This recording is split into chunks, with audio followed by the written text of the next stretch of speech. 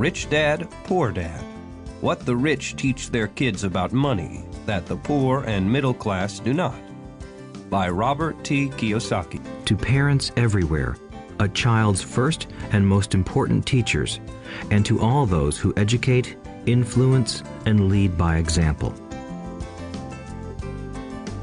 Acknowledgements. How does a person say thank you when there are so many people to thank?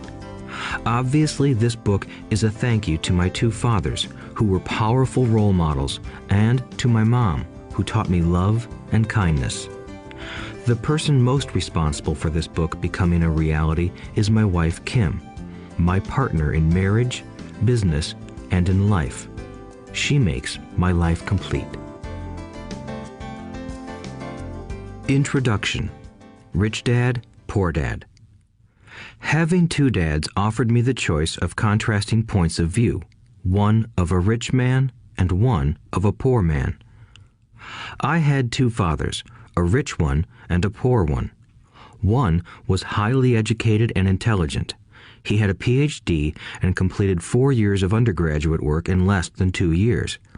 He then went on to Stanford University, the University of Chicago, and Northwestern University to do his advanced studies, all on full financial scholarships. The other father never finished the 8th grade. Both men were successful in their careers, working hard all their lives. Both earned substantial incomes, yet one always struggled financially. The other would become one of the richest men in Hawaii. One died, leaving tens of millions of dollars to his family, charities, and his church. The other left bills to be paid. Both men were strong, charismatic, and influential. Both men offered me advice, but they did not advise the same things. Both men believed strongly in education, but did not recommend the same course of study. If I had had only one dad, I would have had to accept or reject his advice.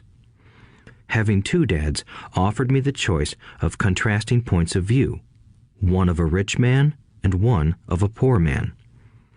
Instead of simply accepting or rejecting one or the other, I found myself thinking more, comparing, and then choosing for myself. The problem was that the rich man was not rich yet, and the poor man was not yet poor. Both were just starting out on their careers, and both were struggling with money and families. But they had very different points of view about money. For example, one dad would say, "The love of money is the root of all evil." The other said, "The lack of money is the root of all evil." As a young boy, having two strong fathers, both influencing me, was difficult. I wanted to be a good son and listen, but the two fathers did not say the same things. The contrast in their points of view, particularly about money, was so extreme that I grew curious and intrigued. I began to start thinking for long periods of time about what each was saying. Much of my private time was spent reflecting, asking myself questions such as, "Why does he say that?" and then asking the same question of the other dad's statement. It would have been much easier to simply say, "Yeah, he's right, I agree with that," or to simply reject the point of view by saying, "The old man doesn't know what he's talking about." Instead, having two dads whom I loved forced me to think and ultimately choose a way of thinking for myself. As a process, choosing for myself turned out to be much more valuable in the long run than simply accepting or rejecting a single point of view. One of the reasons the rich get richer, the poor get poorer, and the middle class struggles in debt is that the subject of money is taught at home, not in school. Most of us learn about money from our parents, so what can poor parents tell their child about money? They simply say, "Stay in school and study hard." The child may graduate with excellent grades, but with a poor person's financial programming and mindset. Sadly, money is not taught in schools. Schools focus on scholastic and professional skills, but not on financial skills. This explains how smart bankers, doctors, and accountants who earned excellent grades may struggle financially all of their lives. Our staggering national debt is due in large part to highly educated politicians and government officials making financial decisions with little or no training in the subject of money. Today, I often wonder what will soon happen when we have millions of people who need financial and medical assistance. They will be dependent upon their families or the government for financial support. What will happen when Medicare and Social Security run out of money? How will a nation survive if teaching children about money continues to be left to parents, most of whom will be, or already are, poor? Because I had two influential fathers, I learned from both of them. I had to think about each dad's advice, and in doing so, I gained valuable insight into the power and effect of one's thoughts on one's life. For example, one dad had a habit of saying, "I can't afford it." The other dad forbade those words to be used. He insisted I ask, "How can I afford it?" One is a statement, and the other is a question. One lets you off the hook, and the other forces you to think. My soon-to-be rich dad would explain that by automatically saying the words, "I can't afford it," your brain stops working. By asking the question, "How can I afford it?" your brain is put to work. He did not mean that you should buy everything you want. He was fanatical about exercising your mind, the most powerful computer in the world. He'd say, "My brain gets stronger every day because I exercise it. The stronger it gets, the more money I can make." He believed that automatically saying, "I can't afford it," was a sign of mental laziness. Although both dads worked hard, I noticed that one dad had a habit of putting his brain to sleep when it came to finances, and the other had a habit of exercising his brain. The long-term result was that one dad grew stronger financially, and the other grew weaker. It is not much different from a person who goes to the gym to exercise on a regular basis versus someone who sits on the couch watching television. Proper physical exercise increases your chances for health, and proper mental exercise increases your chances for wealth. My two dads had opposing attitudes, and that affected the way they thought. One dad thought that the rich should pay more in taxes to take care of those less fortunate. The other said, taxes punish those who produce and reward those who don't produce. One dad recommended, study hard so you can find a good company to work for. The other recommended, study hard so you can find a good company to buy. One dad said, the reason I'm not rich is because I have you kids. The other said, the reason I must be rich is because I have you kids. One encouraged talking about money and business at the dinner table, while the other forbade the subject of money to be discussed over a meal. One said, when it comes to money, play it safe, don't take risks.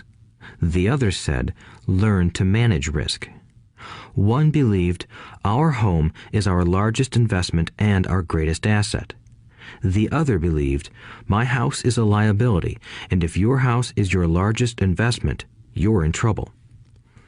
Both dads paid their bills on time, yet one paid his bills first while the other paid his bills last. One dad believed in a company or the government taking care of you and your needs. He was always concerned about pay raises, retirement plans, medical benefits, sick leave, vacation days, and other perks. He was impressed with two of his uncles who joined the military and earned a retirement and entitlement package for life after 20 years of active service. He loved the idea of medical benefits and PX privileges the military provided its retirees. He also loved the tenure system available through the university. The idea of job protection for life and job benefits seemed more important at times than the job. He would often say, I've worked hard for the government and I'm entitled to these benefits. The other believed in total financial self-reliance. He spoke out against the entitlement mentality and how it created weak and financially needy people. He was emphatic about being financially competent. One dad struggled to save a few dollars. The other created investments. One dad taught me how to write an impressive resume so I could find a good job. The other taught me how to write strong business and financial plans so I could create jobs. Being a product of two strong dads allowed me the luxury of observing the effects different thoughts have on one's life. I noticed that people really do shape their lives through their thoughts. For example, my poor dad always said, "I'll never be rich," and that prophecy became reality. My rich dad, on the other hand, always referred to himself as rich. He would say things like, "I'm a rich man and rich people don't do this." Even when he was flat broke after a major financial setback, he continued to refer to himself as a rich man. He would cover himself by saying, "There is a difference between being poor and being broke. Broke is temporary. Poor is eternal." My poor dad would say, "I'm not interested in money," or "money doesn't matter." My rich dad always said, "Money is power." The power of our thoughts may never be measured or appreciated, but it became obvious to me as a young boy that it was important to be aware of my thoughts and how I expressed myself.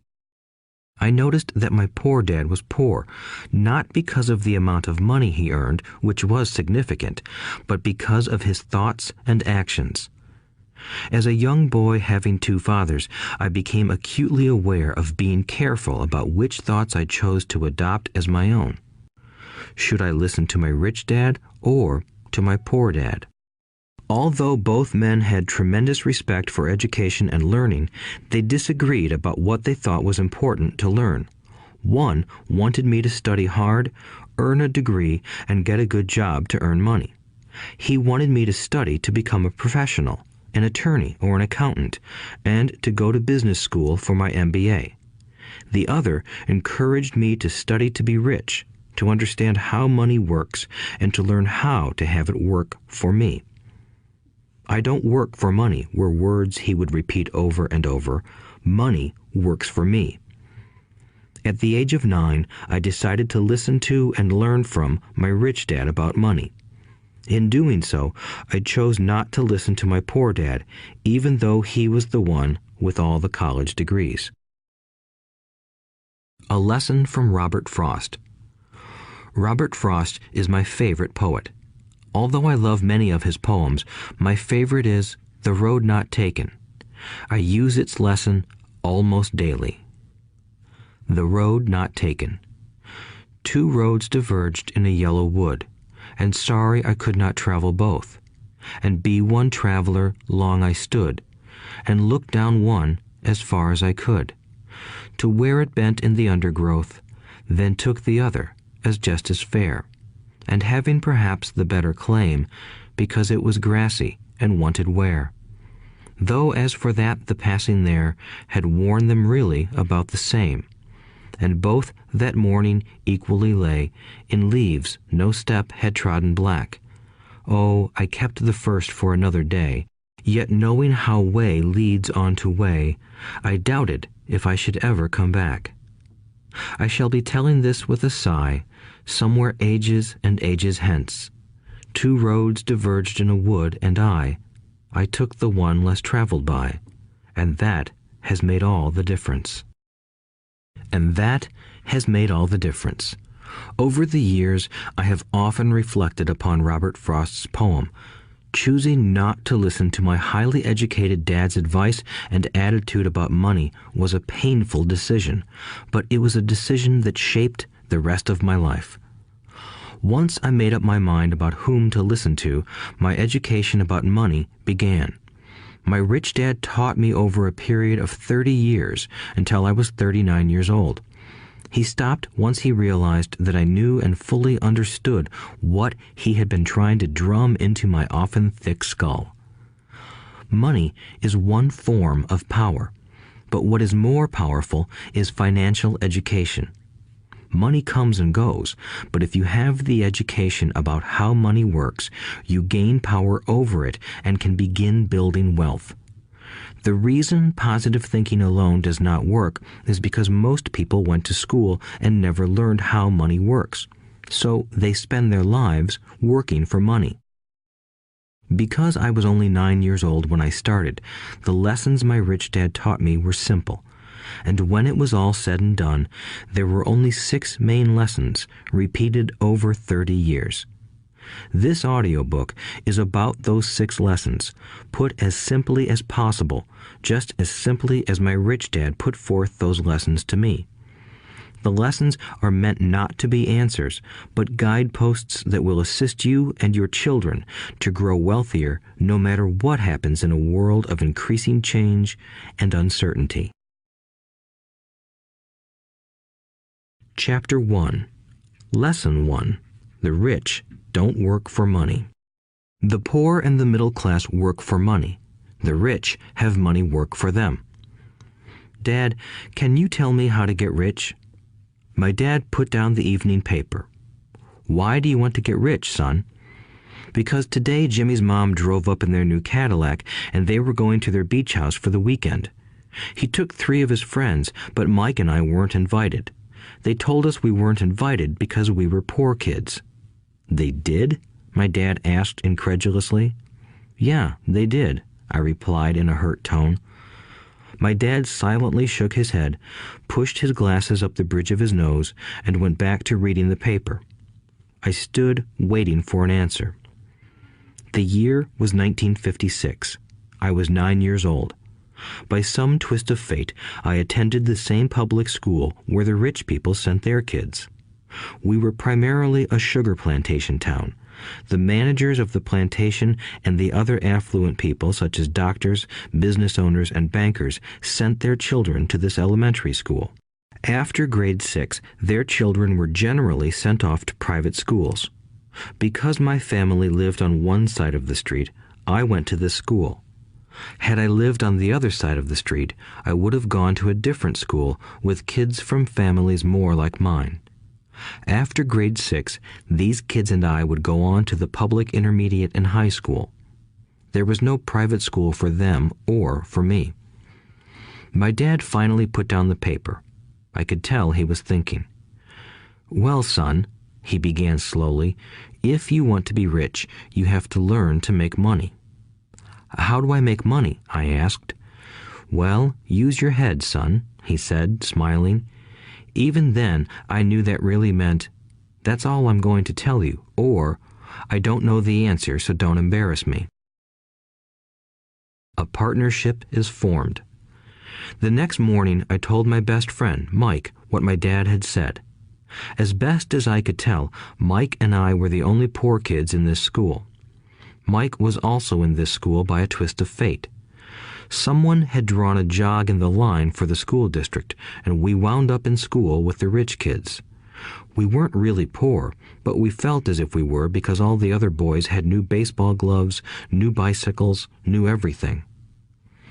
Mom and Dad provided us with the basics, like food and shelter and clothes, but that was about it. My dad used to say, if you want something, work for it. We wanted things, but there was not much work available for 9-year-old boys. So what do we do to make money? Mike asked. I don't know, I said, but do you want to be my partner? He agreed, and so on that Saturday morning, Mike became my first business partner. We spent all morning coming up with ideas on how to make money. Occasionally, we talked about all the cool guys at Jimmy's beach house having fun. It hurt a little, but that hurt was good because it inspired us to keep thinking of a way to make money. Finally, that afternoon, a bolt of lightning struck. It was an idea Mike got from a science book he had read. Excitedly, we shook hands, and the partnership now had a business. For the next several weeks, Mike and I ran around our neighborhood, knocking on doors and asking our neighbors if they would save their toothpaste tubes for us. With puzzled looks, most adults consented with a smile. Some asked us what we were doing, to which we replied, We can't tell you. It's a business secret." My mom grew distressed as the weeks wore on. We had selected a site next to her washing machine as the place we would stockpile our raw materials. In a brown cardboard box that at one time held ketchup bottles, our little pile of used toothpaste tubes began to grow. Finally, my mom put her foot down. The sight of her neighbor's messy, crumpled used toothpaste tubes had gotten to her. "What are you boys doing?" she asked, "and I don't want to hear again that it's a business secret. Do something with this mess or I'm going to throw it out." Mike and I pleaded and begged, explaining that we would soon have enough and then we would begin production. We informed her that we were waiting on a couple of neighbors to finish their toothpaste so we could have their tubes. Mom granted us a 1-week extension. The date to begin production was moved up, and the pressure was on. My first partnership was already being threatened with an eviction notice by my own mom. It became Mike's job to tell the neighbors to quickly use up their toothpaste, saying their dentist wanted them to brush more often anyway. I began to put together the production line. One day, my dad drove up with a friend to see 2 9-year-old boys in the driveway with a production line operating at full speed. There was fine white powder everywhere. On a long table were small milk cartons from school, and our family's hibachi grill was glowing with red-hot coals at maximum heat. Dad walked up cautiously, having to park the car at the base of the driveway since the production line blocked the carport. As he and his friend got closer, they saw a steel pot sitting on top of the coals in which the toothpaste tubes were being melted down. In those days, toothpaste did not come in plastic tubes. The tubes were made of lead, so once the paint was burned off, the tubes were dropped in the small steel pot. They melted until they became liquid, and with my mom's pot holders, we poured the lead through a small hole in the top of the milk cartons. The milk cartons were filled with plaster of Paris. White powder was everywhere.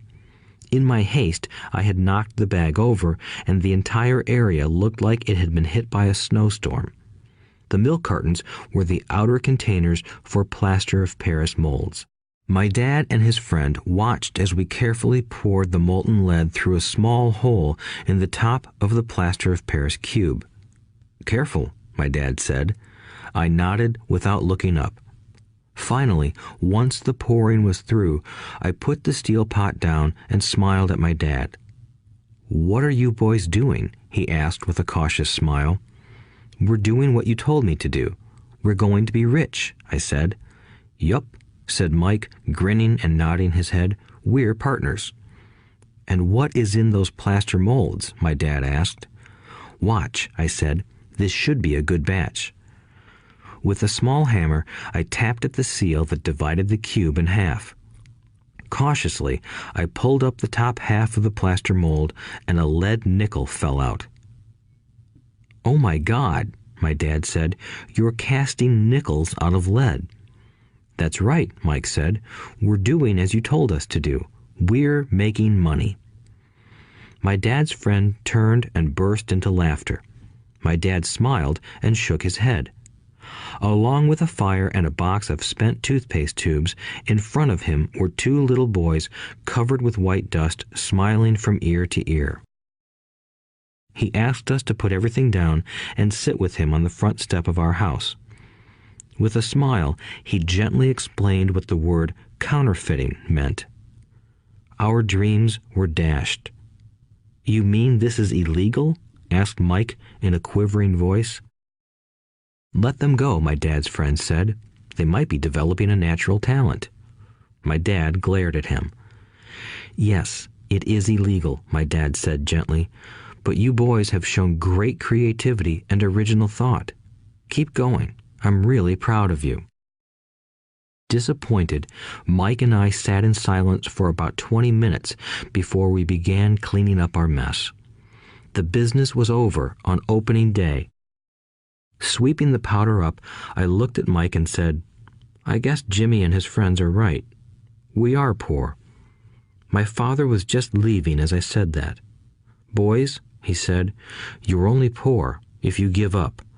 The most important thing is that you did something. Most people only talk and dream of getting rich. You've done something. I'm very proud of the two of you. I will say it again. Keep going. Don't quit." Mike and I stood there in silence. They were nice words, but we still did not know what to do. "So how come you're not rich, Dad?" I asked. "Because I chose to be a school teacher. School teachers really don't think about being rich. We just like to teach. I wish I could help you, but I really don't know how to make money." Mike and I turned and continued our cleanup. "I know," said my dad. "If you boys want to learn how to be rich, don't ask me. Talk to your dad, Mike." "My dad?" asked Mike with a scrunched-up face. "Yeah, your dad," repeated my dad with a smile. "Your dad and I have the same banker, and he raves about your father. He's told me several times that your father is brilliant when it comes to making money." "My dad?" Mike asked again in disbelief. "Then how come we don't have a nice car and a nice house like the rich kids at school?" "A nice car and a nice house don't necessarily mean you're rich or you know how to make money," my dad replied. "Jimmy's dad works for the sugar plantation. He's not much different from me. He works for a company and I work for the government. The company buys the car for him. The sugar company is in financial trouble, and Jimmy's dad may soon have nothing. Your dad is different, Mike.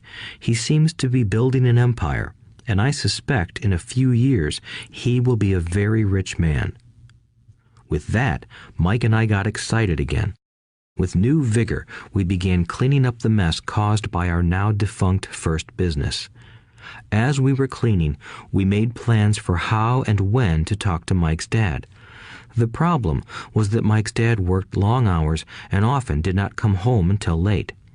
His father owned warehouses, a construction company, a chain of stores, and 3 restaurants.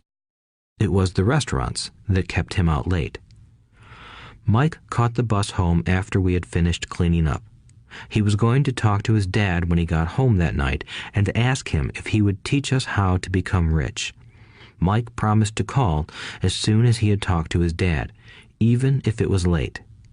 The phone rang at 8:30 p.m. "Okay," I said, "next Saturday." I put the phone down. Mike's dad had agreed to meet with us. On Saturday, I caught the 7:30 a.m. bus to the poor side of town. The lessons begin. Mike and I met with his dad that morning at 8 o'clock. He was already busy, having been at work for more than an hour. His construction supervisor was just leaving in his pickup truck as I walked up to his simple, small, and tidy home. Mike met me at the door. "Dad's on the phone, and he said to wait on the back porch," Mike said as he opened the door. The old wooden floor creaked as I stepped across the threshold of the aging house. There was a cheap mat just inside the door. The mat was there to hide the years of wear from countless footsteps that the floor had supported. Although clean, it needed to be replaced. I felt claustrophobic as I entered the narrow living room that was filled with old, musty, overstuffed furniture that today would be collector's items. Sitting on the couch were 2 women, both a little older than my mom. Across from the women sat a man in workman's clothes. He wore khaki slacks and a khaki shirt, neatly pressed but without starch, and polished work boots. He was about 10 years older than my dad. They smiled as Mike and I walked past them toward the back porch. I smiled back shyly. "Who are those people?" I asked. "Oh, they work for my dad. The older man runs his warehouses, and the women are the managers of the restaurants.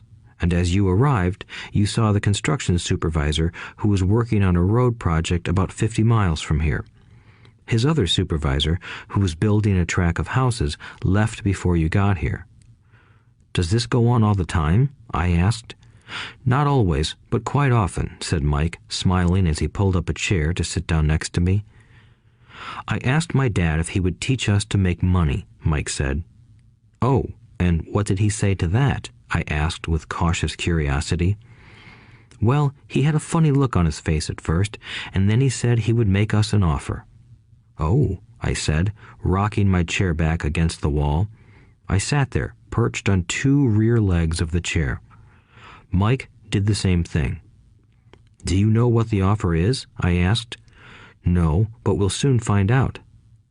Suddenly, Mike's dad burst through the rickety screen door and onto the porch. Mike and I jumped to our feet, not out of respect, but because we were startled. Ready, boys? He asked as he pulled up a chair to sit down with us. We nodded our heads as we pulled our chairs away from the wall to sit in front of him. He was a big man, about 6 feet tall and 200 pounds. My dad was taller, about the same weight, and 5 years older than Mike's dad. They sort of looked alike, though not of the same ethnic makeup. Maybe their energy was similar. Mike says you want to learn to make money. Is that correct, Robert? I nodded my head quickly, but with a little trepidation. He had a lot of power behind his words and smile. Okay, here's my offer. I'll teach you, but I won't do it classroom style. You work for me, I'll teach you. You don't work for me, I won't teach you. I can teach you faster if you work, and I'm wasting my time if you just want to sit and listen like you do in school. That's my offer. Take it or leave it. May I ask a question first? I asked. No, take it or leave it. I've got too much work to do to waste my time. If you can't make up your mind decisively, then you'll never learn to make money anyway. Opportunities come and go. Being able to know when to make quick decisions is an important skill. You have the opportunity that you asked for. School is beginning, or it's over, in 10 seconds, Mike's dad said with a teasing smile. Take it, I said. Take it, said Mike. Good, said Mike's dad. Mrs. Martin will be by in 10 minutes. After I'm through with her, you'll ride with her to my superette and you can begin working. I'll pay you 10 cents an hour and you'll work 3 hours every Saturday. But I have a softball game today, I said. Mike's dad lowered his voice to a stern tone. Take it or leave it, he said. I'll take it, I replied, choosing to work and learn instead of playing. 30 cents later. By 9 a.m. that day, Mike and I were working for Mrs. Martin. She was a kind and patient woman. She always said that Mike and I reminded her of her 2 grown sons. Although kind, she believed in hard work and kept us moving. We spent 3 hours taking canned goods off the shelves, brushing each can with a feather duster to get the dust off, and then restacking them neatly. It was excruciatingly boring work. Mike's dad, whom I called my rich dad, owned 9 of these little superettes, each with a large parking lot. They were the early version of the 7-Eleven convenience stores, little neighborhood grocery stores where people bought items such as milk, bread, butter, and cigarettes. The problem was that this was Hawaii before air conditioning was widely used, and the stores could not close their doors because of the heat. On 2 sides of the store, the doors had to be wide open to the road and parking lot. Every time a car drove by or pulled into the parking lot, dust would swirl and settle in the store. We knew we had a job as long as there was no air conditioning. For 3 weeks, Mike and I reported to Mrs. Martin and worked our 3 hours. By noon, our work was over, and she dropped 3 little dimes in each of our hands. Now, even at the age of 9 in the mid-1950s, 30 cents was not too exciting. Comic books cost 10 cents back then, so I usually spent my money on comic books and went home. By Wednesday of the 4th week, I was ready to quit. I had agreed to work only because I wanted to learn to make money from Mike's dad, and now I was a slave for 10 cents an hour. On top of that, I had not seen Mike's dad since that first Saturday. I'm quitting, I told Mike at lunchtime. School was boring, and now I did not even have my Saturdays to look forward to. But it was the 30 cents that really got to me. This time, Mike smiled. What are you laughing at? I asked with anger and frustration. Dad said this would happen. He said to meet with him when you were ready to quit. What? I said indignantly. He's been waiting for me to get fed up?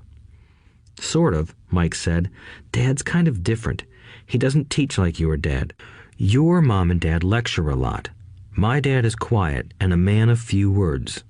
You just wait till this Saturday. I'll tell him you're ready. You mean I've been set up? No, not really. But maybe. Dad will explain on Saturday. Waiting in line on Saturday. I was ready to face Mike's dad. Even my real dad was angry with him. My real dad, the one I called the poor one, thought that my rich dad was violating child labor laws and should be investigated. My educated poor dad told me to demand what I deserve, at least 25 cents an hour. My poor dad told me that if I did not get a raise, I was to quit immediately. You don't need that damn job anyway, said my poor dad with indignation. At 8 o'clock Saturday morning, I walked through the door of Mike's house when Mike's dad opened it. Take a seat and wait in line, he said as I entered. He turned and disappeared into his little office next to a bedroom.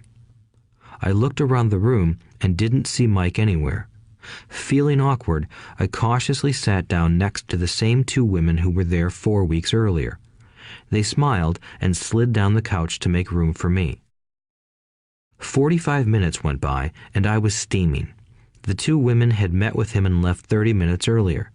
An older gentleman was in there for 20 minutes and was also gone. The house was empty, and here I sat in a musty, dark living room on a beautiful, sunny Hawaiian day, waiting to talk to a cheapskate who exploited children. I could hear him rustling around the office, talking on the phone, and ignoring me. I was ready to walk out, but for some reason I stayed. Finally, 15 minutes later, at exactly 9 o'clock, Rich Dad walked out of his office, said nothing, and signaled with his hand for me to enter. I understand you want a raise or you're going to quit, Rich Dad said as he swiveled in his office chair. Well, you're not keeping your end of the bargain, I blurted out, nearly in tears. It was really frightening for me to confront a grown-up. You said that you would teach me if I worked for you. Well, I've worked for you. I've worked hard. I've given up my baseball games to work for you, but you haven't kept your word, and you haven't taught me anything.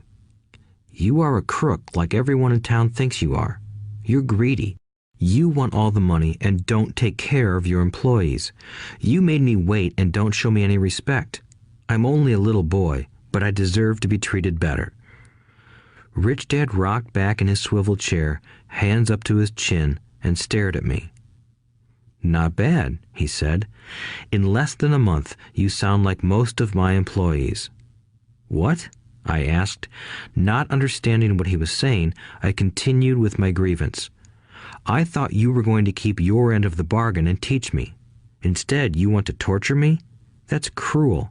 That's really cruel. I am teaching you, Rich Dad said quietly. What have you taught me? Nothing, I said angrily. You haven't even talked to me once since I agreed to work for peanuts. 10 cents an hour. Ha! I should notify the government about you. We have child labor laws, you know. My dad works for the government, you know. Wow, said Rich Dad. Now you sound just like most of the people who used to work for me. People I've either fired or who have quit. So, what do you have to say? I demanded, feeling pretty brave for a little kid. You lied to me. I've worked for you, and you have not kept your word. You haven't taught me anything. How do you know that I've not taught you anything? Asked Rich Dad calmly.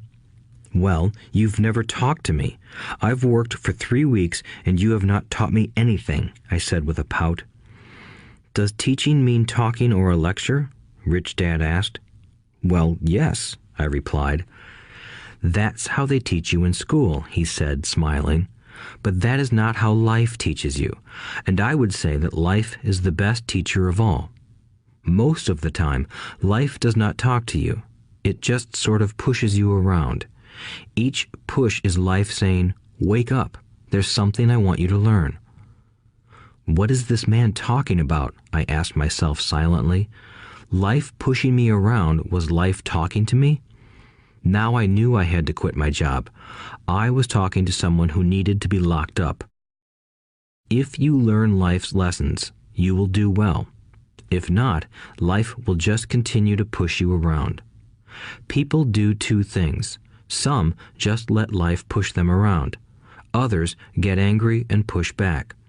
But they push back against their boss, or their job, or their husband or wife. They do not know it's life that's pushing. I had no idea what he was talking about. Life pushes all of us around. Some people give up and others fight. A few learn the lesson and move on. They welcome life pushing them around. To these few people, it means they need and want to learn something. They learn and move on. Most quit, and a few, like you, fight. Rich Dad stood and shut the creaky old wooden window that needed repair. If you learn this lesson, you will grow into a wise, wealthy, and happy young man. If you don't, you will spend your life blaming a job, low pay, or your boss for your problems. You'll live life always hoping for that big break that will solve all your money problems. Rich Dad looked over at me to see if I was still listening. His eyes met mine. We stared at each other, communicating through our eyes. Finally, I looked away once I had absorbed his message. I knew he was right. I was blaming him, and I did ask to learn. I was fighting. Rich Dad continued, "Or, if you are the kind of person who has no guts, you just give up every time life pushes you. If you are that kind of person, you'll live all your life playing it safe, doing the right things, saving yourself for some event that never happens. Then you die a boring old man. You'll have lots of friends who really like you because you were such a nice, hard-working guy. But the truth is that you let life push you into submission. Deep down, you were terrified of taking risks. You really wanted to win, but the fear of losing was greater than the excitement of winning. Deep inside, you and only you will know you didn't go for it. You chose to play it safe." Our eyes met again. "You've been pushing me around?" I asked. "Some people might say that," smiled Rich Dad. "I would say that I just gave you a taste of life." "What taste of life?" I asked, still angry, but now curious and ready to learn. "You boys are the first people that have ever asked me to teach them how to make money. I have more than 150 employees, and not one of them has asked me what I know about money. They ask me for a job and a paycheck, but never to teach them about money. So most will spend the best years of their lives working for money, not really understanding what it is they are working for." I sat there listening intently. "So when Mike told me you wanted to learn how to make money, I decided to design a course that mirrored real life. I could talk until I was blue in the face, but you wouldn't hear a thing. So I decided to let life push you around a bit so you could hear me. That's why I only paid you 10 cents. "So what is the lesson I learned from working for only 10 cents an hour?" I asked. "That you're cheap and exploit your workers?" Rich Dad rocked back and laughed heartily. Finally, he said, "You'd best change your point of view. Stop blaming me and thinking I'm the problem. If you think I'm the problem, then you have to change me. If you realize that you're the problem, then you can change yourself, learn something, and grow wiser. Most people want everyone else in the world to change but themselves. Let me tell you, it's easier to change yourself than everyone else." "I don't understand," I said. "Don't blame me for your problems," Rich Dad said, growing impatient. "But you only pay me 10 cents. "So what are you learning?" Rich Dad asked, smiling. "That you're cheap," I said with a sly grin. "See, you think I'm the problem," said Rich Dad. "But you are. Well, keep that attitude and you'll learn nothing. Keep the attitude that I'm the problem, and what choices do you have? Well, if you don't pay me more or show me more respect and teach me, I'll quit." "Well put," Rich Dad said, "and that's exactly what most people do. They quit and go looking for another job, a better opportunity and higher pay, actually thinking that this will solve the problem. In most cases, it won't." "So what should I do?" I asked. "Just take this measly 10 cents an hour and smile?" Rich Dad smiled. "That's what the other people do. But that's all they do, waiting for a raise, thinking that more money will solve their problems. Most just accept it, and some take a second job working harder, but again, accepting a small paycheck." I sat staring at the floor, beginning to understand the lesson Rich Dad was presenting. I could sense it was a taste of life. Finally, I looked up and asked, "So what will solve the problem?" "This," he said, leaning forward in his chair and tapping me gently on the head. "This stuff between your ears." It was at that moment that Rich Dad shared the pivotal point of view that separated him from his employees and my poor dad, and led him to eventually become one of the richest men in Hawaii, while my highly educated but poor dad struggled financially all his life. It was a singular point of view that made all the difference over a lifetime. Rich Dad said this point of view over and over, which I call lesson number 1. The poor and the middle class work for money. The rich have money work for them. On that bright Saturday morning, I learned a completely different point of view from what I had been taught by my poor dad. At the age of 9, I understood that both dads wanted me to learn. Both dads encouraged me to study, but not the same things. My highly educated dad recommended that I do what he did. "Son, I want you to study hard, get good grades so you can find a safe, secure job with a big company, and make sure it has excellent benefits."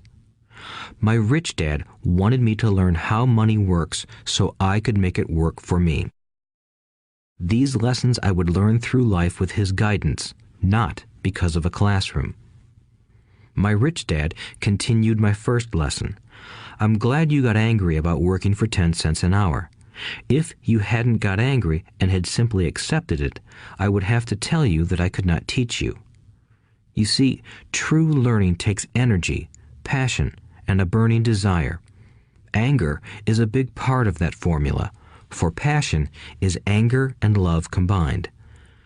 When it comes to money, most people want to play it safe and feel secure, so passion does not direct them. Fear does." "So is that why they'll take jobs with low pay?" I asked. "Yes," said Rich Dad. "Some people say I exploit people because I don't pay as much as the sugar plantation or the government. I say the people exploit themselves. It's their fear, not mine." "But don't you feel you should pay them more?" I asked. "I don't have to. And besides, more money will not solve their problems. Just look at your dad. He makes a lot of money, and he still can't pay his bills. Most people, given more money, only get into more debt." "So that's why the 10 cents an hour," I said, smiling. "It's part of the lesson." "That's right," smiled Rich Dad. "You see, your dad went to school and got an excellent education so he could get a high-paying job. But he still has money problems because he never learned anything about money in school. On top of that, he believes in working for money." "And you don't?" I asked. "No, not really," said Rich Dad. "If you want to learn to work for money, then stay in school. That is a great place to learn to do that. But if you want to learn how to have money work for you, then I will teach you that. But only if you want to learn." "Wouldn't everyone want to learn that?" I asked. "No," said Rich Dad, "simply because it's easier to learn to work for money, especially if fear is your primary emotion when the subject of money is discussed." "I don't understand," I said with a frown. "Don't worry about that for now. Just know that it's fear that keeps most people working at a job.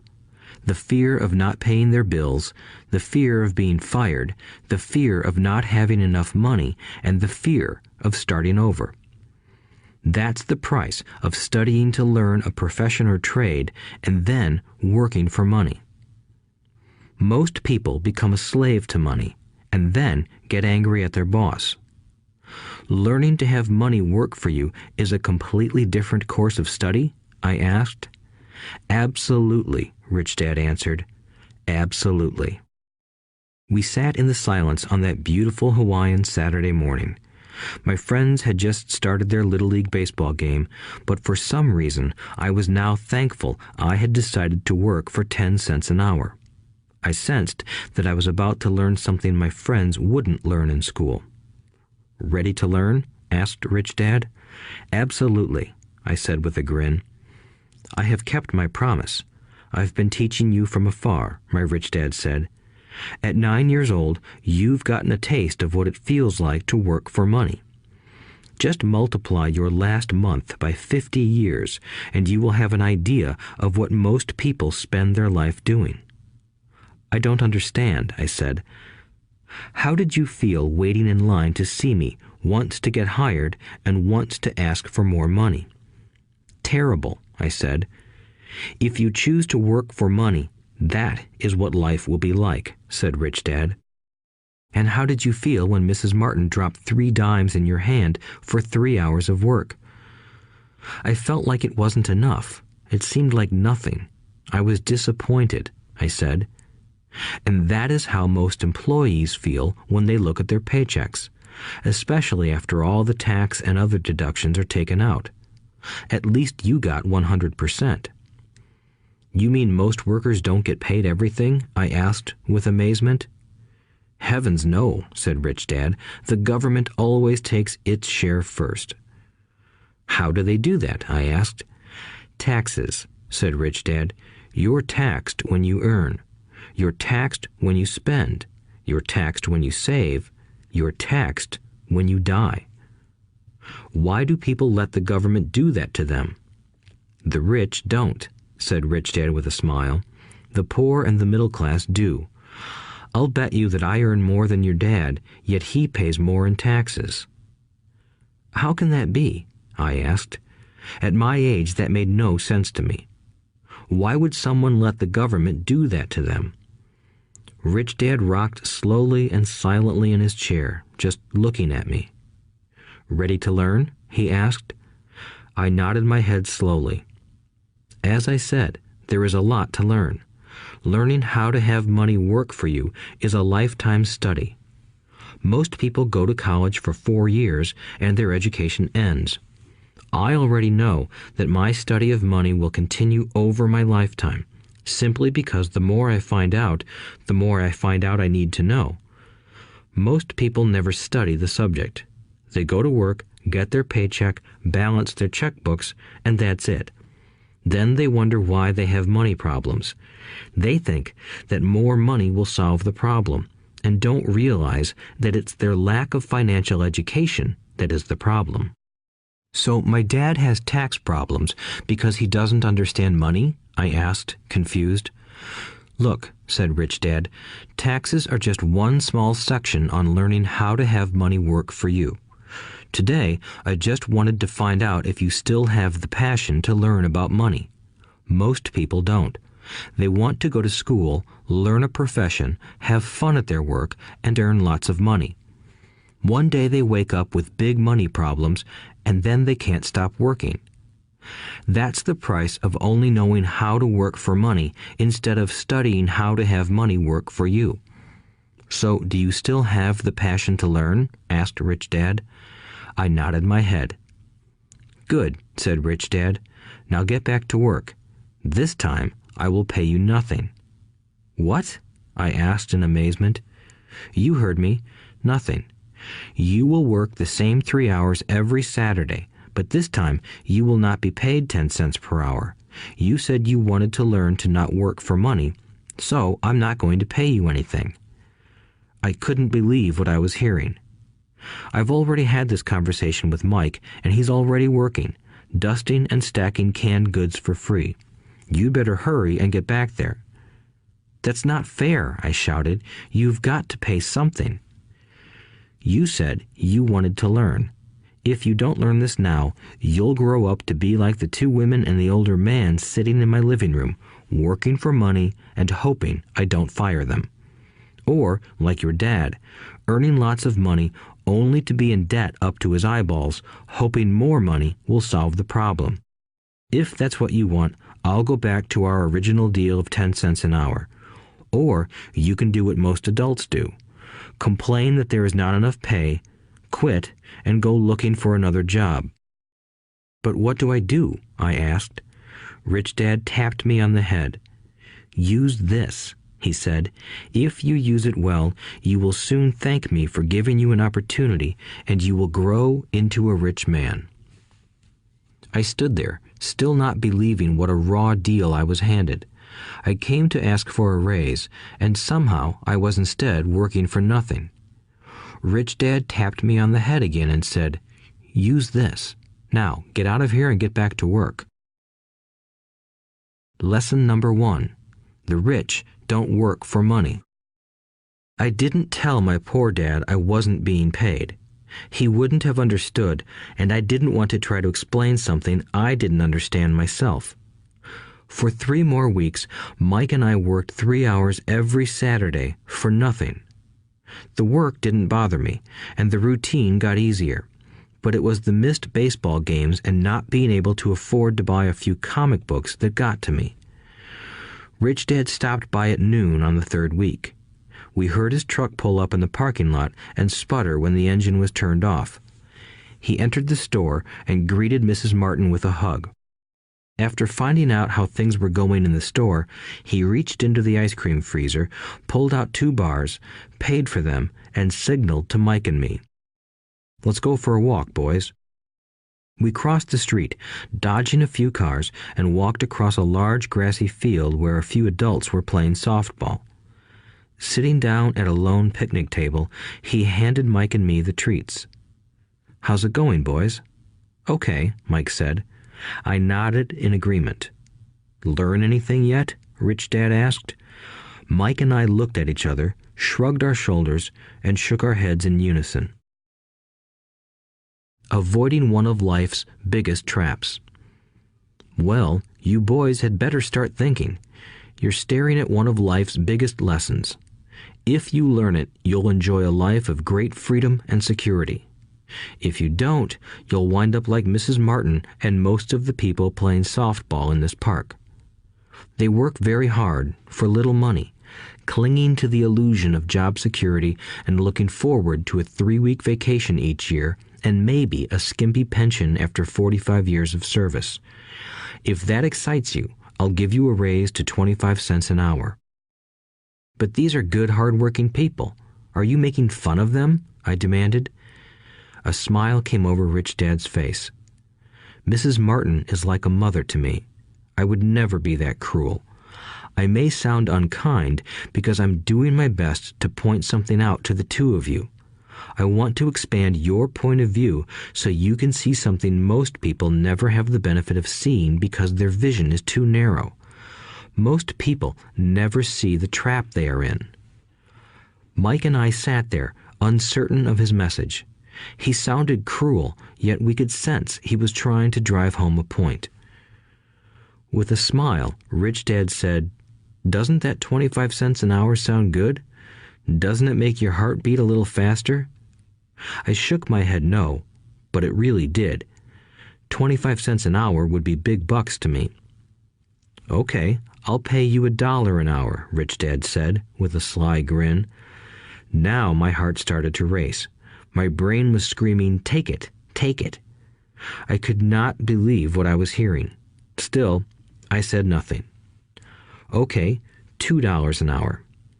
My little brain and heart nearly exploded. After all, it was 1956, and being paid $2 an hour would have made me the richest kid in the world. I couldn't imagine earning that kind of money. I wanted to say yes. I wanted the deal. I could picture a new bicycle, new baseball glove, and the adoration of my friends when I flashed some cash. On top of that, Jimmy and his rich friends could never call me poor again. But somehow, my mouth stayed shut. The ice cream had melted and was running down my hand. Rich Dad was looking at two boys staring back at him, eyes wide open and brains empty. He was testing us, and he knew there was a part of our emotions that wanted to take the deal. He understood that every person has a weak and needy part of their soul that can be bought, and he knew that every individual also had a part of their soul that was resilient and could never be bought. It was only a question of which one was stronger. Okay, $5 an hour. Suddenly, I was silent. Something had changed. The offer was too big and ridiculous.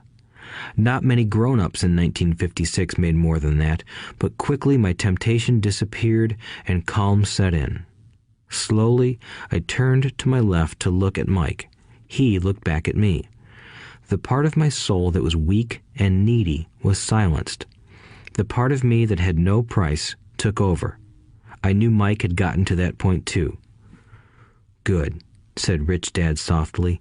"Most people have a price, and they have a price because of human emotions named fear and greed. First, the fear of being without money motivates us to work hard, and then, once we get that paycheck, greed or desire starts us thinking about all the wonderful things money can buy. The pattern is then set." "What pattern?" I asked. "The pattern of get up, go to work, pay bills, get up, go to work, pay bills." People's lives are forever controlled by two emotions, fear and greed. Offer them more money, and they continue the cycle by increasing their spending. This is what I call the rat race. "There is another way?" Mike asked. "Yes," said Rich Dad slowly, "but only a few people find it." "And what is that way?" Mike asked. "That's what I hope you boys will learn as you work and study with me. That is why I took away all forms of pay." "Any hints?" Mike asked. "We're kind of tired of working hard, especially for nothing." "Well, the first step is telling the truth," said Rich Dad. "We haven't been lying," I said. "I did not say you were lying. I said to tell the truth," Rich Dad retorted. "The truth about what?" I asked. "How you're feeling," Rich Dad said. "You don't have to say it to anyone else. Just admit it to yourself." "You mean the people in this park, the people who work for you, Mrs. Martin, they don't do that?" I asked. "I doubt it," said Rich Dad. "Instead, they feel the fear of not having money. They don't confront it logically. They react emotionally instead of using their heads," Rich Dad said. "Then they get a few bucks in their hands, and again the emotions of joy, desire, and greed take over. And again they react instead of think." "So their emotions control their brain," Mike said. "That's correct," said Rich Dad. "Instead of admitting the truth about how they feel, they react to their feelings and fail to think. They feel the fear, so they go to work, hoping that money will soothe the fear, but it doesn't. It continues to haunt them, and they return to work, hoping again that money will calm their fears, and again it doesn't. Fear keeps them in this trap of working, earning money, working, earning money, hoping the fear will go away. But every day they get up, and that old fear wakes up with them. For millions of people, that old fear keeps them awake all night, causing a night of turmoil and worry. So they get up and go to work, hoping that a paycheck will kill that fear gnawing at their souls. Money is running their lives, and they refuse to tell the truth about that. Money is in control of their emotions and their souls." Rich Dad sat quietly, letting his words sink in. Mike and I had heard what he said, but didn't understand fully what he was talking about. I just knew that I often wondered why grown-ups hurried off to work. It did not seem like much fun, and they never looked that happy, but something kept them going.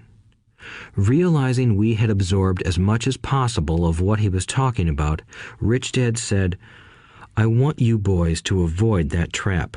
That is really what I want to teach you. Not just to be rich, because being rich does not solve the problem." "It doesn't?" I asked, surprised. No, it doesn't. Let me explain the other emotion, desire. Some call it greed, but I prefer desire. It's perfectly normal to desire something better, prettier, more fun, or exciting. So people also work for money because of desire. They desire money for the joy they think it can buy. But the joy that money brings is often short-lived, and they soon need more money for more joy, more pleasure, more comfort, and more security. So they keep working, thinking money will soothe their souls that are troubled by fear and desire. But money can't do that. Even rich people do this? Mike asked. Rich people included, said Rich Dad. In fact, the reason many rich people are rich isn't because of desire, but because of fear. They believe that money can eliminate the fear of being poor, so they amass tons of it, only to find the fear gets worse. Now they fear losing the money. I have friends who keep working even though they have plenty. I know people who have millions who are more afraid now than when they were poor. They're terrified of losing it all. The fears that drove them to get rich got worse. That weak and needy part of their soul is actually screaming louder. They don't want to lose the big houses, the cars, and the high life money has bought them. They worry about what their friends would say if they lost all their money. Many are emotionally desperate and neurotic, although they look rich and have more money. So, is a poor man happier? I asked. No, I don't think so, replied Rich Dad. The avoidance of money is just as psychotic as being attached to money. As if on cue, the town derelict went past our table, stopping by the large rubbish can and rummaging around in it. The three of us watched him with great interest, when before we probably would have just ignored him. Rich Dad pulled $1 out of his wallet and gestured to the older man. Seeing the money, the derelict came over immediately, took the bill, thanked Rich Dad profusely, and hurried off, ecstatic with his good fortune. He's not much different from most of my employees, said Rich Dad. I've met so many people who say, "Oh, I'm not interested in money," yet they'll work at a job for 8 hours a day. That's a denial of truth. If they weren't interested in money, then why are they working? That kind of thinking is probably more psychotic than a person who hoards money. As I sat there listening to my Rich Dad, my mind flashed back to the countless times my own dad said, "I'm not interested in money." He said those words often. He also covered himself by always saying, "I work because I love my job." So, what do we do? I asked. Not work for money until all traces of fear and greed are gone? No, that would be a waste of time, said Rich Dad. Emotions are what make us human. The word emotion stands for energy in motion. Be truthful about your emotions and use your mind and emotions in your favor, not against yourself. Whoa, said Mike. Don't worry about what I just said. It will make more sense in years to come. Just be an observer, not a reactor, to your emotions. Most people do not know that it's their emotions that are doing the thinking. Your emotions are your emotions, but you have got to learn to do your own thinking. Can you give me an example? I asked. Sure, replied Rich Dad. When a person says, "I need to find a job," it's most likely an emotion doing the thinking. Fear of not having money generates that thought. But people do need money if they have bills to pay, I said. Sure they do, smiled Rich Dad. All I'm saying is that it's fear that is all too often doing the thinking. I don't understand, said Mike. For example, said Rich Dad, if the fear of not having enough money arises, instead of immediately running out to get a job, they instead might ask themselves this question. Will a job be the best solution to this fear over the long run? In my opinion, the answer is no. A job is really a short-term solution to a long-term problem. But my dad is always saying, stay in school and get good grades so you can find a safe, secure job, I interjected, somewhat confused. Yes, I understand he says that, said Rich Dad, smiling. Most people recommend that, and it's a good path for most people. But people make that recommendation primarily out of fear. You mean my dad says that because he's afraid? Yes, said Rich Dad.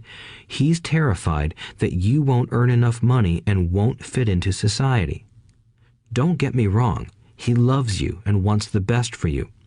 I, too, believe an education and a job are important, but it won't handle the fear. You see, that same fear that makes him get up in the morning to earn a few bucks is the fear that is causing him to be so fanatical about your going to school. So what do you recommend? I asked. I want to teach you to master the power of money instead of being afraid of it. They don't teach that in school, and if you don't learn it, you become a slave to money. It was finally making sense. He wanted us to widen our views and to see what the Mrs. Martins of this world couldn't see. He used examples that sounded cruel at the time, but I've never forgotten them. My vision widened that day, and I began to see the trap that lay ahead for most people. You see, we're all employees ultimately. We just work at different levels, said Rich Dad.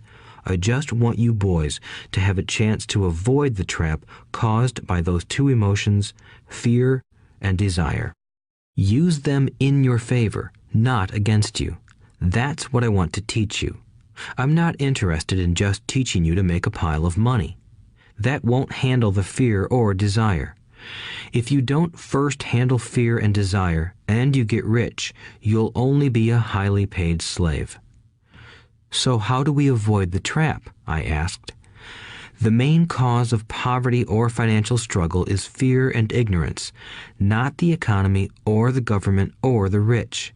It's self-inflicted fear and ignorance that keep people trapped. So you boys go to school and get your college degrees, and I'll teach you how to stay out of the trap. The pieces of the puzzle were appearing. My highly educated dad had a great education and a great career, but school never told him how to handle money or his fear of it. It became clear that I could learn different and important things from two fathers. So you've been talking about the fear of not having money.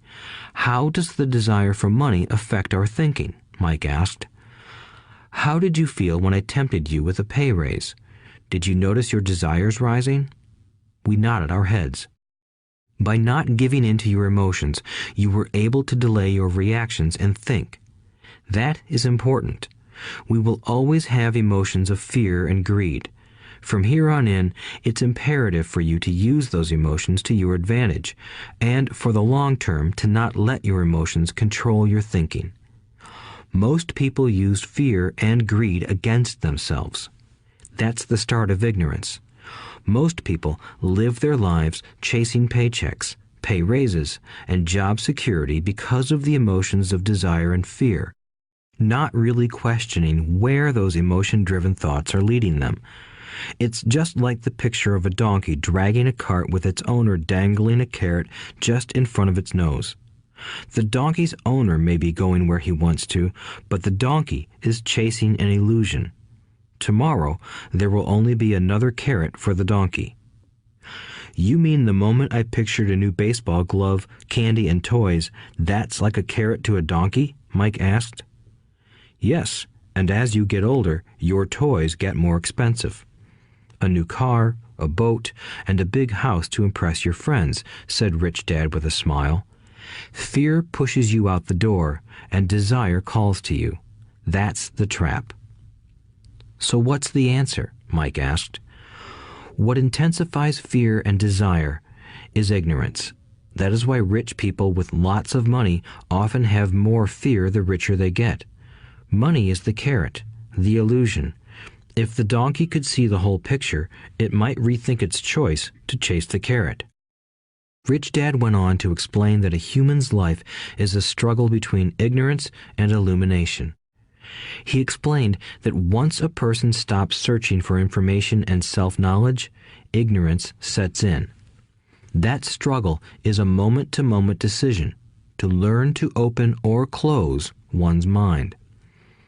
Look, school is very important. You go to school to learn a skill or profession to become a contributing member of society. Every culture needs teachers, doctors, mechanics, artists, cooks, business people, police officers, firefighters, and soldiers. Schools train them so society can thrive and flourish, said Rich Dad. Unfortunately, for many people, school is the end, not the beginning. There was a long silence. Rich Dad was smiling. I didn't comprehend everything he said that day, but, as with most great teachers, his words continued to teach for years. "I've been a little cruel today," said Rich Dad, "but I want you to always remember this talk. I want you to always think of Mrs. Martin, and I want you always to remember that donkey. Never forget that fear and desire can lead you into life's biggest trap if you are not aware of them controlling your thinking. To spend your life living in fear, never exploring your dreams, is cruel. To work hard for money, thinking that it will buy you things that will make you happy, is also cruel. To wake up in the middle of the night terrified about paying bills is a horrible way to live. To live a life dictated by the size of a paycheck is not really living a life. Thinking that a job makes you secure is lying to yourself. That's cruel, and that's the trap I want you to avoid. I've seen how money runs people's lives. Don't let that happen to you. Please, don't let money run your life." A softball rolled under our table. Rich Dad picked it up and threw it back. "So what does ignorance have to do with greed and fear?" I asked. "Because it is ignorance about money that causes so much greed and fear," said Rich Dad. "Let me give you some examples. A doctor, wanting more money to better provide for his family, raises his fees. By raising his fees, it makes healthcare more expensive for everyone. It hurts the poor people the most, so they have worse health than those with money.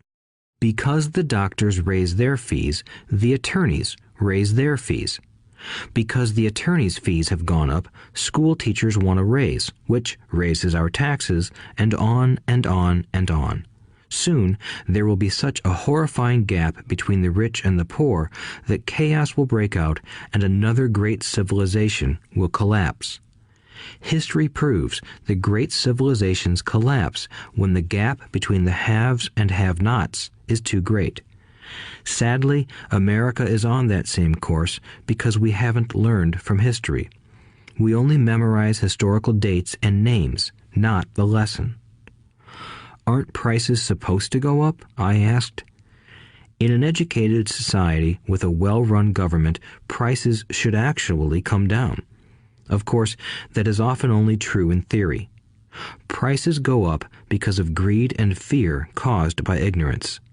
If schools taught people about money, there would be more money and lower prices.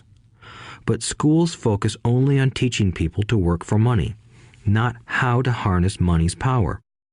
"But don't we have business schools?" Mike asked. "And haven't you encouraged me to go for my MBA?"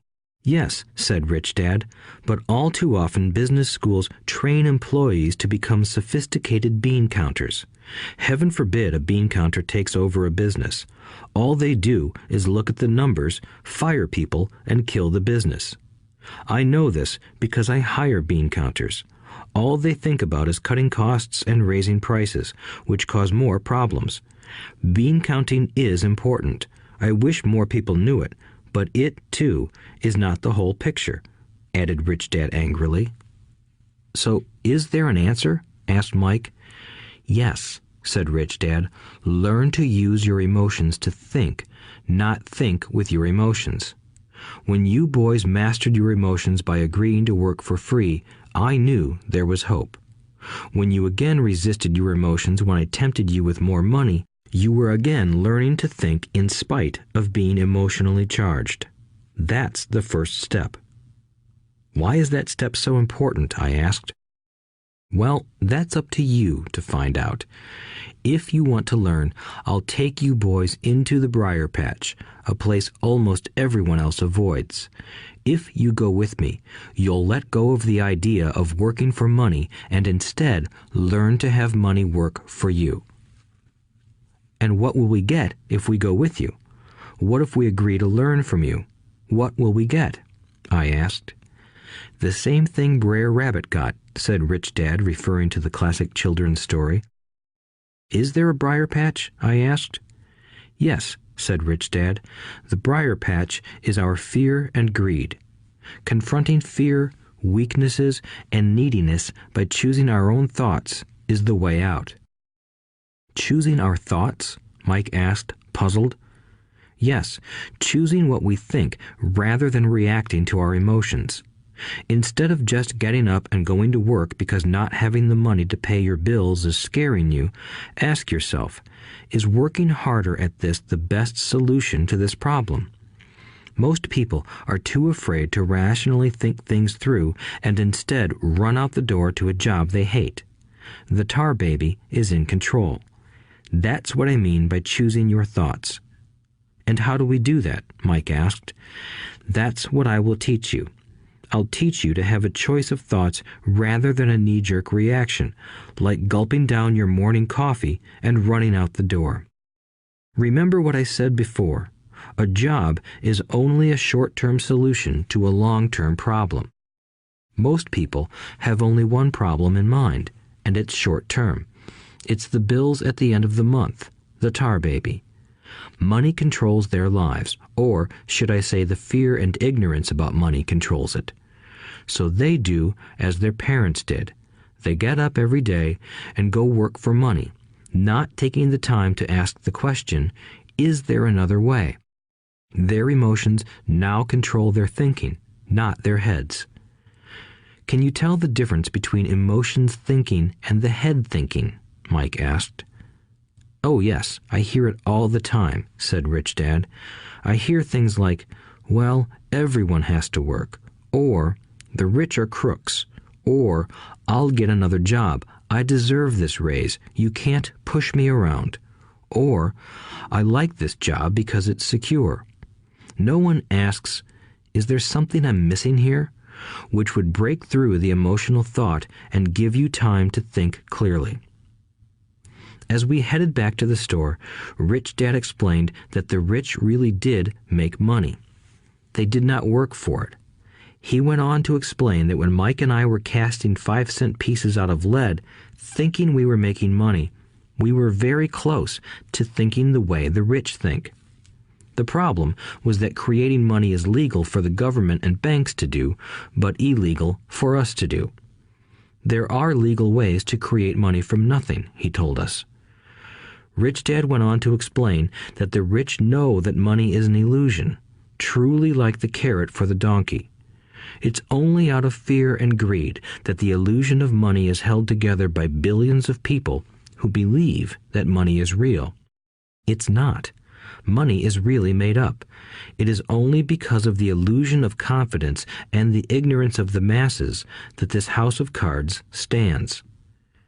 He talked about the gold standard that America was on, and that each dollar bill was actually a silver certificate.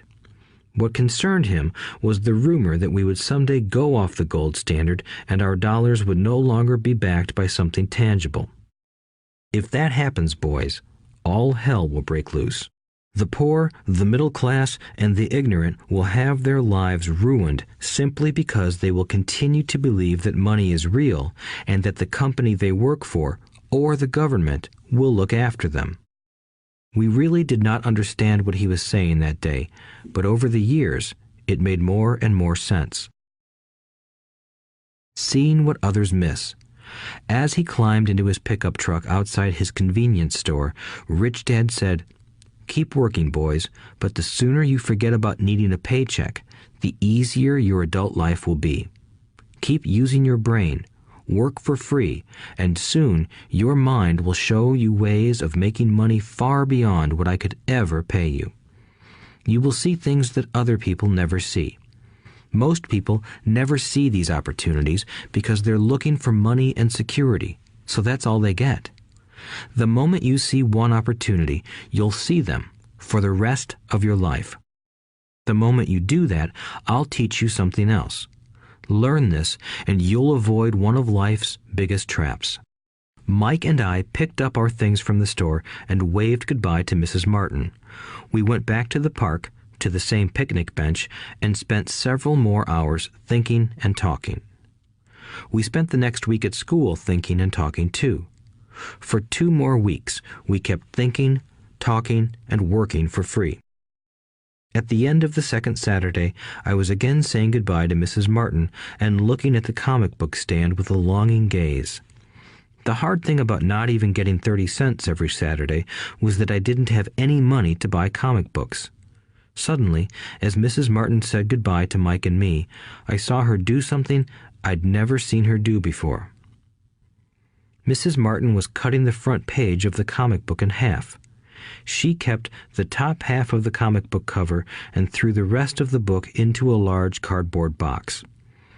When I asked her what she did with the comic books, she said, "I throw them away. I give the top half of the cover back to the comic book distributor for credit when he brings in the new comics. He's coming in an hour." Mike and I waited for an hour. Soon the distributor arrived, and I asked him if we could have the comic books. To my delight, he said, "You can have them if you work for this store and do not resell them." Remember our old business partnership? Well, Mike and I revived it. Using a spare room in Mike's basement, we began piling hundreds of comic books in that room. Soon, our comic book library was open to the public. We hired Mike's younger sister, who loved to study, to be head librarian. She charged each child 10 cents admission to the library, which was open from 2:30 p.m. to 4:30 p.m. every day after school. The customers, the children of the neighborhood, could read as many comics as they wanted in 2 hours.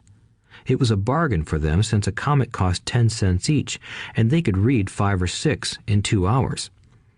Mike's sister would check the kids as they left to make sure they weren't borrowing any comic books. She also kept the books, logging in how many kids showed up each day, who they were, and any comments they might have.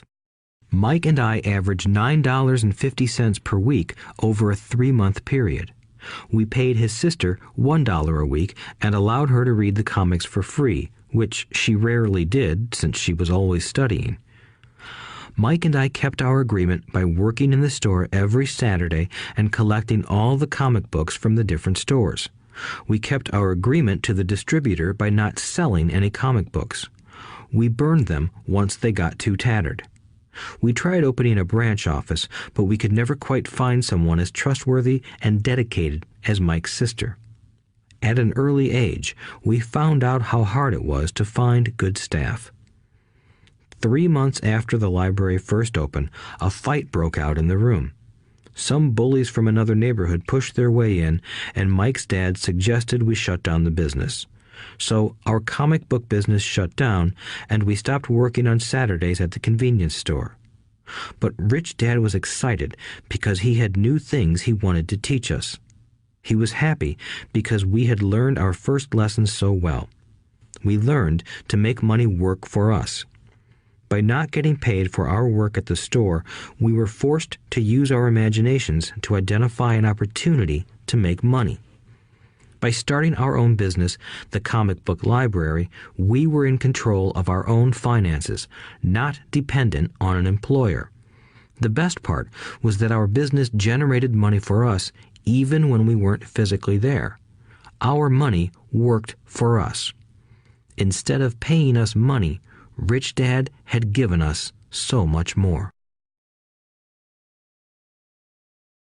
Chapter 2. Lesson 2. Why teach financial literacy? It's not how much money you make, it's how much money you keep. In 1990, Mike took over his father's empire and is, in fact, doing a better job than his dad did. We see each other once or twice a year on the golf course. He and his wife are wealthier than you can imagine. Rich Dad's empire is in great hands, and Mike is now grooming his son to take his place, as his dad had groomed us. In 1994, I retired at the age of 47, and my wife Kim was 37. Retirement does not mean not working. For us, it means that, barring unforeseen cataclysmic changes, we can work or not work, and our wealth grows automatically, staying ahead of inflation. Our assets are large enough to grow by themselves. It's like planting a tree. You water it for years, and then one day it doesn't need you anymore. Its roots are implanted deep enough. Then the tree provides shade for your enjoyment. Mike chose to run the empire, and I chose to retire. Whenever I speak to groups of people, they often ask what I would recommend that they do. How do I get started? Is there a book you would recommend? What should I do to prepare my children? What is your secret to success? How do I make millions? Whenever I hear one of these questions, I'm reminded of the following story. The Richest Businessmen. In 1923, a group of our greatest leaders and richest businessmen held a meeting at the Edgewater Beach Hotel in Chicago. Among them were Charles Schwab, head of the largest independent steel company; Samuel Insull, president of the world's largest utility; Howard Hobson, head of the largest gas company; Ivar Kruger, president of International Match Company, one of the world's largest companies at that time; Leon Fraser, president of the Bank of International Settlements; Richard Whitney, president of the New York Stock Exchange; Arthur Cotton and Jesse Livermore, two of the biggest stock speculators; and Albert Fall, a member of President Harding's cabinet. 25 years later, 9 of these titans ended their lives as follows. Schwab died penniless after living for 5 years on borrowed money. Insull died broke in a foreign land, and Kruger and Cotton also died broke. Hobson went insane. Whitney and Albert Fall were released from prison, and Fraser and Livermore committed suicide. I doubt if anyone can say what really happened to these men. If you look at the date, 1923, it was just before the 1929 market crash and the Great Depression, which I suspect had a great impact on these men and their lives. The point is this. Today, we live in times of greater and faster change than these men did. I suspect there will be many booms and busts in the coming years that will parallel the ups and downs these men faced. I am concerned that too many people are too focused on money and not on their greatest wealth, their education. If people are prepared to be flexible, keep an open mind, and learn, they will grow richer and richer despite tough changes. If they think money will solve problems, they will have a rough ride. Intelligence solves problems and produces money. Money without financial intelligence is money soon gone. Most people fail to realize that in life, it's not how much money you make, it's how much money you keep. We've all heard stories of lottery winners who are poor, then suddenly rich, and then poor again. They win millions, yet are soon back where they started. Or stories of professional athletes who at the age of 24 are earning millions, but are sleeping under a bridge 10 years later. I remember a story of a young basketball player who a year ago had millions. Today, at just 29, he claims his friends, attorney, and accountant took his money, and he was forced to work at a car wash for minimum wage. He was fired from the car wash because he refused to take off his championship ring as he was wiping off the cars. His story made national news, and he is appealing his termination, claiming hardship and discrimination. He claims that the ring is all he has left, and if it was stripped away, he'll crumble. I know so many people who became instant millionaires, and while I am glad some people have become richer and richer, I caution them that in the long run, it's not how much money you make, it's how much you keep and how many generations you keep it. So when people ask, "Where do I get started?" or tell me how to get rich quick, they often are greatly disappointed with my answer. I simply say to them what my rich dad said to me when I was a little kid. If you want to be rich, you need to be financially literate. That idea was drummed into my head every time we were together. As I said, my educated dad stressed the importance of reading books, while my rich dad stressed the need to master financial literacy. If you are going to build the Empire State Building, the first thing you need to do is dig a deep hole and pour a strong foundation. If you are going to build a home in the suburbs, all you need to do is pour a 6-inch slab of concrete. Most people, in their drive to get rich, are trying to build an Empire State Building on a 6-inch slab. Our school system, created in the agrarian age, still believes in homes with no foundation. Dirt floors are still the rage, so kids graduate from school with virtually no financial foundation. One day, sleepless and deep in debt in suburbia, living the American dream, they decide that the answer to their financial problems is to find a way to get rich quick. Construction on the skyscraper begins. It goes up quickly, and soon, instead of the Empire State Building, we have the Leaning Tower of suburbia. The sleepless nights return. As for Mike and me in our adult years, both of our choices were possible because we were taught to pour a strong financial foundation when we were just kids. Accounting is possibly the most confusing, boring subject in the world, but if you want to be rich long term, it could be the most important subject. For Rich Dad, the question was how to take a boring and confusing subject and teach it to kids. The answer he found was to make it simple by teaching it in pictures. My rich dad poured a strong financial foundation for Mike and me. Since we were just kids, he created a simple way to teach us. For years, he only drew pictures and used few words.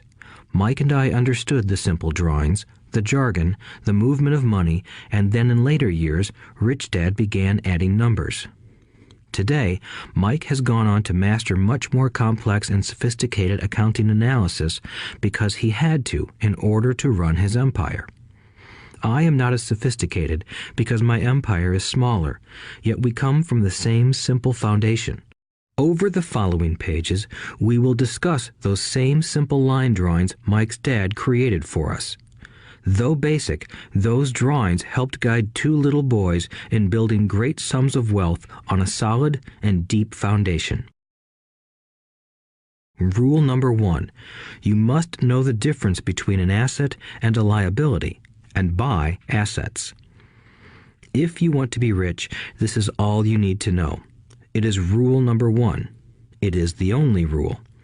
This may sound absurdly simple, but most people have no idea how profound this rule is. Most people struggle financially because they do not know the difference between an asset and a liability. Rich people acquire assets. The poor and middle class acquire liabilities that they think are assets, said Rich Dad.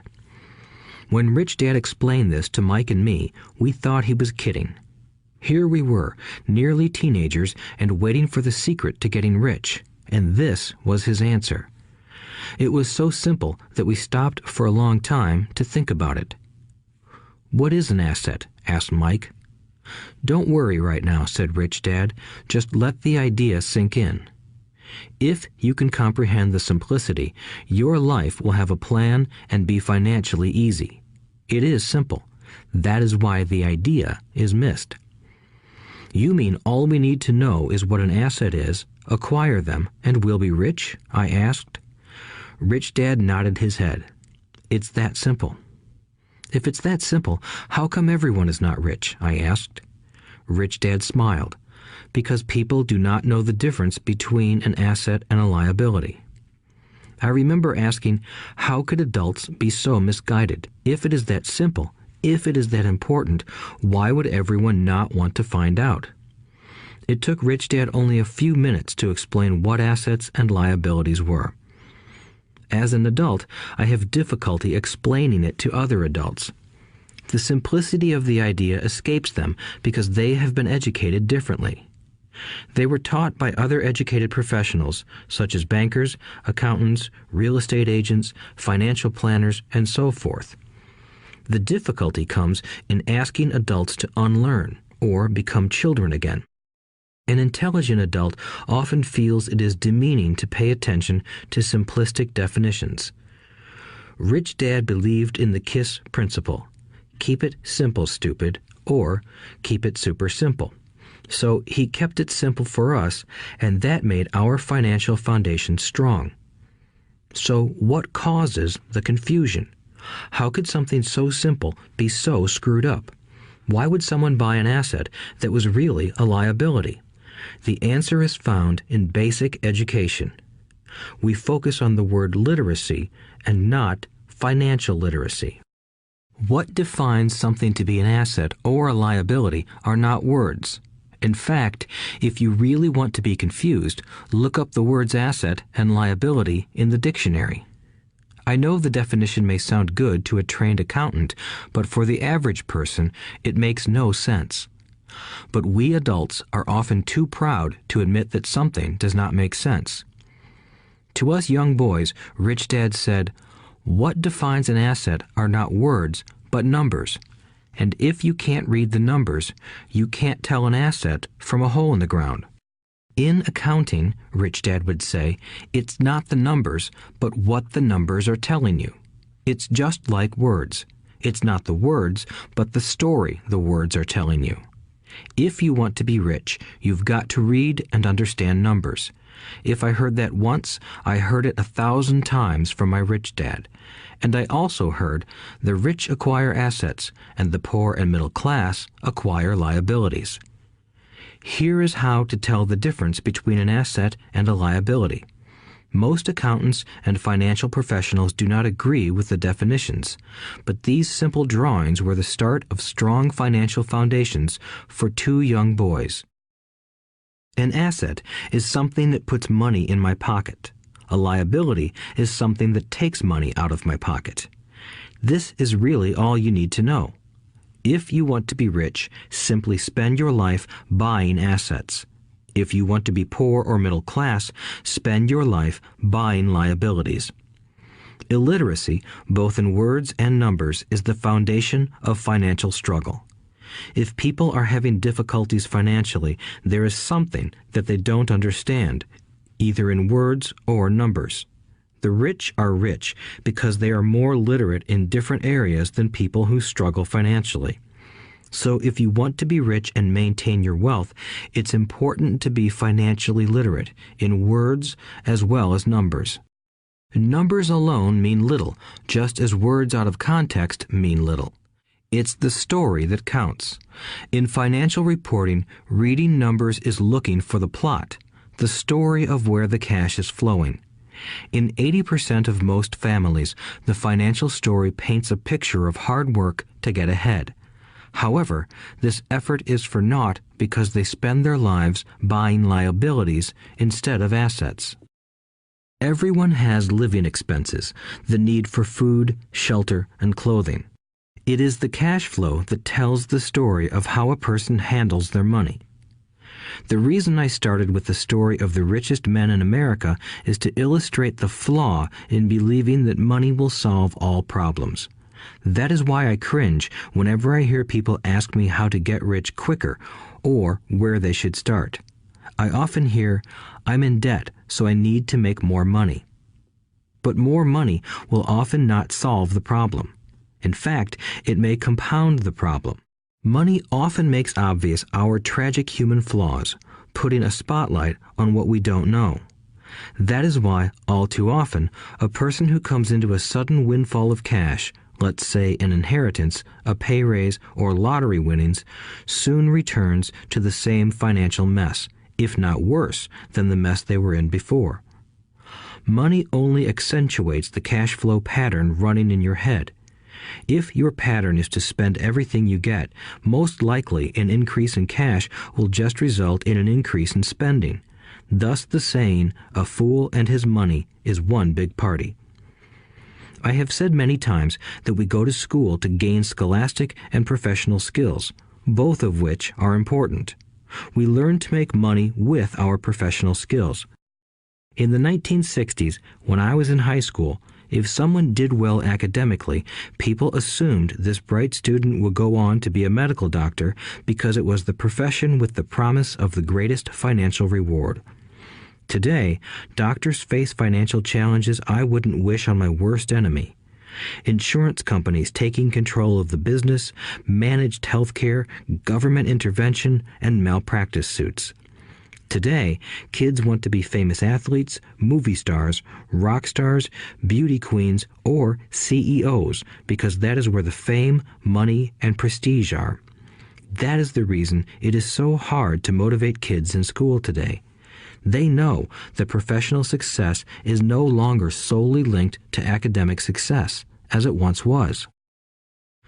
Because students leave school without financial skills, millions of educated people pursue their profession successfully, but later find themselves struggling financially.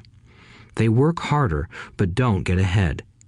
What is missing from their education is not how to make money, but how to manage money. It's called financial aptitude, what you do with the money once you make it, how to keep people from taking it from you, how to keep it longer, and how to make that money work hard for you. Most people don't understand why they struggle financially because they don't understand cash flow. A person can be highly educated, professionally successful, and financially illiterate. These people often work harder than they need to because they learned how to work hard, but not how to have their money work hard for them. The story of how the quest for a financial dream turns into a financial nightmare. The classic story of hardworking people has set a pattern. Recently married, the happy, highly educated young couple moves into one of their cramped, rented apartments. Immediately, they realize that they are saving money because two can live as cheaply as one. The problem is the apartment is cramped. They decide to save money to buy their dream home so they can have kids. They now have two incomes, and they begin to focus on their careers. Their incomes begin to increase. As their incomes go up, their expenses go up as well. The number one expense for most people is taxes. Many people think it's income tax, but for most Americans, their highest tax is Social Security. As an employee, it appears as if the Social Security tax combined with the Medicare tax rate is roughly 7.5%, but it's really 15% since the employer must match the Social Security amount. In essence, it is money the employer can't pay you. On top of that, you still have to pay income tax on the amount deducted from your wages for Social Security tax. Income you never received because it went directly to Social Security through withholding. Going back to the young couple, as a result of their incomes increasing, they decide to buy the house of their dreams. Once in their house, they have a new tax called property tax. Then they buy a new car, new furniture, and new appliances to match their new house. All of a sudden, they wake up and their liabilities column is full of mortgage and credit card debt. Their liabilities go up. They're now trapped in the rat race. Pretty soon, a baby comes along and they work harder. The process repeats itself. Higher incomes cause higher taxes, also called bracket creep. A credit card comes in the mail. They use it. It maxes out. A loan company calls and says their greatest asset, their home, has appreciated in value. Because their credit is so good, the company offers a bill consolidation loan and tells them the intelligent thing to do is clear off the high-interest consumer debt by paying off their credit card. And besides, interest on their home is a tax deduction. They go for it and pay off those high-interest credit cards. They breathe a sigh of relief. Their credit cards are paid off. They've now folded their consumer debt into their home mortgage. Their payments go down because they extend their debt over 30 years. It is the smart thing to do. Their neighbor calls to invite them to go shopping. The Memorial Day sale is on. They promise themselves they'll just window shop, but they take a credit card, just in case. I run into this young couple all the time. Their names change, but their financial dilemma is the same. They come to one of my talks to hear what I have to say. They ask me, "Can you tell us how to make more money?" They don't understand that their trouble is really how they choose to spend the money they do have. It is caused by financial illiteracy and not understanding the difference between an asset and a liability. More money seldom solves someone's money problems. Intelligence solves problems. There is a saying a friend of mine says over and over to people in debt. If you find you have dug yourself into a hole, stop digging. As a child, my dad often told us that the Japanese were aware of 3 powers: the power of the sword, the jewel, and the mirror. The sword symbolizes the power of weapons. America has spent trillions of dollars on weapons, and because of this is a powerful military presence in the world. The jewel symbolizes the power of money. There is some degree of truth to the saying, "Remember the golden rule. He who has the gold makes the rules." The mirror symbolizes the power of self-knowledge. This self-knowledge, according to Japanese legend, was the most treasured of the 3. All too often, the poor and middle class allow the power of money to control them. By simply getting up and working harder, failing to ask themselves if what they do makes sense, they shoot themselves in the foot as they leave for work every morning. By not fully understanding money, the vast majority of people allow its awesome power to control them. If they used the power of the mirror, they would have asked themselves, "Does this make sense?" All too often, instead of trusting their inner wisdom, that genius inside, most people follow the crowd. They do things because everybody else does them. They conform rather than question. Often, they mindlessly repeat what they have been told. Diversify. Your home is an asset. Your home is your biggest investment. You get a tax break for going into greater debt. Get a safe job. Don't make mistakes. Don't take risks. It is said that the fear of public speaking is a fear greater than death for most people.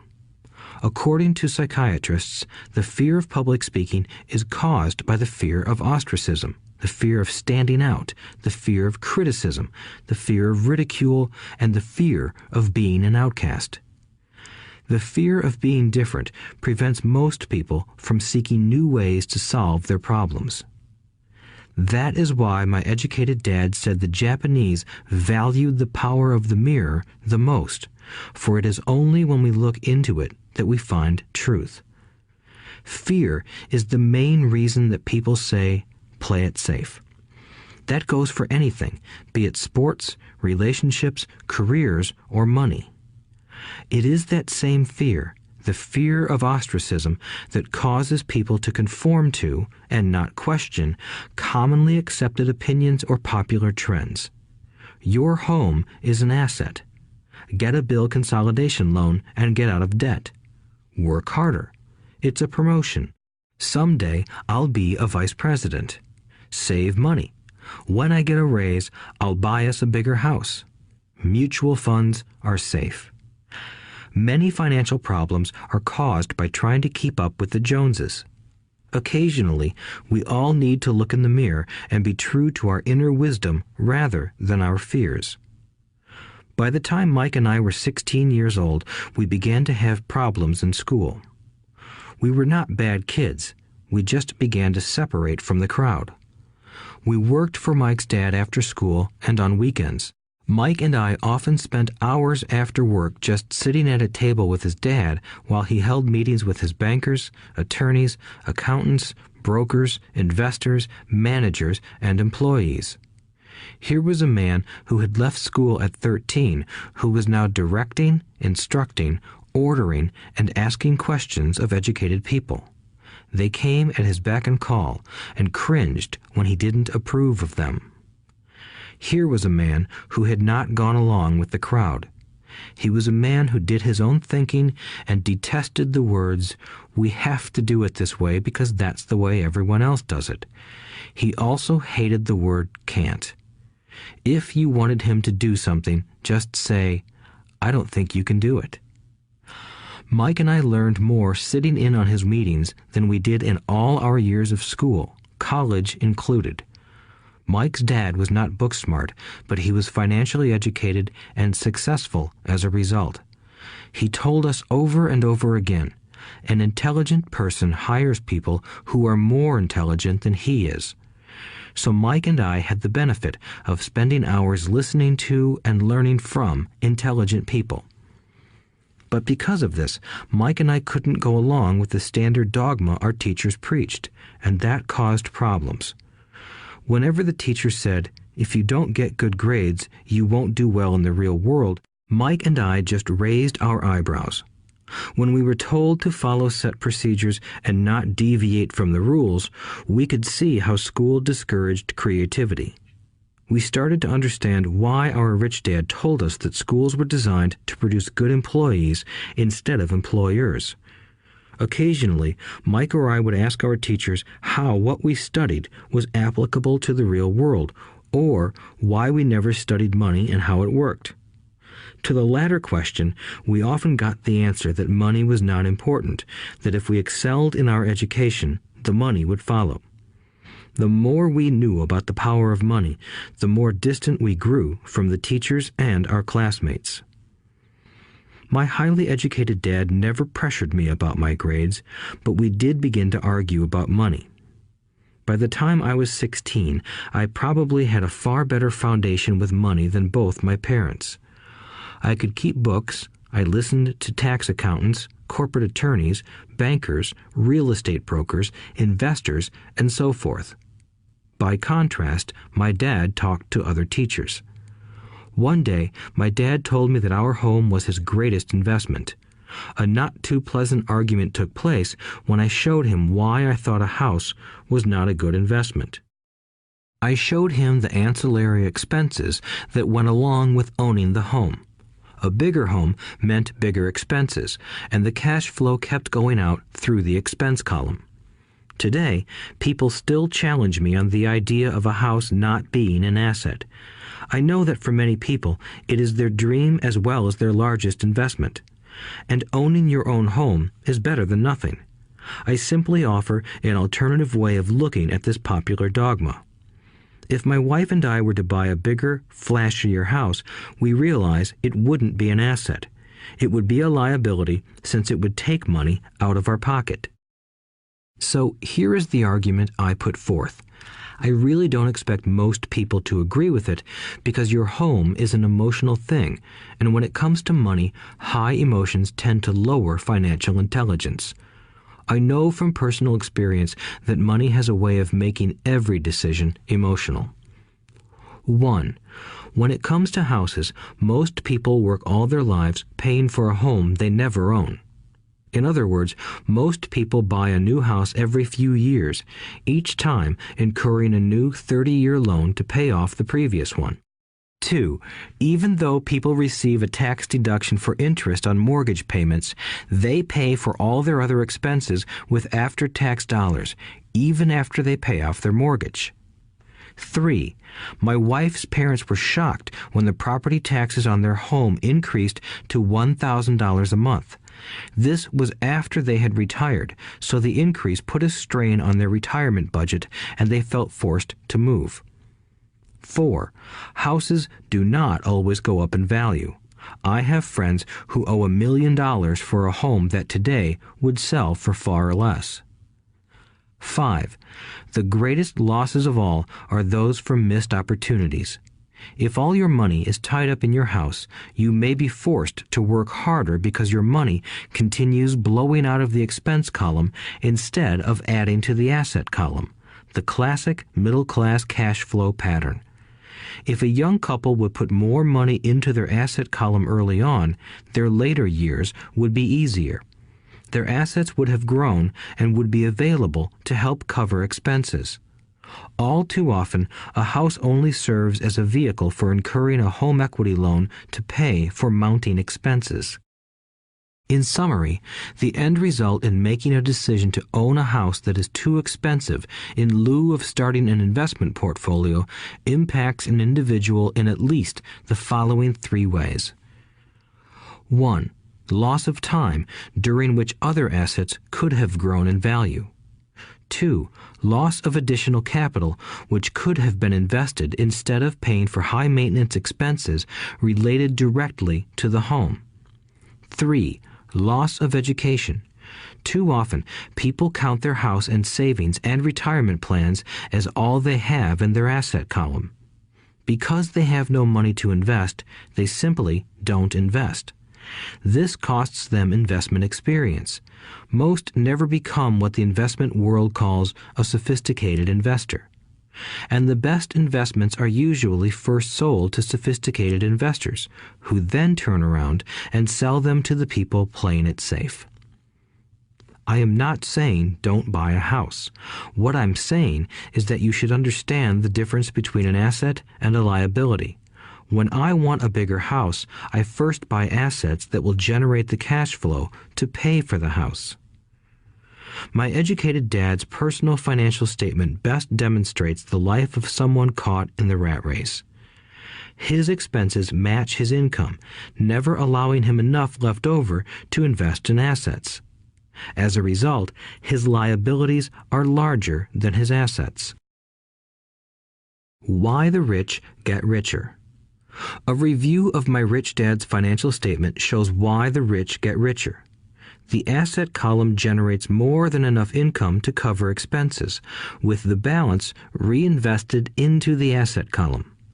The asset column continues to grow, and therefore the income it produces grows with it. The result is that the rich get richer. Why the middle class struggle. The middle class finds itself in a constant state of financial struggle. Their primary income is through their salary. As their wages increase, so do their taxes. Their expenses tend to increase in proportion to their salary increase, hence the phrase, the rat race. They treat their home as their primary asset instead of investing in income-producing assets. This pattern of treating your home as an investment and the philosophy that a pay raise means you can buy a larger home or spend more is the foundation of today's debt-ridden society. Increased spending throws families into greater debt and into more financial uncertainty, even though they may be advancing in their jobs and receiving raises on a regular basis. This is high-risk living caused by weak financial education. The massive loss of jobs in recent times proves how shaky the middle class really is financially. Company pension plans are being replaced by 401k plans. Social Security is obviously in trouble and can't be relied upon as a source for retirement. Panic has set in for the middle class. Today, mutual funds are popular because they supposedly represent safety. Average mutual fund buyers are too busy working to pay taxes and mortgages, save for their children's college, and pay off credit cards. They do not have time to study investing, so they rely on the expertise of the manager of a mutual fund. Also, because the mutual fund includes many different types of investments, they feel their money is safer because it is diversified. This educated middle class subscribes to the dogma put out by mutual fund brokers and financial planners. Play it safe, avoid risk. The real tragedy is that the lack of early financial education is what creates the risk faced by average middle class people. The reason they have to play it safe is because their financial positions are tenuous at best. Their balance sheets are not balanced. Instead, they are loaded with liabilities and have no real assets that generate income. Typically, their only source of income is their paycheck. Their livelihood becomes entirely dependent on their employer. So when genuine deals of a lifetime come along, these people can't take advantage of them because they are working so hard, are taxed to the max, and are loaded with debt. As I said at the start of this section, the most important rule is to know the difference between an asset and a liability. Once you understand the difference, concentrate your efforts on buying income-generating assets. That's the best way to get started on a path to becoming rich. Keep doing that and your asset column will grow. Keep liabilities and expenses down so more money is available to continue pouring into the asset column. Soon, the asset base will be so deep that you can afford to look at more speculative investments. Investments that may have returns of 100% to infinity. $5,000 investments that are soon turned into $1 million or more. Investments that the middle class calls too risky. The investment is not risky for the financially literate. As an employee who is also a homeowner, your working efforts are generally as follows. 1. You work for the company. Employees make their business owner or the shareholders rich, not themselves. Your efforts and success will help provide for the owner's success and retirement. 2. You work for the government. The government takes its share from your paycheck before you even see it. By working harder, you simply increase the amount of taxes taken by the government. Most people work from January to May just for the government. 3. You work for the bank. After taxes, your next largest expense is usually your mortgage and credit card debt. The problem with simply working harder is that each of these 3 levels takes a greater share of your increased efforts. You need to learn how to have your increased efforts benefit you and your family directly. Once you have decided to concentrate on minding your own business, focusing your efforts on acquiring assets instead of a bigger paycheck, how do you set your goals? Most people must keep their job and rely on their wages to fund their acquisition of assets. As their assets grow, how do they measure the extent of their success? When does someone know that they are rich, that they have wealth? As well as having my own definitions for assets and liabilities, I also have my own definition for wealth. Actually, I borrowed it from a man named R. Buckminster Fuller. Some call him a quack, and others call him a genius. Years ago, he got architects buzzing because he applied for a patent for something he called a geodesic dome. But in the application, Fuller also said something about wealth. It was pretty confusing at first, but after reading it, it began to make some sense. Wealth is a person's ability to survive so many number of days forward, or, if I stopped working today, how long could I survive? Unlike net worth, the difference between your assets and liabilities, which is often filled with a person's expensive junk and opinions of what things are worth, this definition creates the possibility for developing a truly accurate measurement. I could now measure and know where I was in terms of my goal to become financially independent. Although net worth often includes non-cash producing assets, like stuff you bought that now sits in your garage, wealth measures how much money your money is making and, therefore, your financial survivability. Wealth is the measure of the cash flow from the asset column compared with the expense column. Let's use an example. Let's say I have cash flow from my asset column of $1,000 a month, and I have monthly expenses of $2,000 a month. What is my wealth? Let's go back to Buckminster Fuller's definition. Using his definition, how many days forward can I survive? Assuming a 30-day month, I have enough cash flow for half a month. When I achieve $2,000 a month cash flow from my assets, then I will be wealthy. So, while I'm not yet rich, I am wealthy. I now have income generated from assets each month that fully cover my monthly expenses. If I want to increase my expenses, I first must increase my cash flow to maintain this level of wealth. Also note that it is at this point that I'm no longer dependent on my wages. I have focused on and been successful in building an asset column that has made me financially independent. If I quit my job today, I would be able to cover my monthly expenses with the cash flow from my assets. My next goal would be to have the excess cash flow from my assets reinvested into the asset column. The more money that goes into my asset column, the more my asset column grows. The more my assets grow, the more my cash flow grows. And as long as I keep my expenses less than the cash flow from these assets, I grow richer with more and more income from sources other than my physical labor. As this reinvestment process continues, I am well on my way to becoming rich. Just remember this simple observation. The rich buy assets. The poor only have expenses. The middle class buy liabilities they think are assets. So how do I start minding my own business? What is the answer? Listen to the founder of McDonald's in the next chapter. Chapter 3. Lesson 3. Mind your own business. The rich focus on their asset columns while everyone else focuses on their income statements.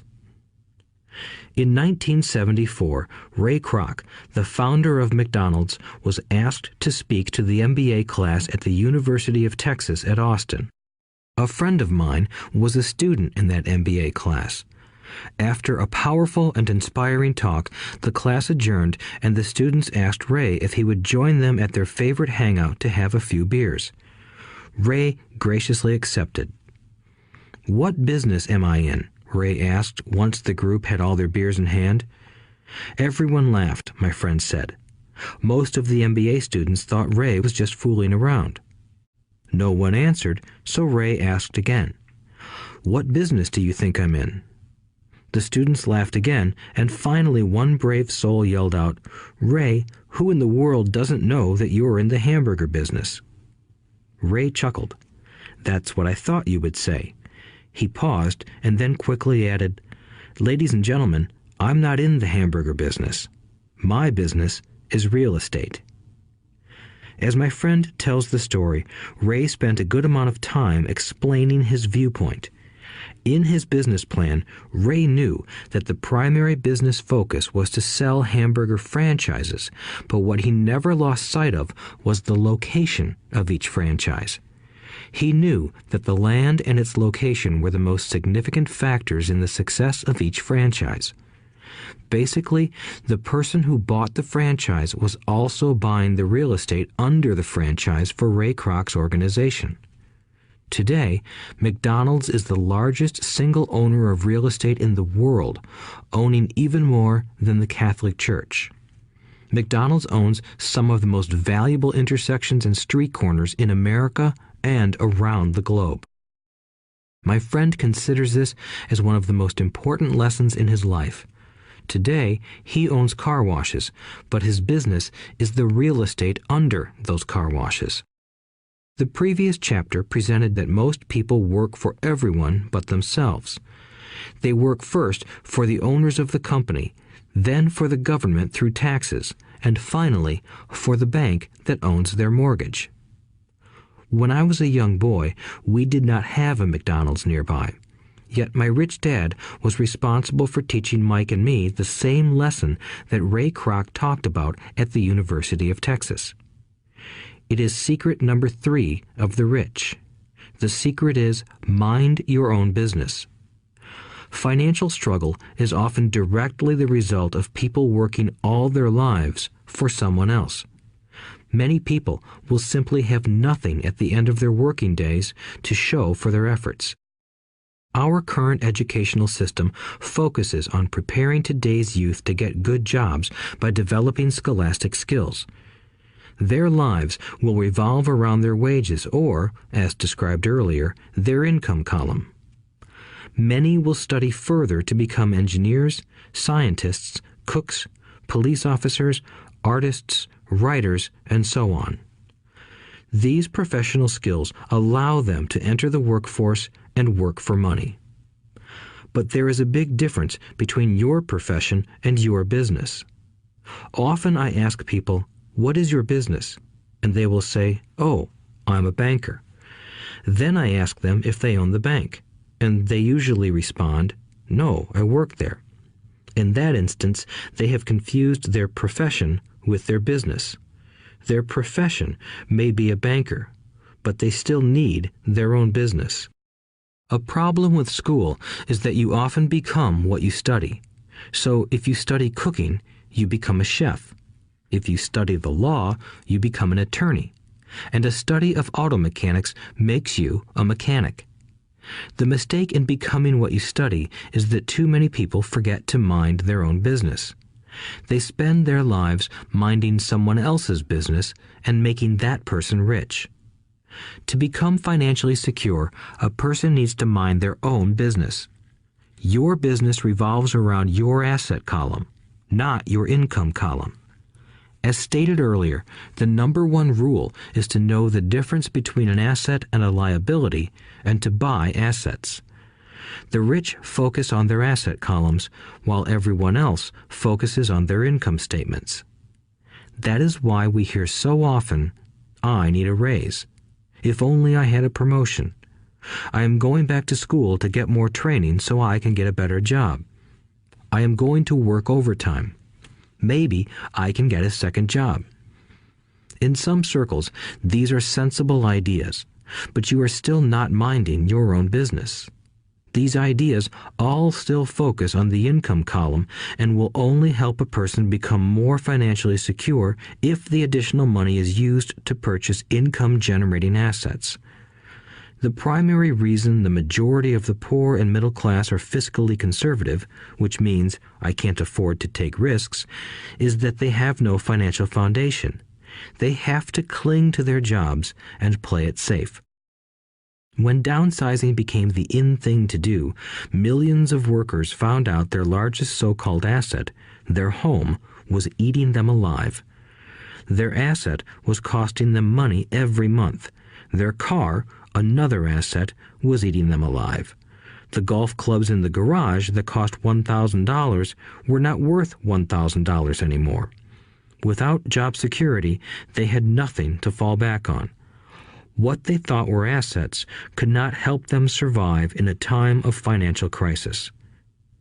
I assume most of us have filled out a credit application to buy a house or a car. It's always interesting to look at the net worth section because of what accepted banking and accounting practices allow a person to count as assets. One day when I wanted a loan, my financial position did not look too good. So I added my new golf clubs, my art collection, books, electronics, Armani suits, wristwatches, shoes, and other personal effects to boost the number in the asset column. But I was turned down because I had too much investment real estate. The loan committee didn't like that I made so much money from rent. They wanted to know why I did not have a normal job with a salary. They did not question the Armani suits, golf clubs, or art collection. Life is sometimes tough when you do not fit the standard profile. I cringe every time I hear someone say to me that their net worth is $1 million or $100,000 or whatever. One of the main reasons net worth is not accurate is simply because the moment you begin selling your assets, you are taxed for any gains. So many people have put themselves in deep financial trouble when they run short of income. To raise cash, they sell their assets, but their personal assets can generally be sold for only a fraction of the value that is listed on their personal balance sheet. Or, if there is a gain on the sale of the assets, they are taxed on the gain. So again, the government takes its share, thus reducing the amount available to help them out of debt. That is why I say someone's net worth is often worth less than they think. Start minding your own business.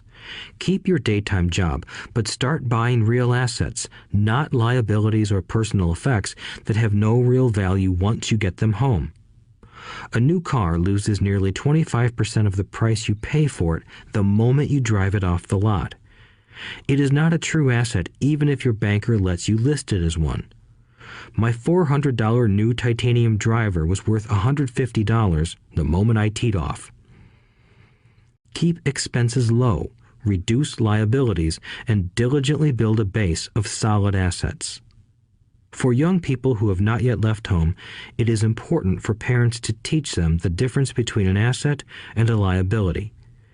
Get them to start building a solid asset column before they leave home, get married, buy a house, have kids, and get stuck in a risky financial position, clinging to a job and buying everything on credit. I see so many young couples who get married and trap themselves into a lifestyle that will not let them get out of debt for most of their working years. For many people, just as the last child leaves home, the parents realize they have not adequately prepared for retirement and they begin to scramble to put some money away. Then their own parents become ill and they find themselves with new responsibilities. So, what kind of assets am I suggesting that you or your children acquire? In my world, real assets fall into the following categories.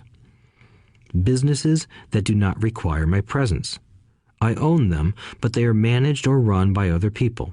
If I have to work there, it's not a business. It becomes my job.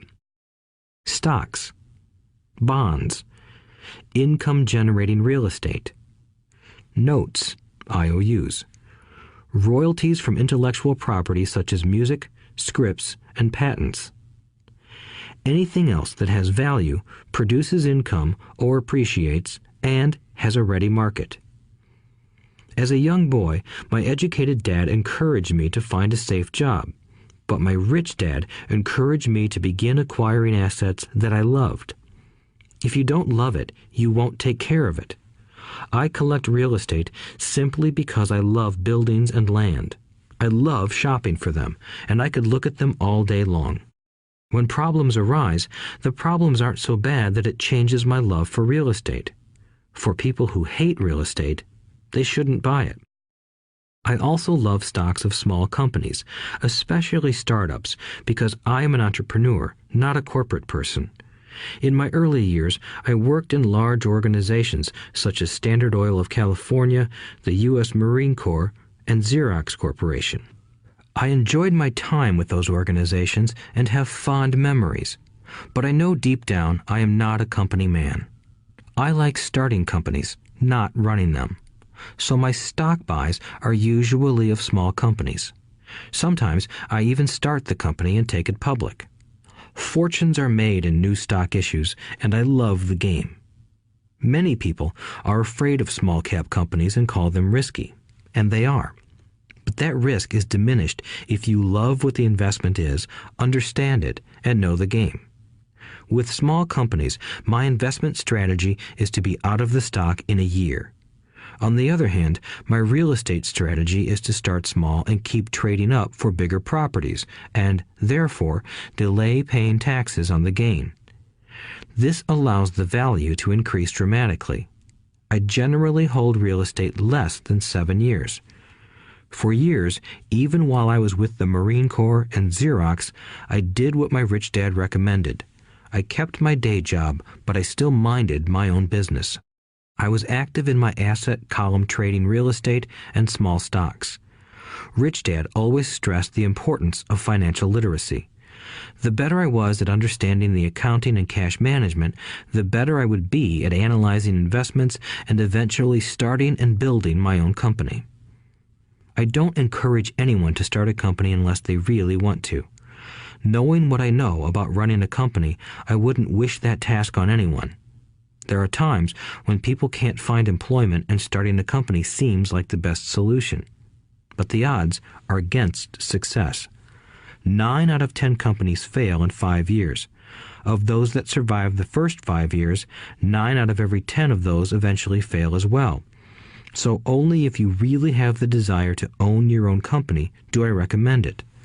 Otherwise, keep your day job and mind your own business. When I say mind your own business, I mean to build and keep your asset column strong.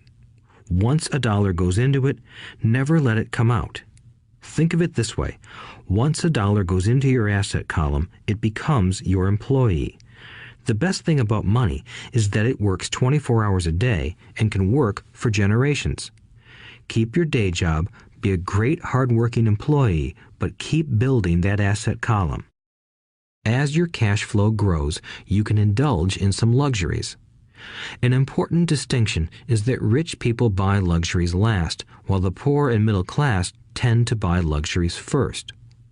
The poor and the middle class often buy luxury items like big houses, diamonds, furs, jewelry, or boats because they want to look rich. They look rich, but in reality they just get deeper in debt on credit. The old money people, the long-term rich, build their asset column first.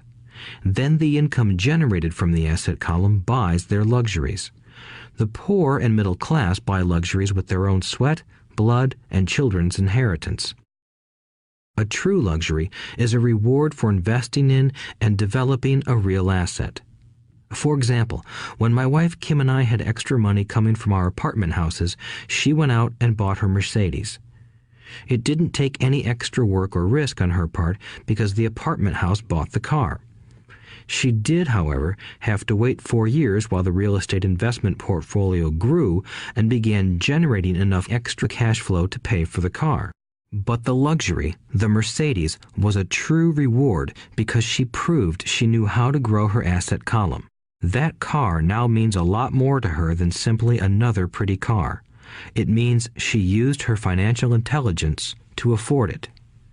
Instead, most people impulsively go out and buy a new car or some other luxury on credit.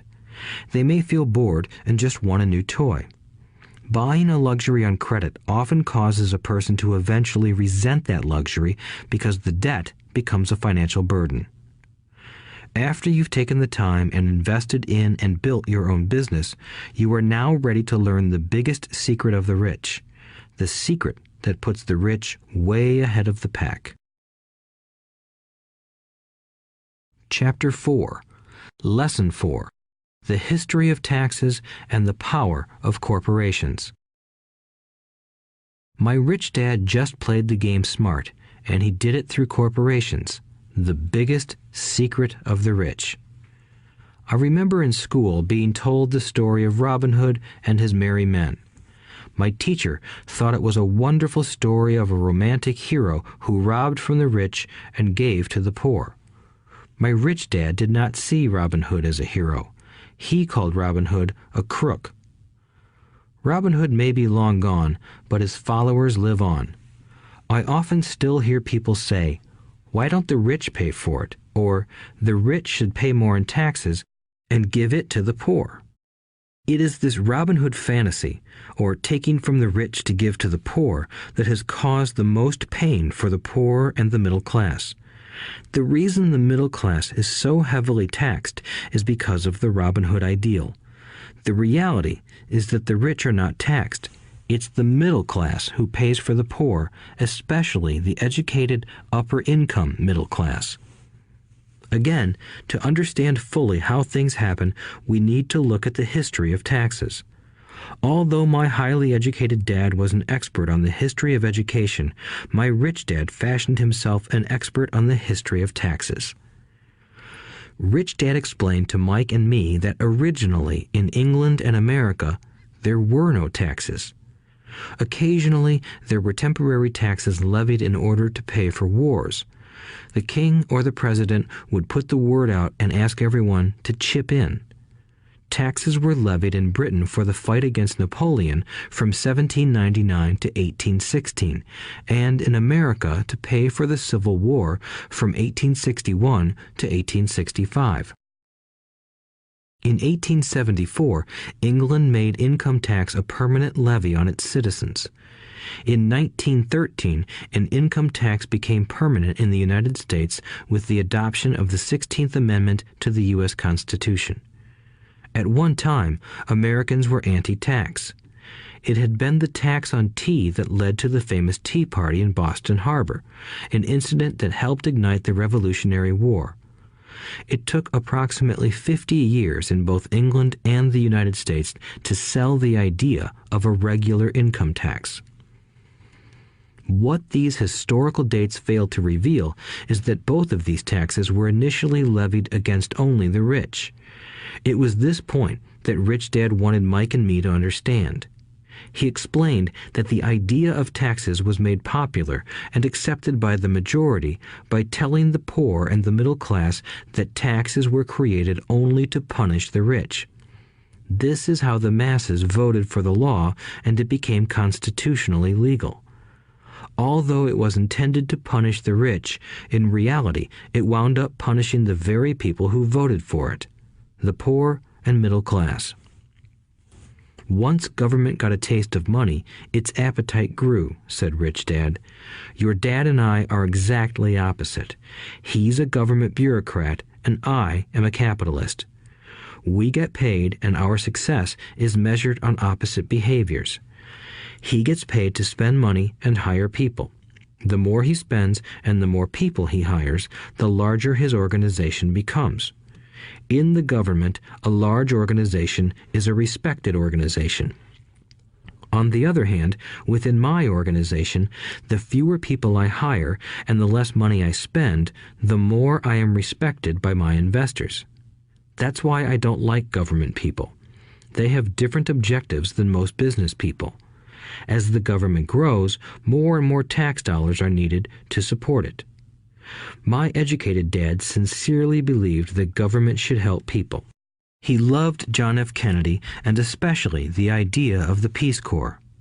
He loved the idea so much that both he and my mom worked for the Peace Corps, training volunteers to go to Malaysia, Thailand, and the Philippines. He always strived for additional grants and budget increases so he could hire more people, both in his job with the Education Department and in the Peace Corps. From the time I was about 10 years old, I would hear from my rich dad that government workers were a pack of lazy thieves, and from my poor dad I would hear how the rich were greedy crooks who should be made to pay more taxes. Both sides had valid points. It was difficult to go to work for one of the biggest capitalists in town and come home to a father who was a prominent government leader. It was not easy to know which dad to believe. Yet, when you study the history of taxes, an interesting perspective emerges. As I said, the passage of taxes was only possible because the masses believed in the Robin Hood theory of economics. Take from the rich and give to everyone else. The problem was that the government's appetite for money was so great that taxes soon needed to be levied on the middle class, and from there it kept trickling down. However, the rich saw an opportunity because they don't play by the same set of rules. The rich knew about corporations, which became popular in the days of sailing ships. The rich created the corporation as a vehicle to limit their risk to the assets of each voyage. The rich put their money into a corporation to finance the voyage. The corporation would then hire a crew to sail to the New World to look for treasure. If the ship was lost, the crew lost their lives, but the loss to the rich would be limited only to the money they invested for that particular voyage.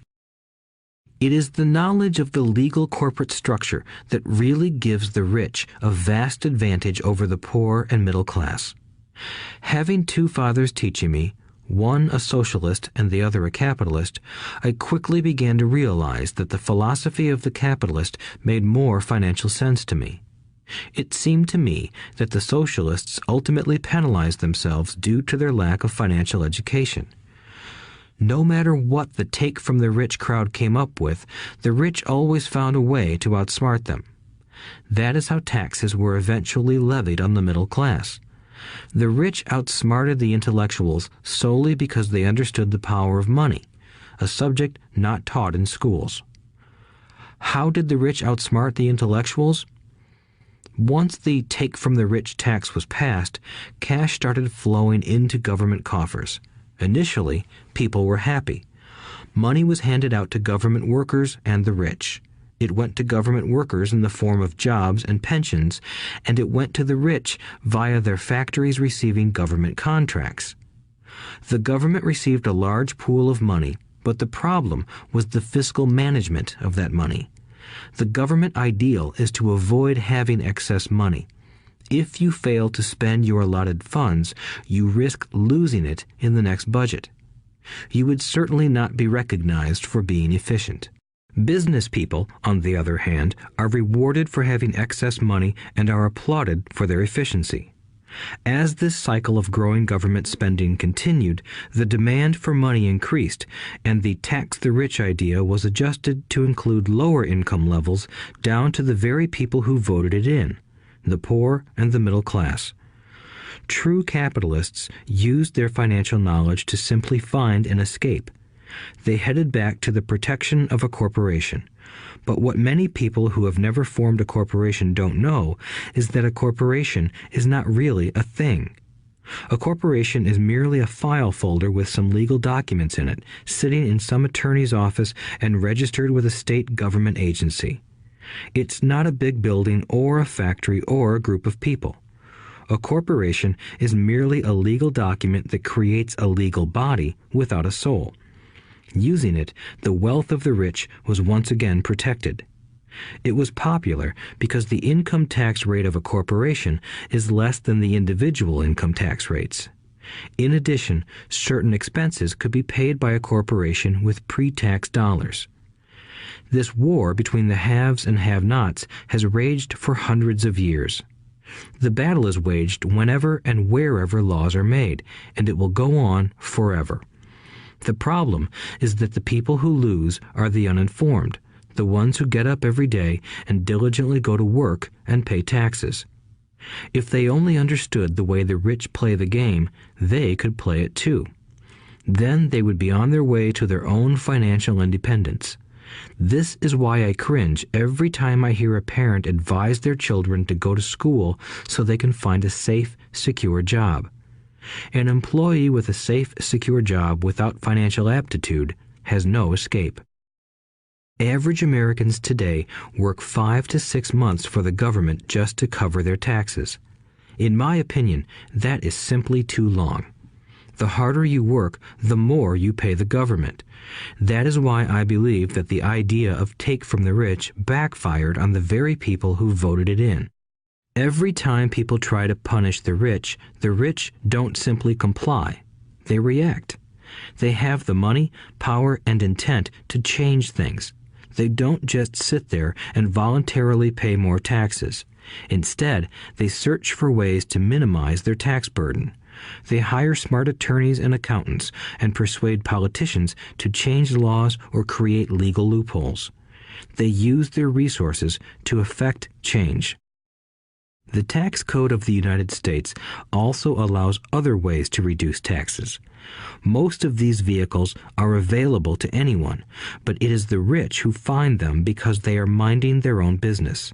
For example, 1031 is jargon for Section 1031 of the Internal Revenue Code, which allows a seller to delay paying taxes on a piece of real estate that is sold for a capital gain through an exchange for a more expensive piece of real estate. Real estate is one investment vehicle that has a great tax advantage.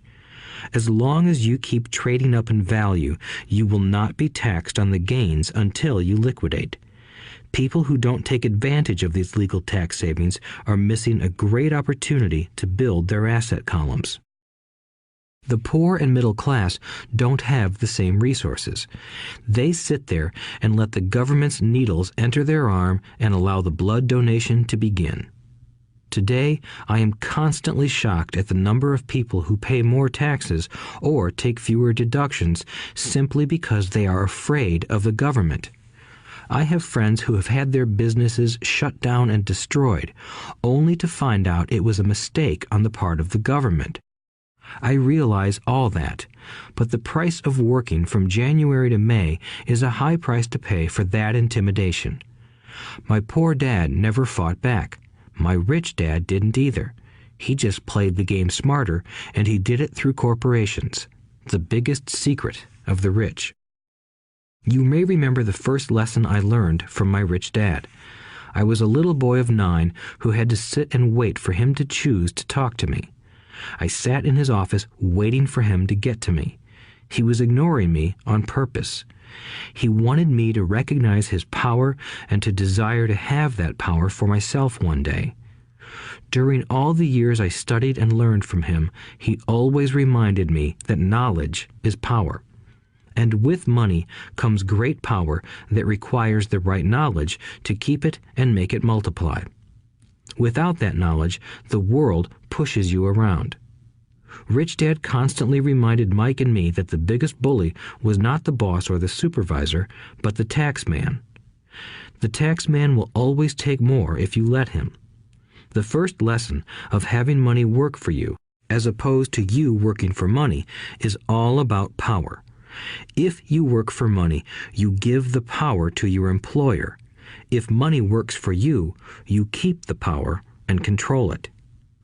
Once we had this knowledge of the power of money working for us, he wanted us to be financially smart and not let anyone or anything push us around. If you're ignorant, it's easy to be bullied. If you know what you're talking about, you have a fighting chance. That is why he paid so much for smart tax accountants and attorneys. It was less expensive to pay them than to pay the government. His best lesson to me was, be smart and you won't be pushed around as much. He knew the law because he was a law-abiding citizen and because it was expensive to not know the law. If you know you're right, you're not afraid of fighting back, even if you are taking on Robin Hood and his band of merry men. My highly educated dad always encouraged me to land a good job with a strong corporation. He spoke of the virtues of working your way up the corporate ladder. He didn't understand that, by relying solely on a paycheck from a corporate employer, I would be a docile cow ready for milking. When I told my rich dad of my father's advice, he only chuckled. "Why not own the ladder?" was all he said. As a young boy, I did not understand what Rich Dad meant by owning my own corporation. It was an idea that seemed impossible and intimidating. Although I was excited by the idea, my inexperience wouldn't let me envision the possibility that grown-ups would someday work for a company I would own. The point is that, if not for my rich dad, I would have probably followed my educated dad's advice. It was merely the occasional reminder of my rich dad that kept the idea of owning my own corporation alive and kept me on a different path. By the time I was 15 or 16, I knew I wasn't going to continue down the path my educated dad recommended. I didn't know how I was going to do it, but I was determined not to head in the direction most of my classmates were heading. That decision changed my life. It was not until my mid-20s that my rich dad's advice began to make more sense to me. I was just out of the Marine Corps and working for Xerox. I was making a lot of money, but every time I looked at my paycheck, I was disappointed.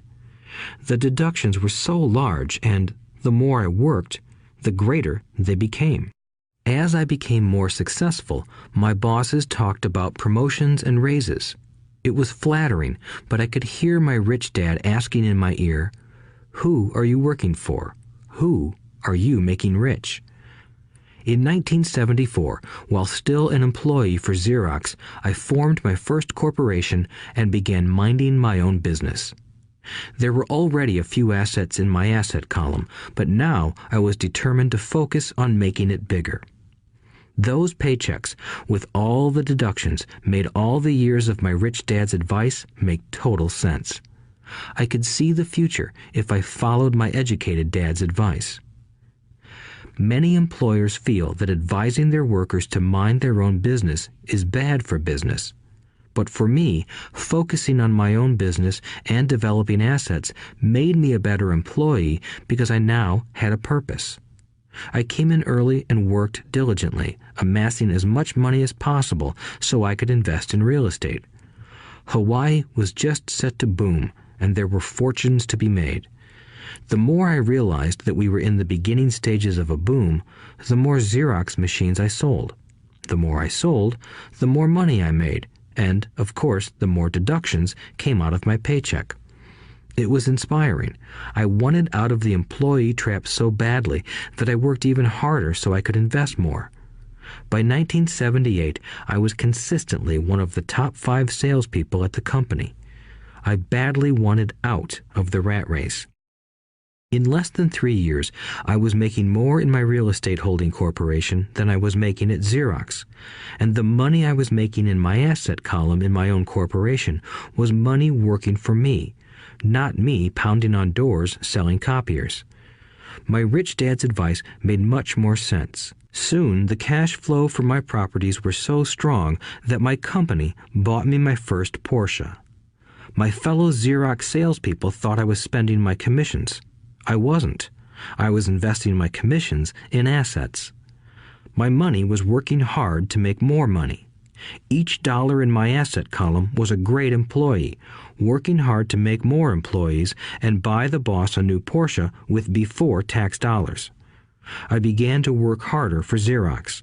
The plan was working, and my Porsche was the proof. By using the lessons I learned from my rich dad, I was able to get out of the proverbial rat race at an early age. It was made possible because of the strong financial knowledge I had acquired through Rich Dad's lessons. Without this financial knowledge, which I call financial intelligence or financial IQ, my road to financial independence would have been much more difficult. I now teach others in the hope that I may share my knowledge with them. I remind people that financial IQ is made up of knowledge from 4 broad areas of expertise. 1. Accounting. Accounting is financial literacy or the ability to read numbers. This is a vital skill if you want to build an empire. The more money you are responsible for, the more accuracy is required, or the house comes tumbling down. This is the left brain side, or the details. Financial literacy is the ability to read and understand financial statements, which allows you to identify the strengths and weaknesses of any business. 2. Investing. Investing is the science of money making money. This involves strategies and formulas which use the creative right brain side. 3. Understanding markets. Understanding markets is the science of supply and demand. You need to know the technical aspects of the market, which are emotion-driven, in addition to the fundamental or economic aspects of an investment. Does an investment make sense or does it not make sense based on current market conditions? 4. The law. A corporation wrapped around the technical skills of accounting, investing, and markets can contribute to explosive growth. A person who understands the tax advantages and protections provided by a corporation can get rich so much faster than someone who is an employee or a small business sole proprietor. It's like the difference between someone walking and someone flying. The difference is profound when it comes to long-term wealth. Tax advantages. A corporation can do many things that an employee cannot, like pay expenses before paying taxes. That is a whole area of expertise that is very exciting. Employees earn and get taxed and then try to live on what is left. A corporation earns, spends everything it can, and is taxed on anything that is left. It's one of the biggest legal tax loopholes that the rich use. They're easy to set up and are not expensive if you own investments that are producing good cash flow. For example, by owning your own corporation, your vacations can be board meetings in Hawaii. Car payments, insurance, repairs, and health club memberships are company expenses. Most restaurant meals are partial expenses and on. But it's done legally with pre-tax dollars. Protection from lawsuits. We live in a litigious society. Everybody wants a piece of your action. The rich hide much of their wealth using vehicles such as corporations and trusts to protect their assets from creditors. When someone sues a wealthy individual, they are often met with layers of legal protection and often find that the wealthy person actually owns nothing. They control everything, but own nothing. The poor and middle class try to own everything and lose it to the government or to fellow citizens who like to sue the rich. They learned it from the Robin Hood story. Take from the rich and give it to the poor. It is not the purpose of this audiobook to go into the specifics of owning a corporation. But I will say that if you own any kind of legitimate assets, I would consider finding out more about the benefits and protection offered by a corporation as soon as possible. There are many books written on the subject that will detail the benefits and even walk you through the steps necessary to set up a corporation. Garrett Sutton's books on corporations provide wonderful insight into the power of personal corporations. Financial IQ is actually the synergy of many skills and talents. I would say it is the combination of the 4 technical skills listed above that make up basic financial intelligence. If you aspire to great wealth, it is the combination of these skills that will greatly amplify your financial intelligence. In summary, business owners with corporations 1. Earn, 2. Spend, 3. Pay taxes. Employees who work for corporations 1. Earn, 2. Pay taxes, 3. Spend. As part of your overall financial strategy, I recommend that you learn about the protection that legal entities can provide for businesses and assets. Chapter 5. Lesson 5. The rich invent money. Often in the real world, it's not the smart who get ahead, but the bold. Last night, I took a break from writing and watched a TV program on the history of a young man named Alexander Graham Bell. Bell had just patented his telephone and was having growing pains because the demand for his new invention was so strong. Needing a bigger company, he then went to the giant at that time, Western Union, and asked them if they would buy his patent and his tiny company. He wanted $100,000 for the whole package. The president of Western Union scoffed at him and turned him down, saying the price was ridiculous. The rest is history. A multi-billion-dollar industry emerged, and AT&T was born. The evening news came on right after the story of Alexander Graham Bell. On the news was a story of another downsizing at a local company. The workers were angry and complained that the company ownership was unfair. A terminated manager of about 45 years of age had his wife and 2 babies at the plant and was begging the guards to let him talk to the owners to ask if they would reconsider his termination. He had just bought a house and was afraid of losing it. The camera focused in on his pleading for all the world to see. Needless to say, it held my attention. I have been teaching professionally since 1984. It has been a great experience and a rewarding one. It is also a disturbing profession, for I have taught thousands of individuals, and I see one thing in common in all of us, myself included. We all have tremendous potential, and we all are blessed with gifts. Yet the one thing that holds all of us back is some degree of self-doubt. It is not so much the lack of technical information that holds us back, but more the lack of self-confidence. Some are more affected than others. Once we leave school, most of us know that it is not so much a matter of college degrees or good grades that count. In the real world, outside of academics, something more than just grades is required.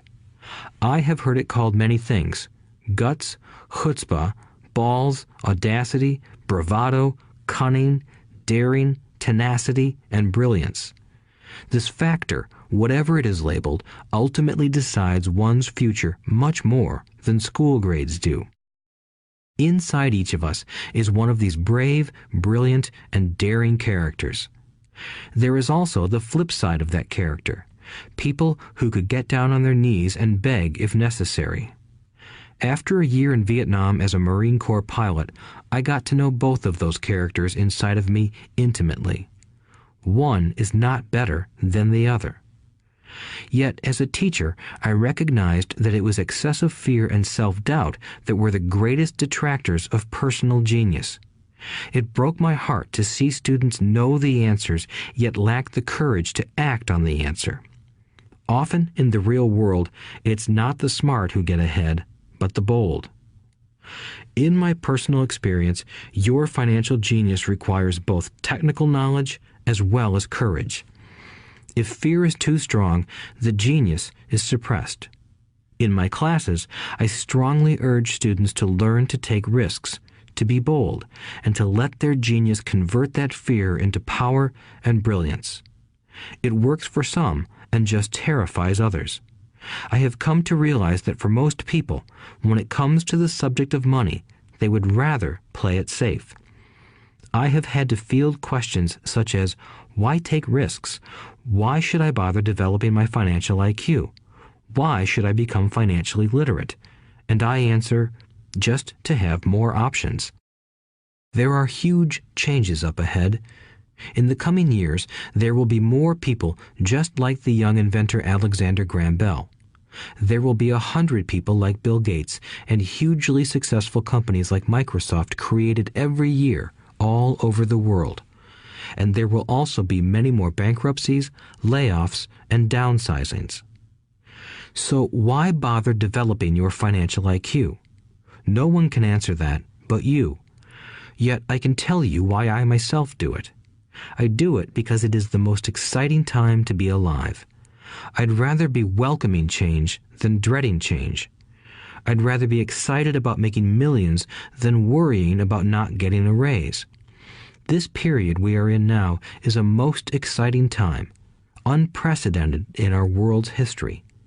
Generations from now, people will look back at this period of time and remark at what an exciting era it must have been. It was the death of the old and birth of the new. It was full of turmoil, and it was exciting. So why bother developing your financial IQ? Because if you do, you will prosper greatly. And if you don't, this period of time will be a frightening one.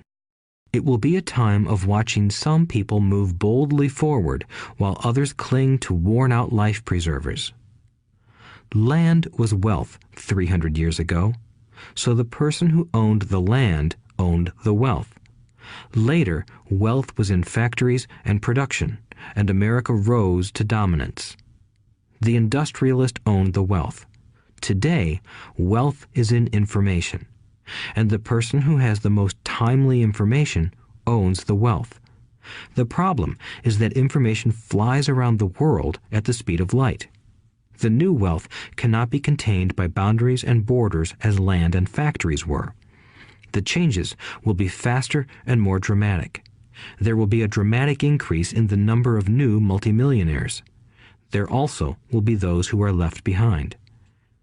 I find so many people struggling today, often working harder, simply because they cling to old ideas.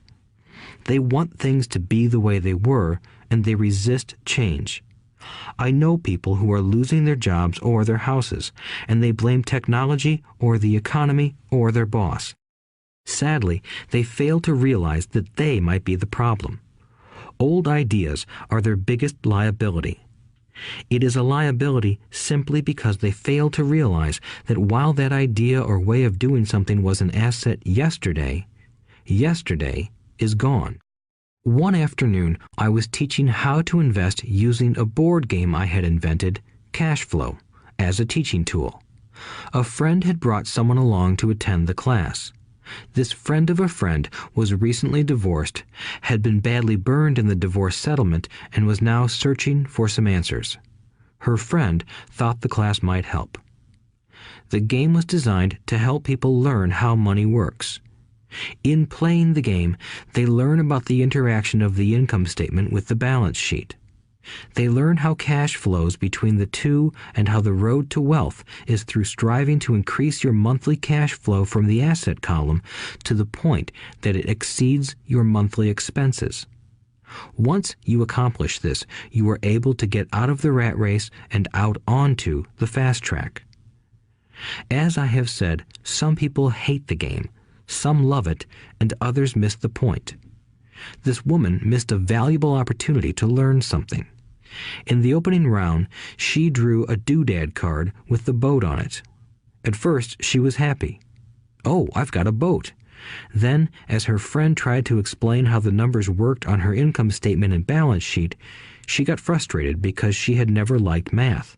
The rest of her table waited while her friend continued explaining the relationship between the income statement, balance sheet, and monthly cash flow. Suddenly, when she realized how the numbers worked, it dawned on her that her boat was eating her alive. Later on in the game, she was also downsized and had a child. It was a horrible game for her. After the class, her friend came by and told me that she was upset. She had come to the class to learn about investing and did not like the idea that it took so long to play a silly game. Her friend attempted to tell her to look within herself to see if the game reflected her in any way. With that suggestion, the woman demanded her money back. She said that the very idea that a game could be a reflection of her was ridiculous. Her money was promptly refunded, and she left. Since 1984, I have made millions simply by doing what the school system does not do. In school, most teachers lecture. I hated lectures as a student. I was soon bored, and my mind would drift. In 1984, I began teaching via games and simulations, and I still rely on these tools today. I always encourage adult students to look at games as reflecting back to them what they know and what they need to learn. Most importantly, games reflect behavior. They are instant feedback systems. Instead of the teacher lecturing you, the game is giving you a personalized lecture, one that is custom-made just for you. The friend of the woman who left later called to give me an update. She said her friend was fine and had calmed down. In her cooling off period, she could see some slight relationship between the game and her life. Although she and her husband did not own a boat, they did own everything else imaginable. She was angry after their divorce, both because he had run off with a younger woman and because, after 20 years of marriage, they had accumulated little in the way of assets. There was virtually nothing for them to split. Their 20 years of married life had been incredible fun, but all they had accumulated was a ton of doodads. She realized that her anger at doing the numbers, the income statement and balance sheet, came from her embarrassment about not understanding them. She believed that finances were the man's job. She maintained the house and did the entertaining, and he handled the finances. She was now quite certain that in the last 5 years of their marriage, he had hidden money from her. She was angry at herself for not being more aware of where the money was going, as well as for not knowing about the other woman. Just like a board game, the world is always providing us with instant feedback. We could learn a lot if we tuned in more. One day, not long ago, I complained to my wife that the cleaners must have shrunk my pants. My wife gently smiled and poked me in the stomach to inform me that the pants had not shrunk. Something else had expanded. Me. The cash flow game was designed to give every player personal feedback. Its purpose is to give you options. If you draw the boat card and it puts you into debt, the question is, now what can you do? How many different financial options can you come up with? That is the purpose of the game, to teach players to think and create new and various financial options. Thousands of people throughout the world have played this game. The players who get out of the rat race the quickest are the people who understand numbers and have creative financial minds. They recognize different financial options. Rich people are often creative and take calculated risks. People who take the longest are people who are not familiar with numbers and often do not understand the power of investing. Some people playing cash flow gain lots of money in the game, but they don't know what to do with it. Even though they have money, everyone else seems to be getting ahead of them. And that is true in real life. There are a lot of people who have a lot of money and do not get ahead financially. Limiting your options is the same as hanging on to old ideas. I have a friend from high school who now works at 3 jobs. Years ago, he was the richest of all my classmates. When the local sugar plantation closed, the company he worked for went down with the plantation. In his mind, he had but one option, and that was the old option: work hard. The problem was that he couldn't find an equivalent job that recognized his seniority from the old company. As a result, he is overqualified for the jobs he currently has. so his salary is lower. He now works 3 jobs to earn enough to survive. I have watched people playing cash flow complain that the right opportunity cards are not coming their way, so they sit there. I know people who do that in real life. They wait for the right opportunity. I have watched people get the right opportunity card and then not have enough money. Then they complain that they would have gotten out of the rat race if they had had more money. So they sit there.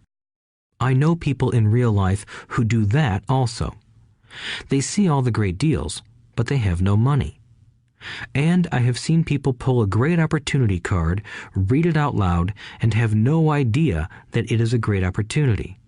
They have the money, the time is right, they have the card, but they can't see the opportunity staring them in the face. They fail to see how it fits into their financial plan for escaping the rat race. And I know more people like that than all the others combined. Most people have an opportunity of a lifetime flash right in front of them, and they fail to see it. A year later, they find out about it, after everyone else got rich. Financial intelligence is simply having more options. If the opportunities aren't coming your way, what else can you do to improve your financial position? If an opportunity lands in your lap and you have no money and the bank won't talk to you, what else can you do to get the opportunity to work in your favor? If your hunch is wrong and what you've been counting on doesn't happen, how can you turn a lemon into millions? That is financial intelligence. It is not so much what happens, but how many different financial solutions you can think of to turn a lemon into millions. It is how creative you are in solving financial problems. Most people only know one solution: work hard, save, and borrow. So why would you want to increase your financial intelligence? Because you want to be the kind of person who creates your own luck. You take whatever happens and make it better. Few people realize that luck is created, just as money is. And if you want to be luckier and create money instead of working hard, then your financial intelligence is important. If you are the kind of person who is waiting for the right thing to happen, you might wait for a long time. It's like waiting for all the traffic lights to be green for 5 miles before you'll start your trip. As young boys, Mike and I were constantly told by my rich dad that money is not real. Rich Dad occasionally reminded us of how close we came to the secret of money on that first day we got together and began making money out of plaster of Paris. The poor and middle class work for money, he would say. The rich make money. The more real you think money is, the harder you will work for it. If you can grasp the idea that money is not real, you will grow richer faster. What is it? Was a question Mike and I often came back with. What is money if it is not real? What we agree it is, was all Rich Dad would say. The single most powerful asset we all have is our mind. If it is trained well, it can create enormous wealth seemingly instantaneously. An untrained mind can also create extreme poverty that can crush a family for generations. In the information age, money is increasing exponentially. A few individuals are getting ridiculously rich from nothing, just ideas and agreements. If you ask many people who trade stocks or other investments for a living, they see it done all the time. Often, millions can be made instantaneously from nothing. And by nothing, I mean no money was exchanged. It is done via agreement, a hand signal in a trading pit, a blip on a trader's screen in Lisbon from a trader's screen in Toronto and back to Lisbon, a call to my broker to buy and a moment later to sell. Money did not change hands. Agreements did. So why develop your financial genius? Only you can answer that. I can tell you why I have been developing this area of my intelligence. I do it because I want to make money fast. Not because I need to, but because I want to. It is a fascinating learning process. I develop my financial IQ because I want to participate in the fastest game and biggest game in the world. And, in my own small way, I would like to be part of this unprecedented evolution of humanity, the era where humans work purely with their minds and not with their bodies. Besides, it is where the action is. It is what is happening. It's hip, it's scary, and it's fun.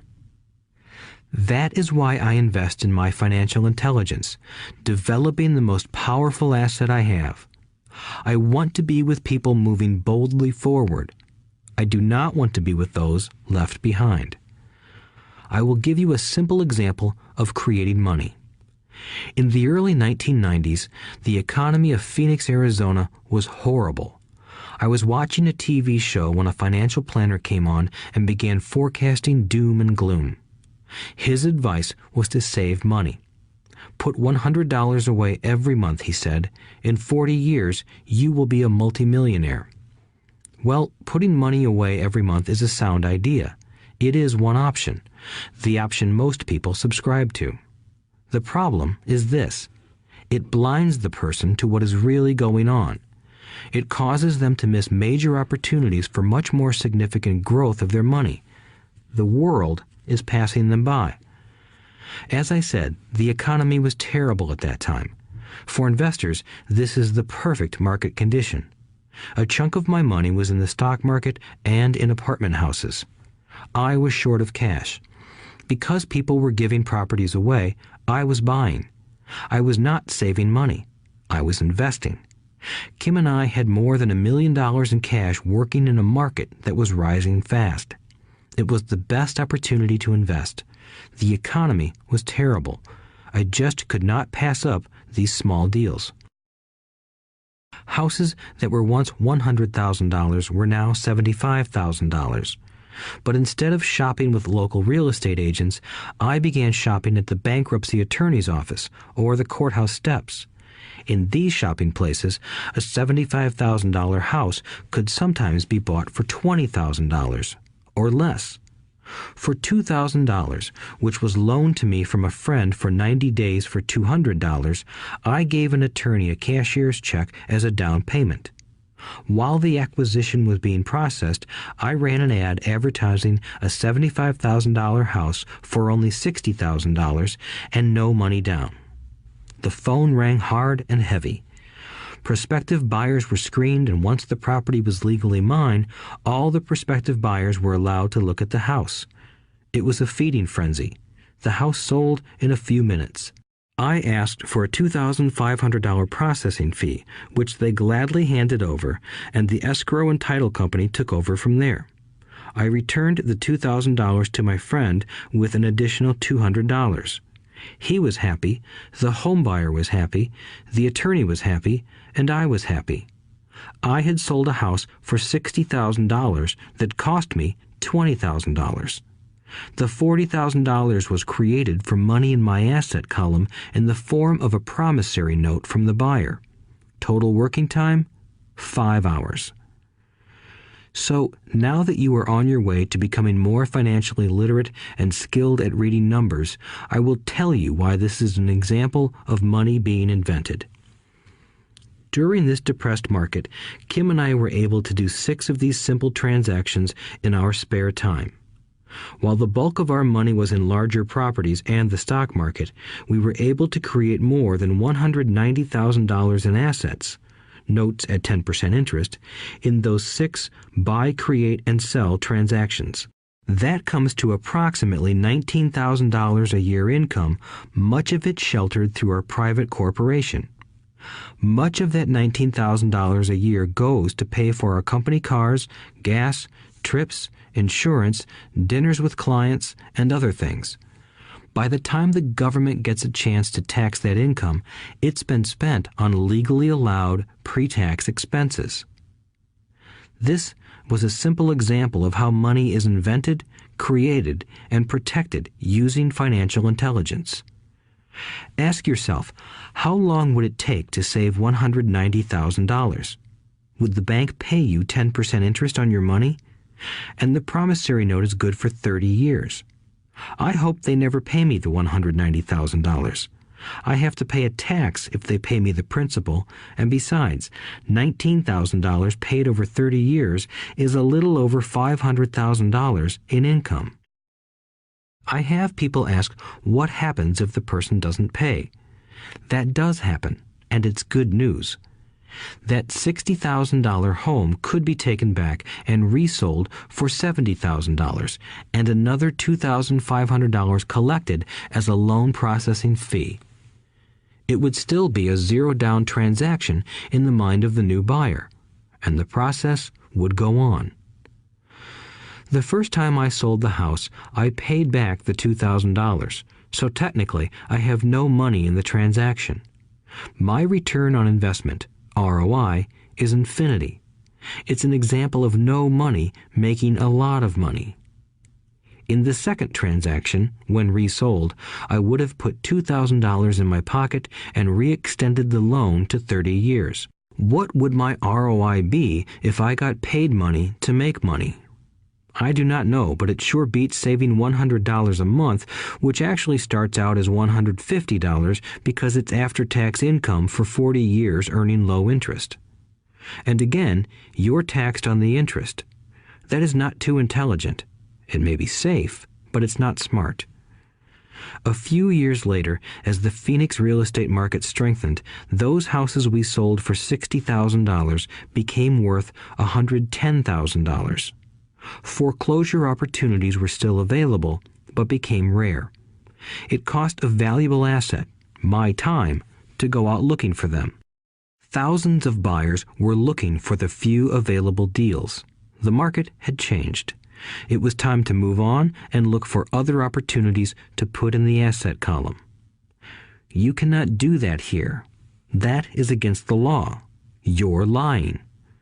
I hear those comments much more often than, "Can you show me how to do that?" The math is simple. You do not need algebra or calculus, and the escrow company handles the legal transaction and the servicing of the payments. I have no roofs to fix or toilets to unplug because the owners do that. It's their house. Occasionally, someone does not pay, and that is wonderful because there are late fees, or they move out and the property is sold again. The court system handles that. And it may not work in your area. The market conditions may be different, but the example illustrates how a simple financial process can create hundreds of thousands of dollars with little money and low risk. It is an example of money being only an agreement. Anyone with a high school education can do it. Yet most people won't. Most people listen to the standard advice of work hard and save money.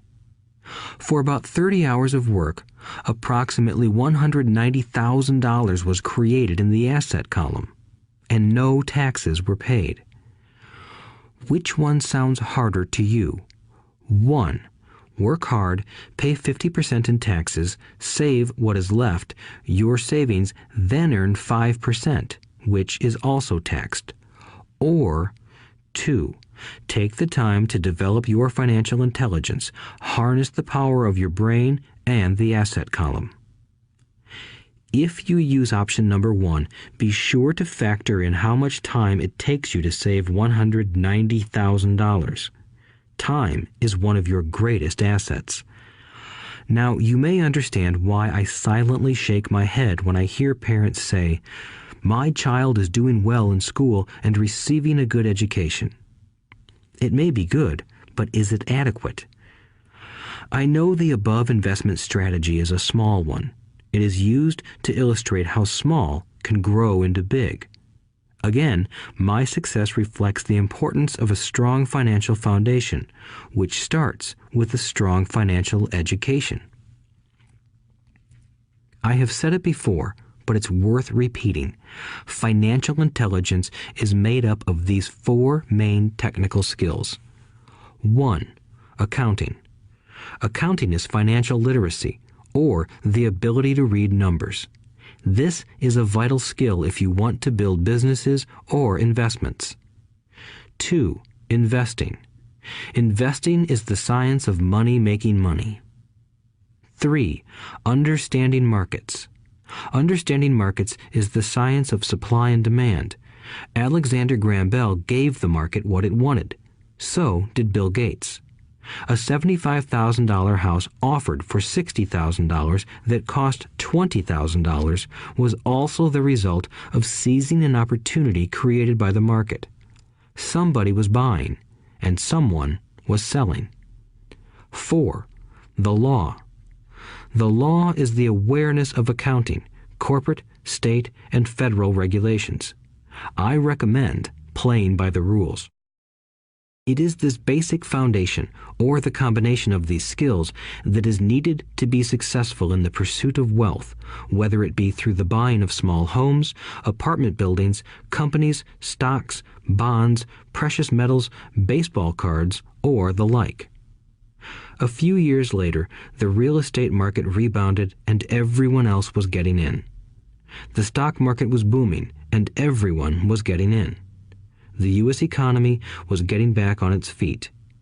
I began selling and was now traveling to Peru, Norway, Malaysia, and the Philippines. The investment landscape had changed. We were no longer buying real estate. Now I just watch the values climb inside the asset column and will probably begin selling. I suspect that some of those 6 little house deals will sell and the $40,000 note will be converted to cash. I need to call my accountant to be prepared for cash and seek ways to shelter it. The point I would like to make is that investments come and go. The market goes up and comes down. Economies improve and crash. The world is always handing you opportunities of a lifetime, every day of your life, but all too often we fail to see them. But they are there. And the more the world changes and the more technology changes, the more opportunities there will be to allow you and your family to be financially secure for generations to come. So why bother developing your financial intelligence? Again, only you can answer that. I know why I continue to learn and develop. I do it because I know there are changes coming. I'd rather welcome change than cling to the past. I know there will be market booms and market crashes. I want to continually develop my financial intelligence because at each market change, some people will be on their knees begging for their jobs. Others, meanwhile, will take the lemons that life hands them, and we are all handed lemons occasionally, and turn them into millions. That's financial intelligence. I am often asked about the lemons I have turned into millions. I hesitate using many more examples of personal investments because I am afraid it comes across as bragging or tooting my own horn. That is not my intention. I use the examples only as numerical and chronological illustrations of actual and simple cases. I use the examples because I want you to know that it is easy. And the more familiar you become with the 4 pillars of financial intelligence, the easier it becomes. Personally, I use 2 main vehicles to achieve financial growth: real estate and small cap stocks. I use real estate as my foundation. Day in and day out, my properties provide cash flow and occasional spurts of growth and value. The small cap stocks are used for fast growth. I do not recommend anything that I do. The examples are just that, examples. If the opportunity is too complex and I do not understand the investment, I don't do it. Simple math and common sense are all you need to do well financially. There are 5 reasons for using examples. 1. To inspire people to learn more. 2. To let people know it is easy if the foundation is strong. 3. To show that anyone can achieve great wealth. 4. To show that there are millions of ways to achieve your goals. 5. To show that it's not rocket science. In 1989, I used to jog through a lovely neighborhood in Portland, Oregon. It was a suburb that had little gingerbread houses. They were small and cute. I almost expected to see Little Red Riding Hood skipping down the sidewalk on her way to Granny's. There were for sale signs everywhere. The timber market was terrible. The stock market had just crashed, and the economy was depressed. On one street, I noticed a for sale sign that was up longer than most. It looked old. Jogging past it one day, I ran into the owner, who looked troubled. "What are you asking for your house?" I asked. The owner turned and smiled weakly. "Make me an offer," he said. "It's been for sale for over a year. Nobody even comes by anymore to look at it." "I'll look," I said, and I bought the house a half hour later for $20,000 less than his asking price. It was a cute little 2-bedroom home with gingerbread trim on all the windows. It was light blue with gray accents and had been built in 1930. Inside, there was a beautiful rock fireplace, as well as 2 tiny bedrooms. It was a perfect rental house. I gave the owner $5,000 down for a $45,000 house that was really worth $65,000, except that no one wanted to buy it. The owner moved out in a week, happy to be free, and my first tenant moved in, a local college professor. After the mortgage, expenses, and management fees were paid, I put a little less than $40 in my pocket at the end of each month. Hardly exciting. A year later, the depressed Oregon real estate market had begun to pick up. California investors, flush with money from their still booming real estate market, were moving north and buying up Oregon and Washington. I sold that little house for $95,000 to a young couple from California who thought it was a bargain. My capital gains of approximately $40,000 were placed into a 1031 tax-deferred exchange, and I went shopping for a place to put my money. In about a month, I found a 12-unit apartment house right next to the Intel plant in Beaverton, Oregon. The owners lived in Germany, had no idea what the place was worth, and again, just wanted to get out of it. I offered $275,000 for a $450,000 building. They agreed to $300,000. I bought it and held it for 2 years. Utilizing the same 1031 exchange process, we sold the building for $495,000 and bought a 30-unit apartment building in Phoenix, Arizona. We had moved to Phoenix by then to get out of the rain and needed to sell anyway. Like the former Oregon market, the real estate market in Phoenix was depressed. The price of the 30-unit apartment building in Phoenix was $875,000, with $225,000 down. The cash flow from the 30 units was a little over $5,000 a month. The Arizona market began moving up, and a few years later, a Colorado investor offered us $1.2 million for the property. The point of this example is how a small amount can grow into a large amount. Again, it is a matter of understanding financial statements, investment strategies, a sense of the market, and the laws. If people are not versed in these subjects, then obviously they must follow standard dogma, which is to play it safe, diversify, and only invest in secure investments. The problem with secure investments is that they are often sanitized, that is, made so safe that the gains are less. Most large brokerage houses will not touch speculative transactions in order to protect themselves and their clients, and that is a wise policy. The really hot deals are not offered to people who are novices. Often, the best deals that make the rich even richer are reserved for those who understand the game. It is technically illegal to offer speculative deals to someone who is considered not sophisticated, but of course, it happens. The more sophisticated I get, the more opportunities come my way. Another case for developing your financial intelligence over a lifetime is simply that more opportunities are presented to you. And the greater your financial intelligence, the easier it is to tell whether a deal is good. It's your intelligence that can spot a bad deal or make a bad deal good. The more I learn, and there is a lot to learn, the more money I make simply because I gain experience and wisdom as the years go on. I have friends who are playing it safe, working hard at their profession and failing to gain financial wisdom, which does take time to develop. My overall philosophy is to plant seeds inside my asset column. That is my formula. I start small and plant seeds. Some grow, some don't. Inside our real estate corporation, we have property worth several $1 million.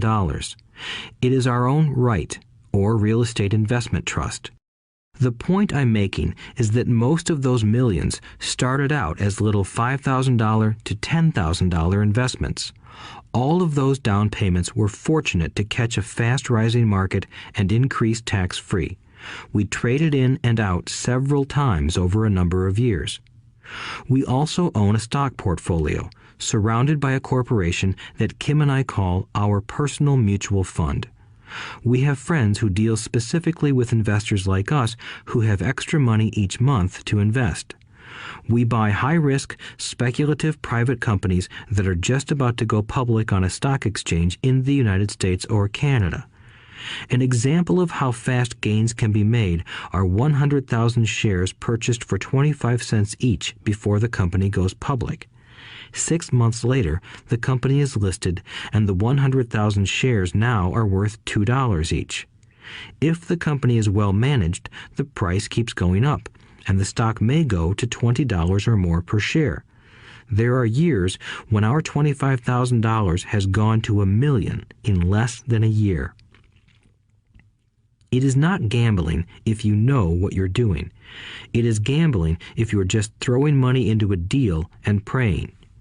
The idea in anything is to use your technical knowledge, wisdom, and love of the game to cut the odds down, to lower the risk.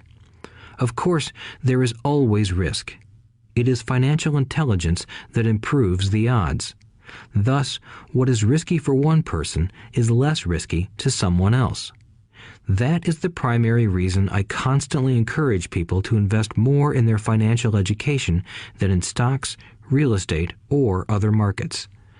The smarter you are, the better chance you have of beating the odds. The stock plays I personally invested in were extremely high risk for most people and absolutely not recommended. I have been playing that game since 1979 and have paid more than my share in dues. But if you will review why investments such as these are high risk for most people, you may be able to set your life up differently, so that the ability to take $25,000 and turn it into $1 million in a year is low risk for you. As stated earlier, nothing I have written is a recommendation. It is only used as an example of what is simple and possible. What I do is small potatoes in the grand scheme of things. Yet, for the average individual, a passive income of more than $100,000 a year is nice and not hard to achieve. Depending on the market and how smart you are, it could be done in 5 to 10 years. If you keep your living expenses modest, $100,000 coming in as additional income is pleasant, regardless of whether you work. You can work if you like, or take time off if you choose, and use the government tax system in your favor rather than against you. My personal basis is real estate. I love real estate because it's stable and slow-moving. I keep the base solid. The cash flow is fairly steady and, if properly managed, has a good chance of increasing in value. The beauty of a solid base of real estate is that it allows me to take greater risks, as I do with speculative stocks. If I make great profits in the stock market, I pay my capital gains tax on the gain and then reinvest what's left in real estate, again further securing my asset foundation. A last word on real estate. I have traveled all over the world and taught investing. In every city, I hear people say you cannot buy real estate cheap. That is not my experience. Even in New York or Tokyo, or just on the outskirts of the city, prime bargains are overlooked by most people. In Singapore, with their high real estate prices, there are still bargains to be found within a short driving distance. So whenever I hear someone say, "You can't do that here," pointing at me, I remind them that maybe the real statement is, "I don't know how to do that here. Yet."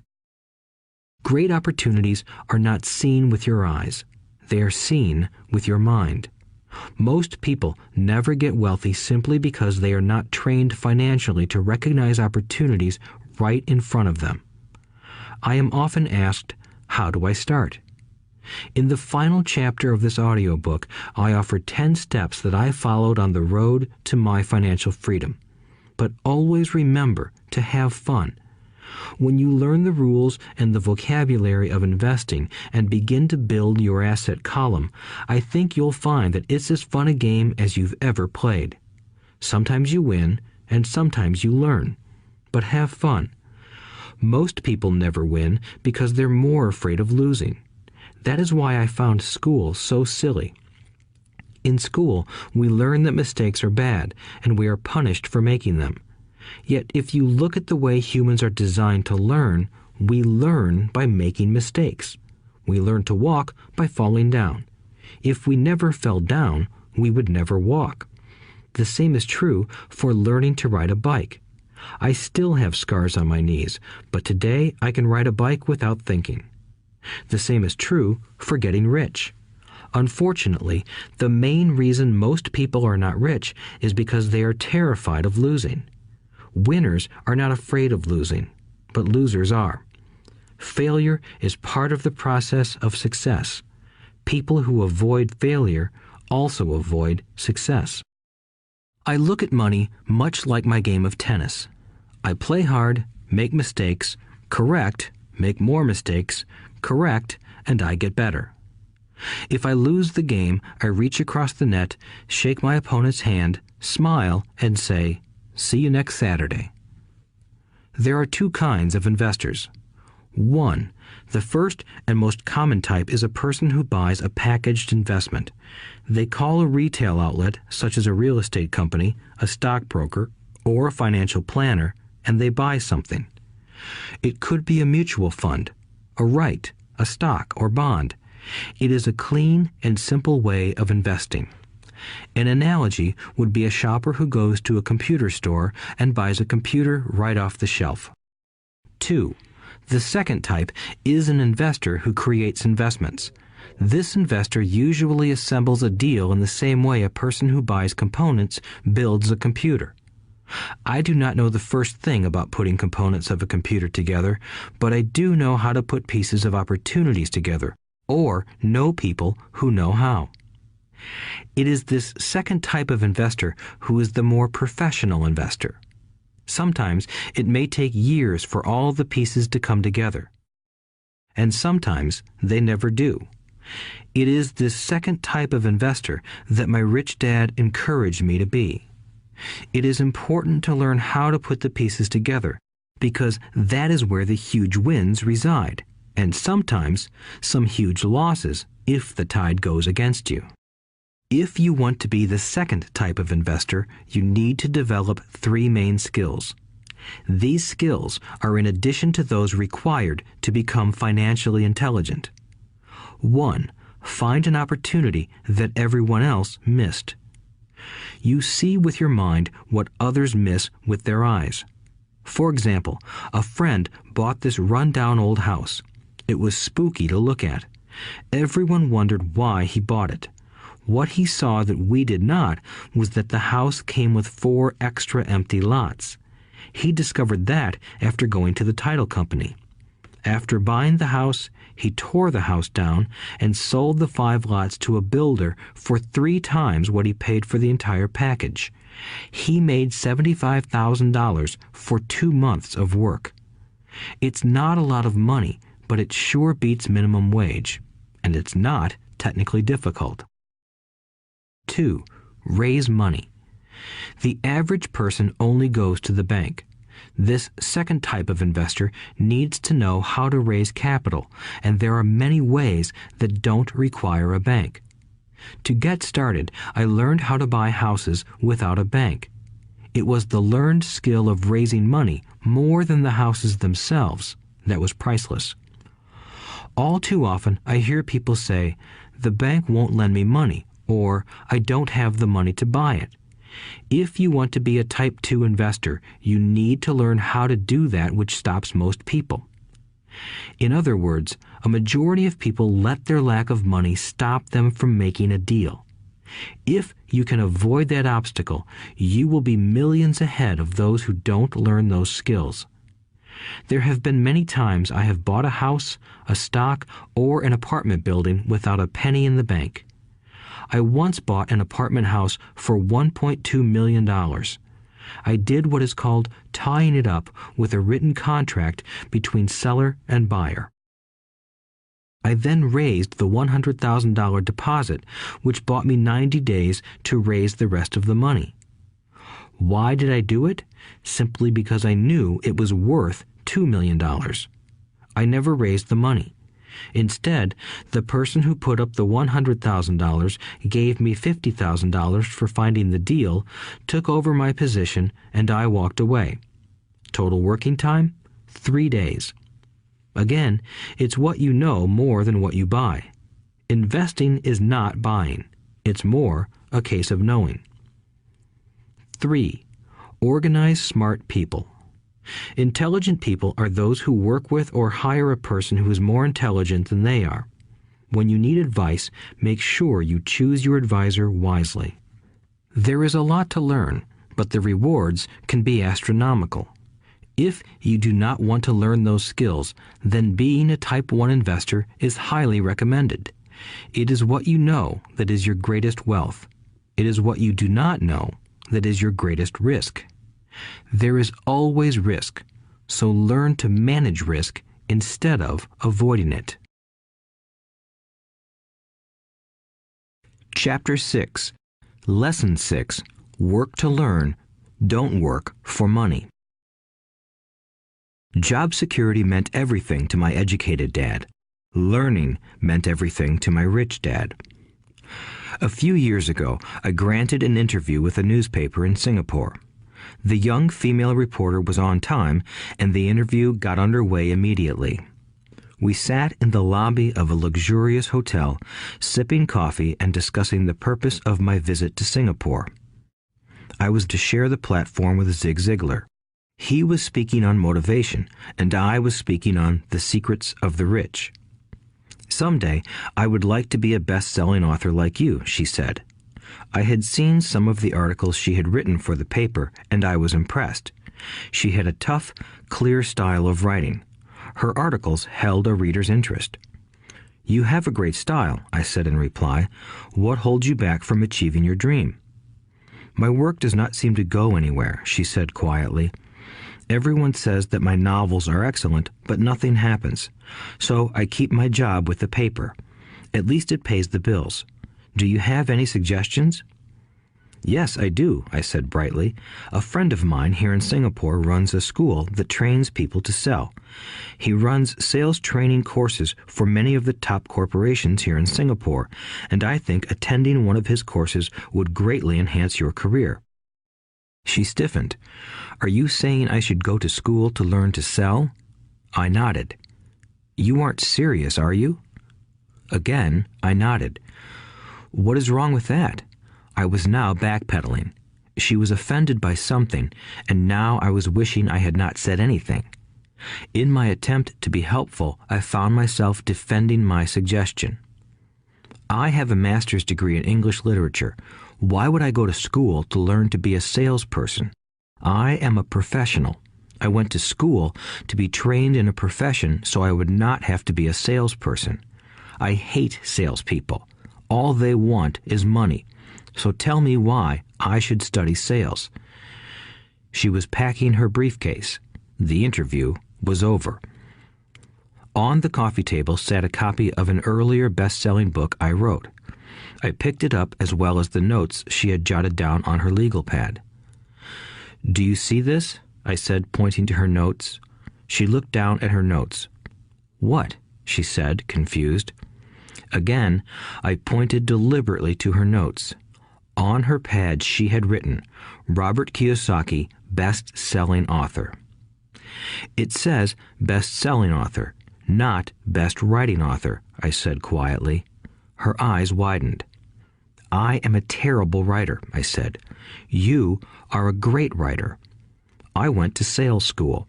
You have a master's degree. Put them together, and you get a best-selling author and a best-writing author. Anger flared from her eyes. I'll never stoop so low as to learn how to sell. People like you have no business writing. I'm a professionally trained writer, and you are a salesman. It is not fair, she fumed. She put the rest of her notes away and hurried out through the large glass doors into the humid Singapore morning. At least she gave me a fair and favorable write-up the next morning. The world is filled with smart, talented, educated, and gifted people. We meet them every day. They are all around us. A few days ago, my car was not running well. I pulled into a garage, and the young mechanic had it fixed in just a few minutes. He knew what was wrong by simply listening to the engine. I was amazed. I am constantly shocked at how little talented people earn. I have met brilliant, highly educated people who earn less than $20,000 a year. A business consultant who specializes in the medical trade was telling me how many doctors, dentists, and chiropractors struggle financially. All this time, I thought that when they graduated, the dollars would pour in. It was this business consultant who gave me the phrase, "They are one skill away from great wealth." What this phrase means is that most people need only to learn and master one more skill, and their income would jump exponentially. I have mentioned before that financial intelligence is a synergy of accounting, investing, marketing, and law. Combine those 4 technical skills, and making money with money is easier than most people would believe. When it comes to money, the only skill most people know is to work hard. The classic example of a synergy of skills was that young writer for the newspaper. If she diligently learned the skills of sales and marketing, her income would jump dramatically. If I were her, I would take some courses in advertising copywriting as well as sales. Then, instead of working at the newspaper, I would seek a job at an advertising agency. Even if it were a cut in pay, she would learn how to communicate in shortcuts that are used in successful advertising. She also would spend time learning public relations, an important skill. She would learn how to get millions in free publicity. Then, at night and on weekends, she could be writing her great novel. When it was finished, she would be better able to sell her book. Then, in a short while, she could be a best-selling author. When I came out with my first book, If You Want to Be Rich and Happy, Don't Go to School, a publisher suggested I change the title to The Economics of Education. I told the publisher that, with a title like that, I would sell 2 books, one to my family and one to my best friend. The problem is that they would expect it for free. The obnoxious title, If You Want to Be Rich and Happy, Don't Go to School, was chosen because we knew it would get tons of publicity. I am pro-education and believe in education reform. If I were not pro-education, why would I continue to press for changing our antiquated educational system? So I chose a title that would get me on more TV and radio shows simply because I was willing to be controversial. Many people thought I was a fruitcake, but the book sold and sold. When I graduated from the U.S. Merchant Marine Academy in 1969, my educated dad was happy. Standard Oil of California had hired me for its oil tanker fleet as a third mate. The pay was low compared with my classmates, but it was okay for a first real job after college. My starting pay was about $42,000 a year, including overtime, and I only had to work for 7 months. I had 5 months of vacation. If I had wanted to, I could have taken the run to Vietnam with a subsidiary shipping company and easily doubled my pay instead of taking 5 months of vacation. I had a great career ahead of me, yet I resigned after 6 months with the company and joined the Marine Corps to learn how to fly. My educated dad was devastated. Rich Dad congratulated me. In school and in the workplace, the popular opinion is the idea of specialization. That is, in order to make more money or get promoted, you need to specialize. That is why medical doctors immediately begin to seek a specialty such as orthopedics or pediatrics. The same is true for accountants, architects, lawyers, pilots, and others. My educated dad believed in the same dogma. That is why he was thrilled when he eventually achieved his doctorate.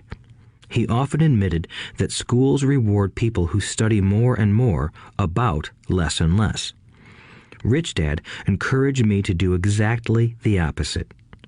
You want to know a little about a lot, was his suggestion. That is why for years I worked in different areas of his companies. For a while, I worked in his accounting department. Although I would probably never have been an accountant, he wanted me to learn via osmosis. Rich Dad knew I would pick up jargon and a sense of what is important and what is not. I also worked as a busboy and construction worker as well as in sales, reservations, and marketing. He was grooming Mike and me. That is why he insisted we sit in on the meetings with his bankers, lawyers, accountants, and brokers. He wanted us to know a little about every aspect of his empire. When I quit my high-paying job with Standard Oil, my educated dad had a heart-to-heart talk with me. He was bewildered. He could not understand my decision to resign from a career that offered high pay, great benefits, lots of time off, and opportunity for promotion. When he asked me one evening, "Why did you quit?" I could not explain it to him, though I tried hard to. My logic did not fit his logic. The big problem was that my logic was my rich dad's logic. Job security meant everything to my educated dad. Learning meant everything to my rich dad. Educated dad thought I went to school to learn to be a ship's officer. Rich dad knew that I went to school to study international trade. So as a student, I made cargo runs, navigating large freighters, oil tankers, and passenger ships to the Far East and the South Pacific. Rich Dad emphasized that I should stay in the Pacific instead of taking ships to Europe because he knew that the emerging nations were in Asia, not Europe. While most of my classmates, including Mike, were partying at their fraternity houses, I was studying trade, people, business styles, and cultures in Japan, Taiwan, Thailand, Singapore, Hong Kong, Vietnam, Korea, Tahiti, Samoa, and the Philippines.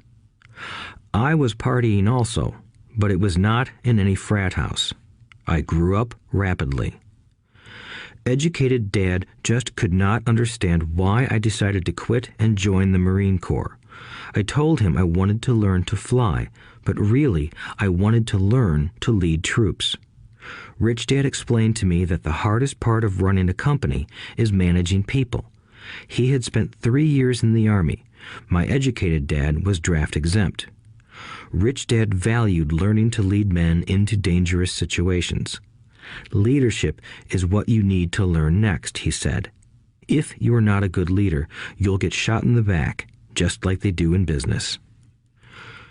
Returning from Vietnam in 1973, I resigned my commission, even though I loved flying. I found a job with Xerox Corporation. I joined it for one reason, and it was not for the benefits. I was a shy person, and the thought of selling was the most frightening subject in the world. Xerox has one of the best sales trainings programs in America. Rich Dad was proud of me. My educated dad was ashamed. Being an intellectual, he thought that salespeople were below him. I worked with Xerox for 4 years until I overcame my fear of knocking on doors and being rejected. Once I could consistently be in the top 5 in sales, I again resigned and moved on, leaving behind another great career with an excellent company. In 1977, I formed my first company. Rich Dad had groomed Mike and me to take over companies, so I now had to learn to form them and put them together. My first product, the nylon and Velcro wallet, was manufactured in the Far East and shipped to a warehouse in New York, near where I had gone to school. My formal education was complete, and it was time to test my wings. If I failed, I would go broke. Rich Dad thought it best to go broke before 30. You still have time to recover, was his advice. On the eve of my 30th birthday, my first shipment left Korea for New York. Today, I still do business internationally, and as my rich dad encouraged me to do, I keep seeking the emerging nations. Today, my investment company invests in South American countries and Asian countries, as well as in Norway and Russia. There is an old cliche that goes, "Job is an acronym for just over broke." Unfortunately, I would say that applies to millions of people. Because school does not think financial intelligence is an intelligence, most workers live within their means. They work and they pay bills. There is another horrible management theory that goes, workers work hard enough to not be fired, and owners pay just enough so that workers won't quit. And if you look at the pay scales of most companies, again, I would say there is a degree of truth to that statement. The net result is that most workers never get ahead. They do what they've been taught to do, get a secure job. Most workers focus on working for pay and benefits that reward them in the short term, but are often disastrous in the long run. Instead, I recommend to young people to seek work for what they will learn more than what they will earn. Look down the road at what skills they want to acquire before choosing a specific profession and before getting trapped in the rat race. Once people are trapped in the lifelong process of bill paying, they become like those little hamsters running around in those metal wheels. Their little furry legs are spinning furiously, the wheel is turning furiously, but come tomorrow morning, they'll still be in the same cage. Great job. In the movie Jerry Maguire, starring Tom Cruise, there are many great one-liners. Probably the most memorable is, "Show me the money." But there is one line I thought most truthful. It comes from the scene where Tom Cruise is leaving the firm. He has just been fired, and he is asking the entire company, "Who wants to come with me?" And the whole place is silent and frozen.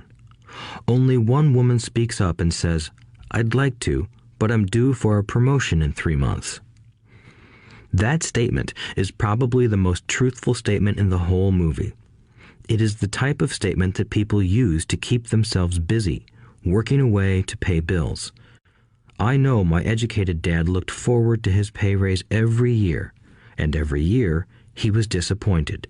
So he would go back to school to earn more qualifications so he could get another raise. Then, once again, there would be another disappointment. The question I often ask people is, where is this daily activity taking you? Just like the little hamster, I wonder if people look at where their hard work is taking them. What does the future hold? In his book, The Retirement Myth, Craig S. Carpel writes, "I visited the headquarters of a major national pension consulting firm and met with a managing director who specializes in designing lush retirement plans for top management. When I asked her what people who don't have corner offices will be able to expect in the way of pension income, she said with a confident smile, 'The silver bullet.'" "What," I asked, "is the silver bullet?" She shrugged and said, "If baby boomers discover they don't have enough money to live on when they're older, they can always blow their brains out." Carpel goes on to explain the difference between the old defined benefit retirement plans and the new 401k plans that are riskier. It is not a pretty picture for most people working today, and that is just for retirement. Add medical fees and long-term nursing home care, and the picture is frightening. Already, many hospitals in countries with socialized medicine need to make tough decisions such as who will live and who will die. They make those decisions purely on how much money they have and how old the patients are. If the patient is old, they often will give the medical care to someone younger. The older, poor patient gets put to the back of the line. Just as the rich can afford better education, the rich will be able to keep themselves alive, while those who have little wealth will die. So I wonder, are workers looking into the future or just until their next paycheck, never questioning where they are headed? When I speak to adults who want to earn more money, I always recommend the same thing. I suggest taking a long view of their life. Instead of simply working for the money and security, which I admit are important, I suggest they take a second job that will teach them a second skill. Often I recommend joining a network marketing company, also called multi-level marketing, if they want to learn sales skills. Some of these companies have excellent training programs that help people get over their fear of failure and rejection, which are the main reasons people are unsuccessful. Education is more valuable than money in the long run. When I offer this suggestion, I often hear in response, "Oh, that is too much hassle," or "I only want to do what I am interested in." If they say it's too much of a hassle, I ask, so you would rather work all your life giving 50% of what you earn to the government? If they tell me, I only do what I am interested in, I say, I'm not interested in going to the gym, but I go because I want to feel better and live longer. Unfortunately, there is some truth to the old statement, you can't teach an old dog new tricks. Unless a person is used to changing, it's hard to change. But for those of you who might be on the fence when it comes to the idea of working to learn something new, I offer this word of encouragement. Life is much like going to the gym. The most painful part is deciding to go. Once you get past that, it's easy. There have been many days I have dreaded going to the gym, but once I am there and in motion, it is a pleasure. After the workout is over, I am always glad I talked myself into going. If you are unwilling to work to learn something new and instead insist on becoming highly specialized within your field, make sure the company you work for is unionized. Labor unions are designed to protect specialists. My educated dad, after falling from grace with the governor, became the head of the teachers' union in Hawaii. He told me that it was the hardest job he ever held. My rich dad, on the other hand, spent his life doing his best to keep his companies from becoming unionized. He was successful. Although the unions came close, Rich Dad was always able to fight them off. Personally, I take no sides because I can see the need for and the benefits of both sides. If you do as school recommends, become highly specialized, then seek union protection. For example, had I continued with my flying career, I would have sought a company that had a strong pilots union. Why? Because my life would be dedicated to learning a skill that was valuable in only one industry. If I were pushed out of that industry, my life's skills would not be as valuable to another industry. A displaced senior pilot with 100,000 hours of heavy airline transport time, earning $150,000 a year, would have a hard time finding an equivalent high-paying job teaching in school. Skills do not necessarily transfer from industry to industry. Skills the pilots are paid for in the airline industry are not as important in, say, the school system. The same is true even for doctors today. With all the changes in medicine, many medical specialists are needing to conform to medical organizations such as HMOs. School teachers definitely need to be union members. Today in America, the teachers' union is the largest and the richest labor union of all. The NEA, the National Education Association, has tremendous political clout. Teachers need the protection of their union because their skills are also of limited value to an industry outside of education. So the rule of thumb is highly specialized, then unionize. It's the smart thing to do. When I ask the classes I teach, how many of you can cook a better hamburger than McDonald's, almost all the students raise their hands. I then ask, so if most of you can cook a better hamburger, how come McDonald's makes more money than you? The answer is obvious. McDonald's is excellent at business systems. The reason so many talented people are poor is because they focus on building a better hamburger and know little to nothing about business systems. A friend of mine in Hawaii is a great artist. He makes a sizable amount of money. One day, his mother's attorney called to tell him that she had left him $35,000. That is what was left of her estate after the attorney and the government took their shares.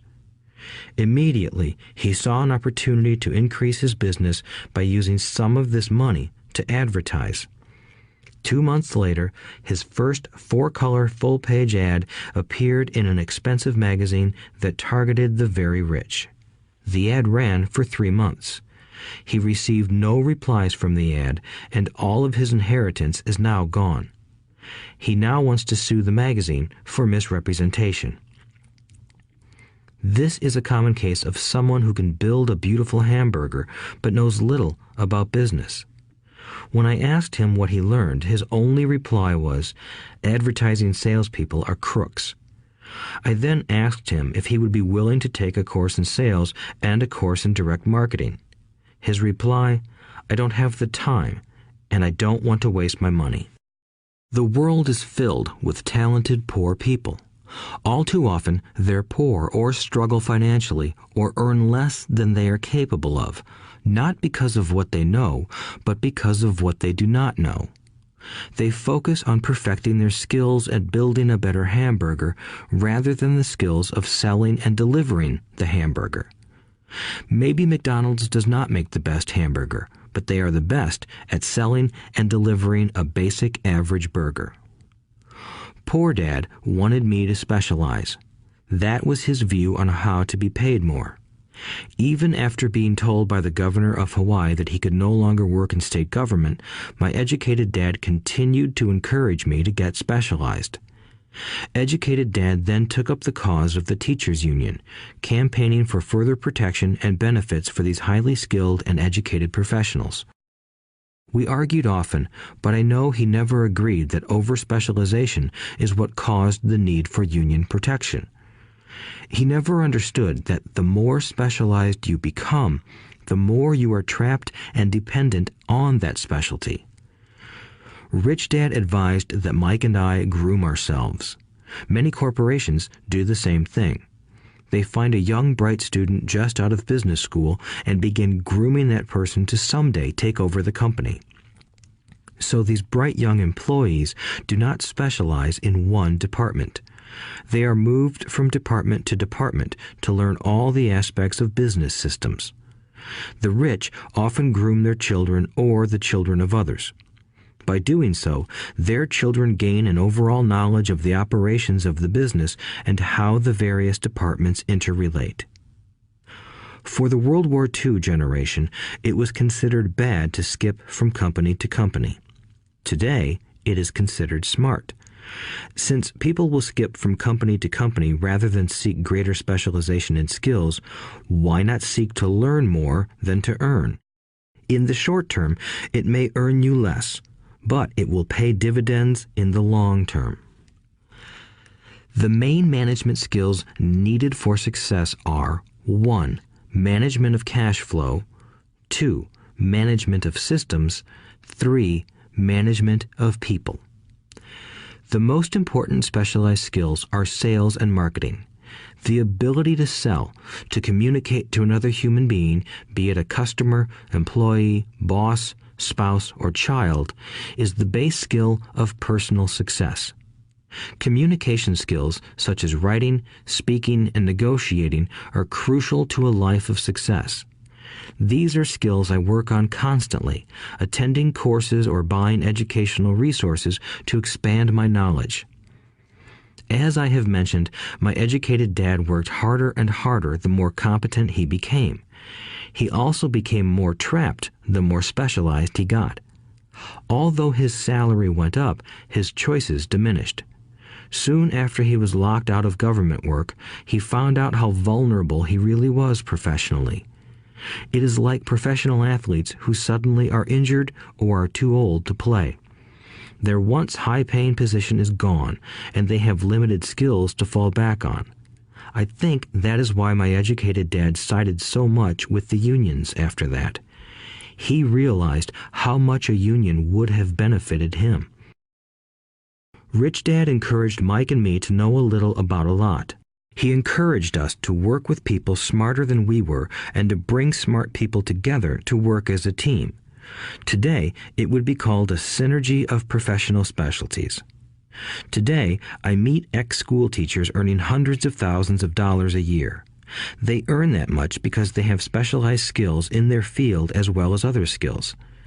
They can teach as well as sell and market. I know of no other skills to be more important than selling and marketing. The skills of selling and marketing are difficult for most people, primarily due to their fear of rejection. The better you are at communicating, negotiating, and handling your fear of rejection, the easier life is. Just as I advise that newspaper writer who wanted to become a best-selling author, I advise anyone else today. Being technically specialized has its strengths as well as its weaknesses. I have friends who are geniuses, but they cannot communicate effectively with other human beings, and, as a result, their earnings are pitiful. I advise them to just spend a year learning to sell. Even if they earn nothing, their communication skills will improve, and that is priceless. In addition to being good learners, sellers, and marketers, we need to be good teachers as well as good students. To be truly rich, we need to be able to give as well as to receive. In cases of financial or professional struggle, there is often a lack of giving and receiving. I know many people who are poor because they are neither good students nor good teachers. Both of my dads were generous men. Both made it a practice to give first. Teaching was one of their ways of giving.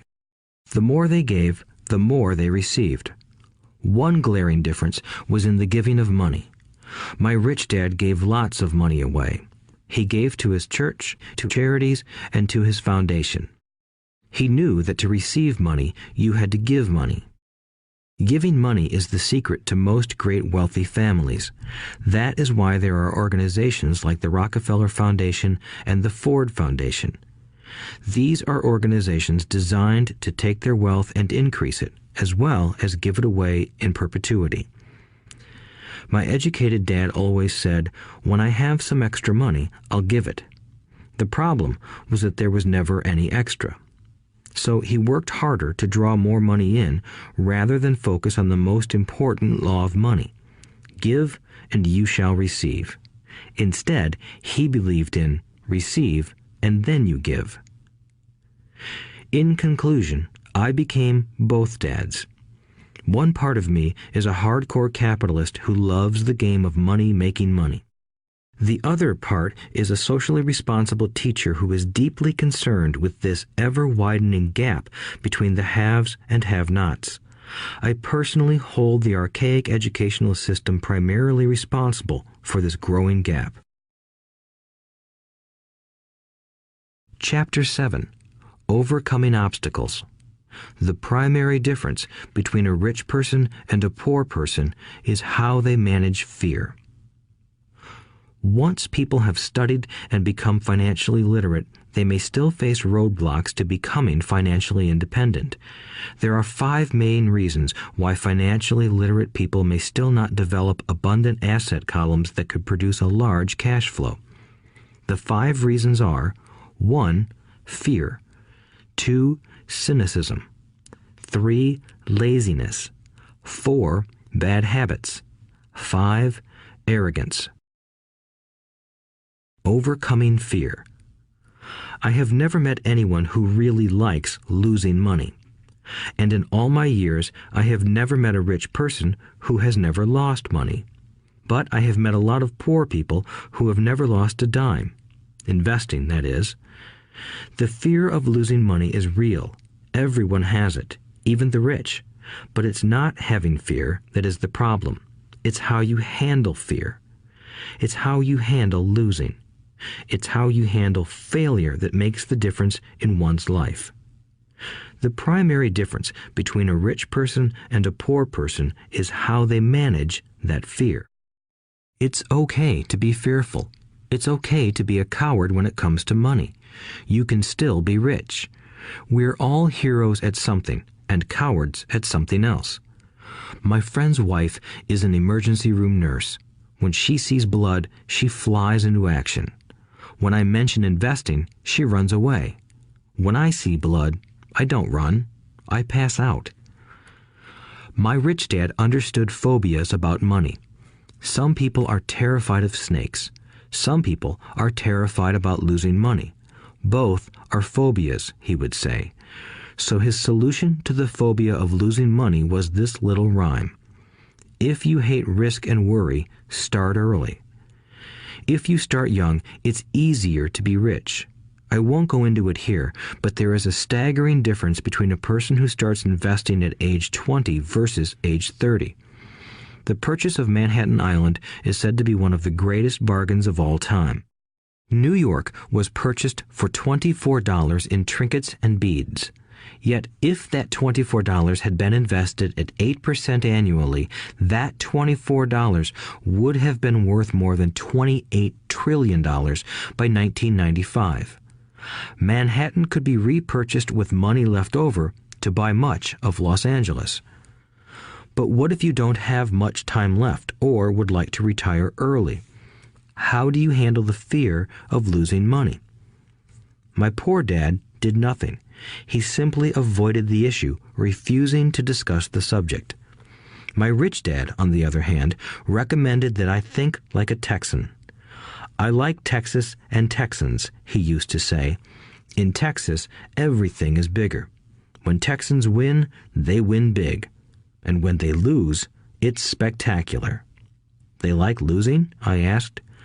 That's not what I'm saying. Nobody likes losing. Show me a happy loser, and I'll show you a loser, said Rich Dad. It's a Texan's attitude toward risk, reward, and failure I'm talking about. It's how they handle life. They live it big. Not like most of the people around here, living like roaches when it comes to money, terrified that someone will shine a light on them and whimpering when the grocery clerk shortchanges them a quarter. Rich Dad went on, "What I like best is the Texas attitude. They're proud when they win, and they brag when they lose. Texans have a saying, if you're going to go broke, go big. You don't want to admit you went broke over a duplex." He constantly told Mike and me that the greatest reason for lack of financial success was because most people played it too safe. People are so afraid of losing that they lose, were his words. Fran Tarkenton, a one-time great NFL quarterback, says it still another way. Winning means being unafraid to lose. In my own life, I've noticed that winning usually follows losing. Before I finally learned to ride a bike, I first fell down many times. I've never met a golfer who has never lost a golf ball. I've never met people who have fallen in love who have never had their heart broken. And I've never met someone rich who has never lost money. So for most people, the reason they don't win financially is because the pain of losing money is far greater than the joy of being rich. Another saying in Texas is, everyone wants to go to heaven, but no one wants to die. Most people dream of being rich, but are terrified of losing money, so they never get to heaven. Rich Dad used to tell Mike and me stories about his trips to Texas. If you really want to learn the attitude of how to handle risk, losing, and failure, go to San Antonio and visit the Alamo. The Alamo is a great story of brave people who chose to fight, knowing there was no hope of success. They chose to die instead of surrendering. It's an inspiring story worthy of study. Nonetheless, it's still a tragic military defeat. They got their butts kicked. So, how do Texans handle failure? They still shout, "Remember the Alamo." Mike and I heard this story a lot. He always told us this story when he was about to go into a big deal and he was nervous. After he had done all his due diligence and it was time to put up or shut up, he told us this story. Every time he was afraid of making a mistake or losing money, he told us this story. It gave him strength, for it reminded him that he could always turn a financial loss into a financial win. Rich Dad knew that failure would only make him stronger and smarter. It's not that he wanted to lose. He just knew who he was and how he would take a loss. He would take a loss and make it a win. That's what made him a winner and others losers. It gave him the courage to cross the line when others backed out. That's why I like Texans so much, he would say. They took a great failure and turned it into inspiration, as well as a tourist destination that makes them millions. But probably his words that mean the most to me today are these. Texans don't bury their failures. They get inspired by them. They take their failures and turn them into rallying cries. Failure inspires Texans to become winners. But that formula is not just the formula for Texans. It is the formula for all winners. I've said that falling off my bike was part of learning to ride. I remember falling off only made me more determined to learn to ride, not less. I also said that I have never met a golfer who has never lost a ball. For top professional golfers, losing a ball or a tournament provides the inspiration to be better, to practice harder, to study more. That's what makes them better. For winners, losing inspires them. For losers, losing defeats them. I like to quote John D. Rockefeller, who said, "I always tried to turn every disaster into an opportunity." And being Japanese American, I can say this. Many people say that Pearl Harbor was an American mistake. I say it was a Japanese mistake. From the movie Tora, Tora, Tora, a somber Japanese admiral says to his cheering subordinates, "I am afraid we have awakened a sleeping giant." Remember Pearl Harbor became a rallying cry. It turned one of America's greatest losses into the reason to win. This great defeat gave America strength, and America soon emerged as a world power. Failure inspires winners, and failure defeats losers. It is the biggest secret of winners. It's the secret that losers do not know.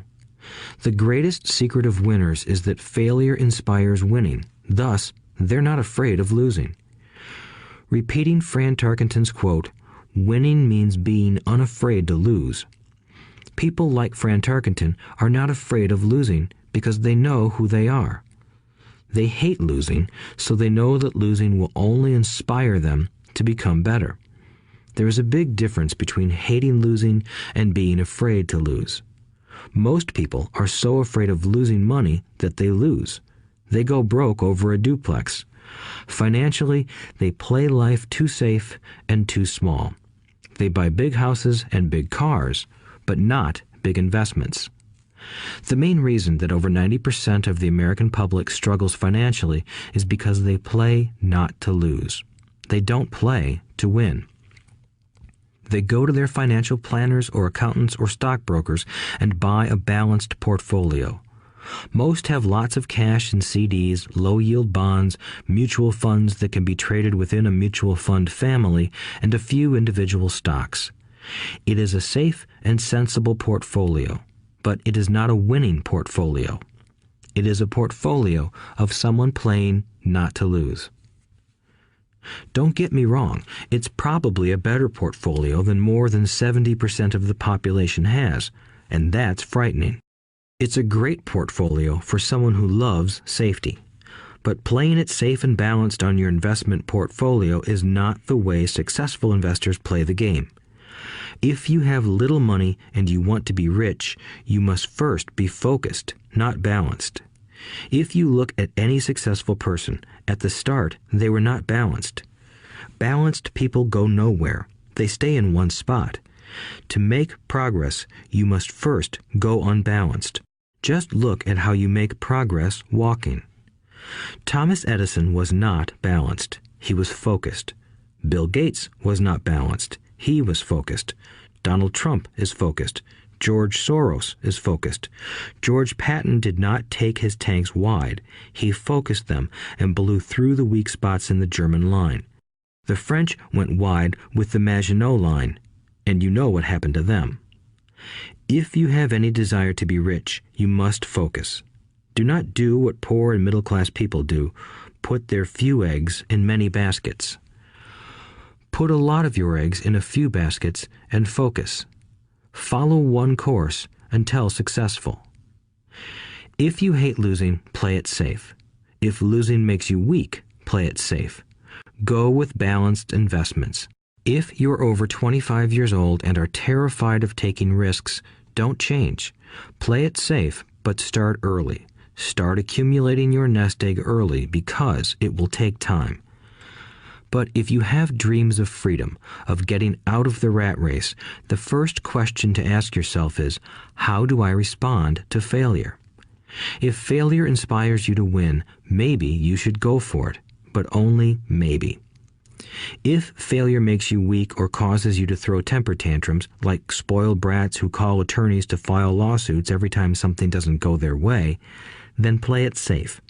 Keep your daytime job, or buy bonds or mutual funds. But remember, there is risk in those financial instruments also, even though they may appear safe. I say all this, mentioning Texas and Fran Tarkenton, because stacking the asset column is easy. It's really a low-aptitude game. It doesn't take much education. Fifth-grade math will do. But building your asset column is a game in which attitude plays a major role. It takes guts, patience, and a great attitude toward failure. Losers avoid failing, and failure turns losers into winners.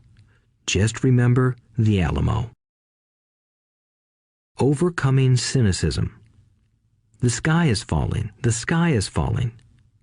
Most of us know the story of Chicken Little, who ran around warning the barnyard of impending doom. We all know people who are that way. There's a Chicken Little inside each of us. As I stated earlier, the cynic is really a little chicken. We all get a little chicken when fear and doubt cloud our thoughts. All of us have doubts. I'm not smart. I'm not good enough. So-and-so is better than me. Our doubts often paralyze us. We play the what-if game. What if the economy crashes right after I invest? What if I lose control and I can't pay the money back? What if things don't go as I planned? Or we have friends or loved ones who will remind us of our shortcomings. They often say, "What makes you think you can do that? If it's such a good idea, how come someone else hasn't done it? That will never work. You don't know what you're talking about." These words of doubt often get so loud that we fail to act. A horrible feeling builds in our stomach.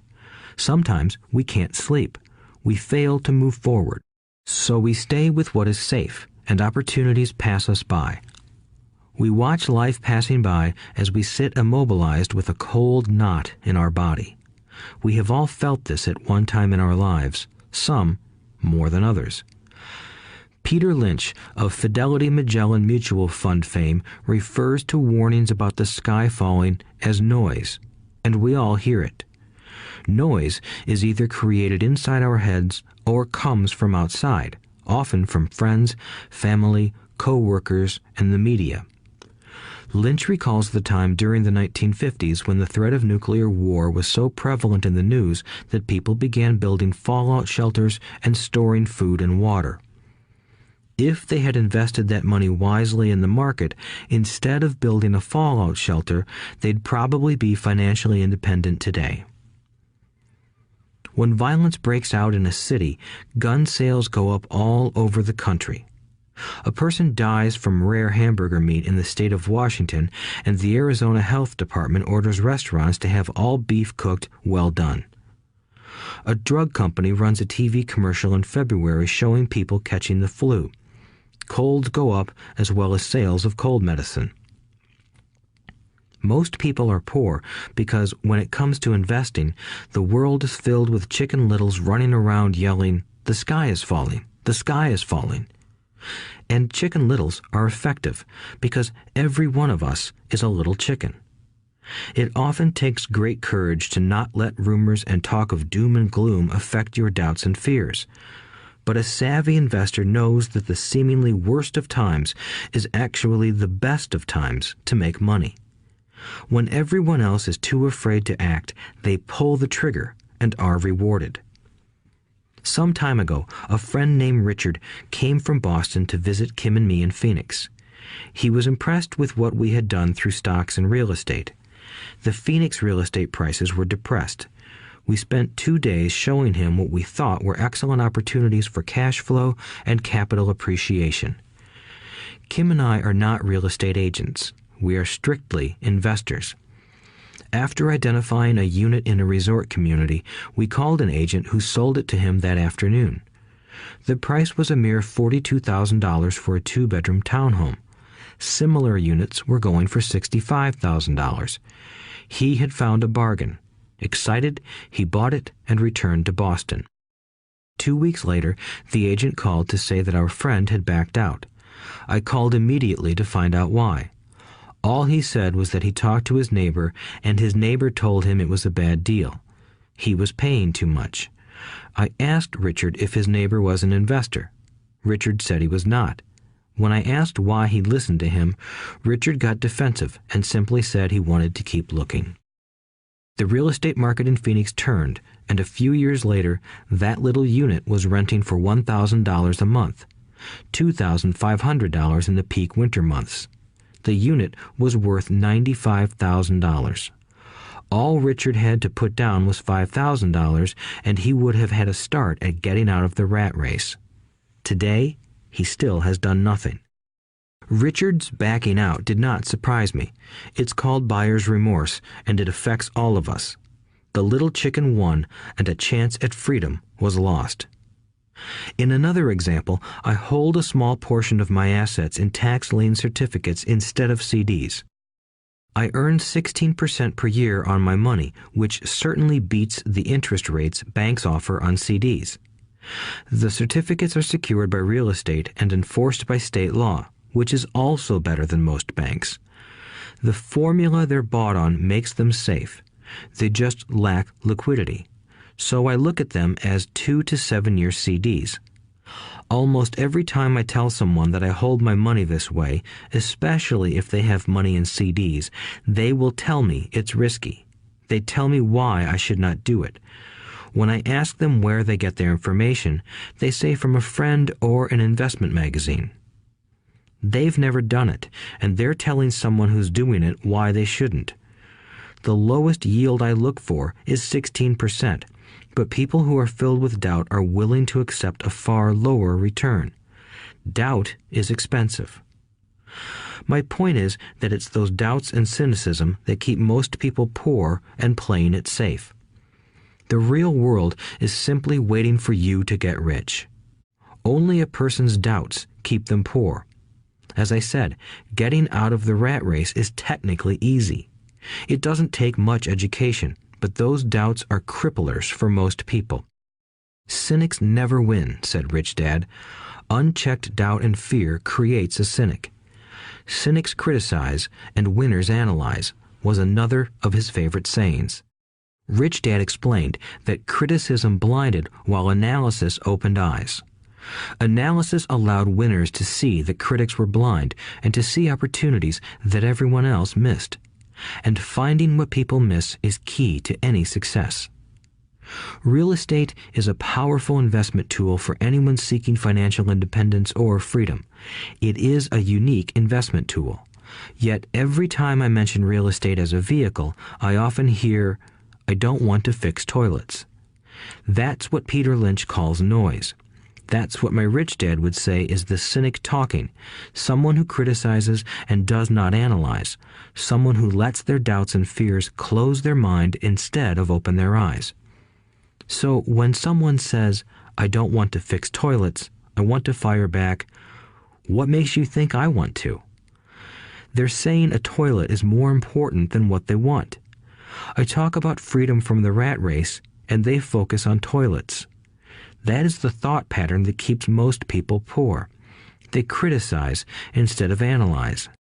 I don't once hold the key to your success, Rich Dad would say, because I too do not want to fix toilets. I shop hard for a property manager who does fix toilets. And by finding a great property manager who runs houses or apartments, well, my cash flow goes up. But more importantly, a great property manager allows me to buy a lot more real estate since I don't have to fix toilets. A great property manager is key to success in real estate. Finding a good manager is more important to me than the real estate. A great property manager often hears of great deals before real estate agents do, which makes them even more valuable. That is what Rich Dad meant by, I don't once hold the key to your success. Because I do not want to fix toilets either, I figured out how to buy more real estate and expedite my getting out of the rat race. The people who continue to say, I don't want to fix toilets, often deny themselves the use of this powerful investment vehicle. Toilets are more important than their freedom. In the stock market, I often hear people say, I don't want to lose money. Well, what makes them think I or anyone else likes losing money? They don't make money because they choose to not lose money. Instead of analyzing, they close their minds to another powerful investment vehicle, the stock market. I was riding with a friend past our neighborhood gas station. He looked up and saw that the price of gas was going up and thus the price of oil. My friend is a worrywart, or a Chicken Little. To him, the sky is always going to fall, and it usually does, on him. When we got home, he showed me all the stats as to why the price of oil was going to go up over the next few years, statistics I had never seen before, even though I already owned substantial shares of an existing oil company. With that information, I immediately began looking for and found a new undervalued oil company that was about to find some oil deposits. My broker was excited about this new company, and I bought 15,000 shares for 65 cents per share. 3 months later, this same friend and I drove by the same gas station, and sure enough, the price per gallon had gone up nearly 15%. Again, the Chicken Little worried and complained. I smiled, because a month earlier, that little oil company hit oil, and those 15,000 shares went up to more than $3 per share since he had first given me the tip. And the price of gas will continue to go up if what my friend says is true. If most people understood how a stop worked in stock market investing, there would be more people investing to win instead of investing not to lose. A stop is simply a computer command that sells your stock automatically if the price begins to drop, helping to minimize your losses and maximize some gains. It's a great tool for those who are terrified of losing. So whenever I hear people focusing on their I don't wants rather than what they do want, I know the noise in their head must be loud. Chicken Little has taken over their brain and is yelling, the sky is falling and toilets are breaking. So they avoid their don't wants, but they pay a huge price. They may never get what they want in life.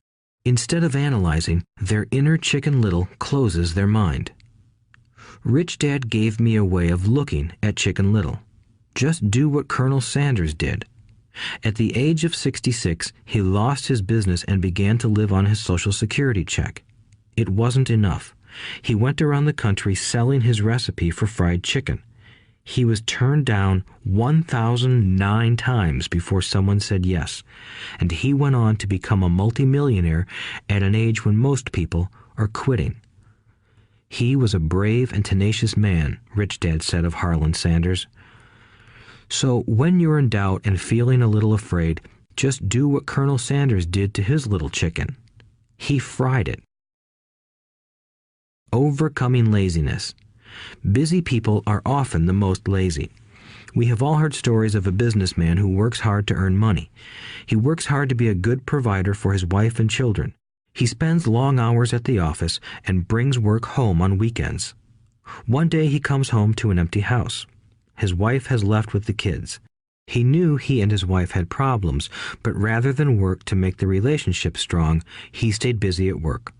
Dismayed, his performance at work slips and he loses his job. Today, I often meet people who are too busy to take care of their wealth, and there are people too busy to take care of their health. The cause is the same. They're busy, and they stay busy as a way of avoiding something they do not want to face. Nobody has to tell them. Deep down, they know. In fact, if you remind them, they often respond with anger or irritation. If they aren't busy at work or with the kids, they're often busy watching TV, fishing, playing golf, or shopping. Yet deep down, they know they are avoiding something important. That's the most common form of laziness. Laziness by staying busy. So, what is the cure for laziness? The answer is a little greed. For many of us, we were raised thinking of greed or desire as bad. Greedy people are bad people, my mom used to say, yet we all have inside of us this yearning to have nice, new, or exciting things. So, to keep that emotion of desire under control, often parents find ways of suppressing that desire with guilt. You only think about yourself. Don't you know you have brothers and sisters? Was one of my mom's favorites. You want me to buy you what? Was a favorite of my dad. Do you think we're made of money? Do you think money grows on trees? We're not rich people, you know. It wasn't so much the words, but the angry guilt trip that went with the words that got to me. Or the reverse guilt trip was the, I'm sacrificing my life to buy this for you. I'm buying this for you because I never had this advantage when I was a kid. I have a neighbor who is stone broke but can't park his car in his garage. The garage is filled with toys for his kids. Those spoiled brats get everything they ask for. I don't want them to know the feeling of want, are his everyday words. He has nothing set aside for their college or his retirement, but his kids have every toy ever made. He recently got a new credit card in the mail and took his kids to visit Las Vegas. I'm doing it for the kids, he said with great sacrifice. Rich Dad forbade the words, I can't afford it. In my real home, that's all I heard. Instead, Rich Dad required his children to say, how can I afford it? He believed that the words, I can't afford it, shut down your brain. It didn't have to think anymore. How can I afford it opened up the brain and forced it to think and search for answers. But most importantly, he felt the words, I can't afford it, were a lie, and the human spirit knows it. The human spirit is very, very powerful, he would say. It knows it can do anything. By having a lazy mind that says, I can't afford it, a war breaks out inside you. Your spirit is angry, and your lazy mind must defend its lie. The spirit is screaming, come on, let's go to the gym and work out. And the lazy mind says, but I'm tired. I worked really hard today. Or the human spirit says, I'm sick and tired of being poor. Let's get out there and get rich. To which the lazy mind says, rich people are greedy. Besides, it's too much bother. It's not safe. I might lose money. I'm working hard enough as it is. I've got too much to do at work anyway. Look at what I have to do tonight. My boss wants it finished by morning. I can't afford it also causes sadness, a helplessness that leads to despondency and often depression. How can I afford it opens up possibilities, excitement, and dreams. So Rich Dad was not so concerned about what we wanted to buy as long as we understood that how can I afford it creates a stronger mind and a dynamic spirit. Thus, he rarely gave Mike or me anything. He would instead ask, how can you afford it? And that included college, which we paid for ourselves. It was not the goal, but the process of attaining the goal that he wanted us to learn.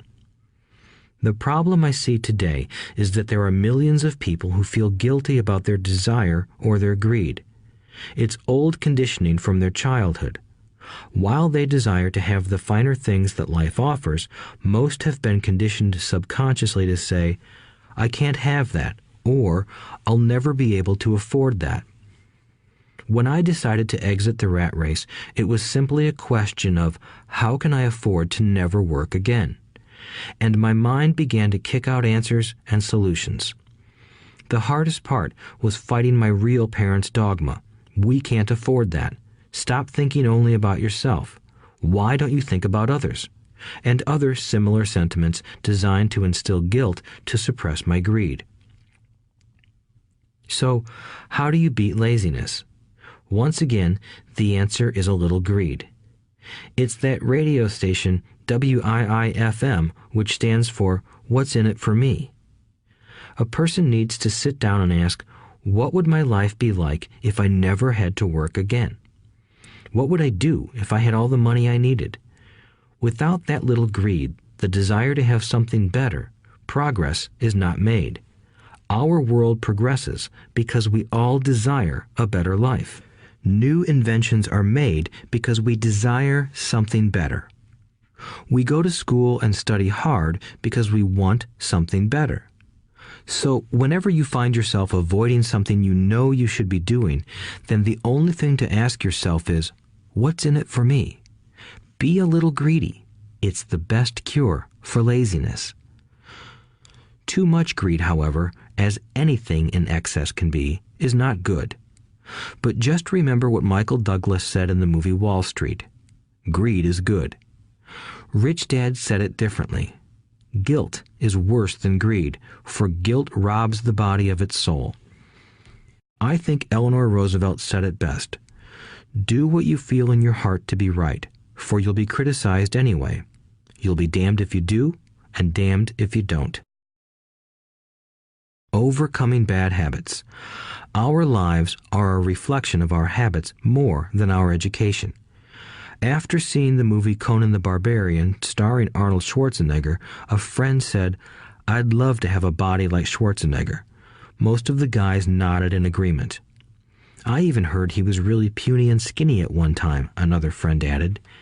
"Yeah, I heard that too," another one said. "I heard he has a habit of working out almost every day in the gym." "Yeah, I'll bet he has to." "Nah," said the group's cynic. "I'll bet he was born that way. Besides, let's stop talking about Arnold and get some beers." This is an example of habits controlling behavior. I remember asking my rich dad about the habits of the rich. Instead of answering me outright, he wanted me to learn through example, as usual.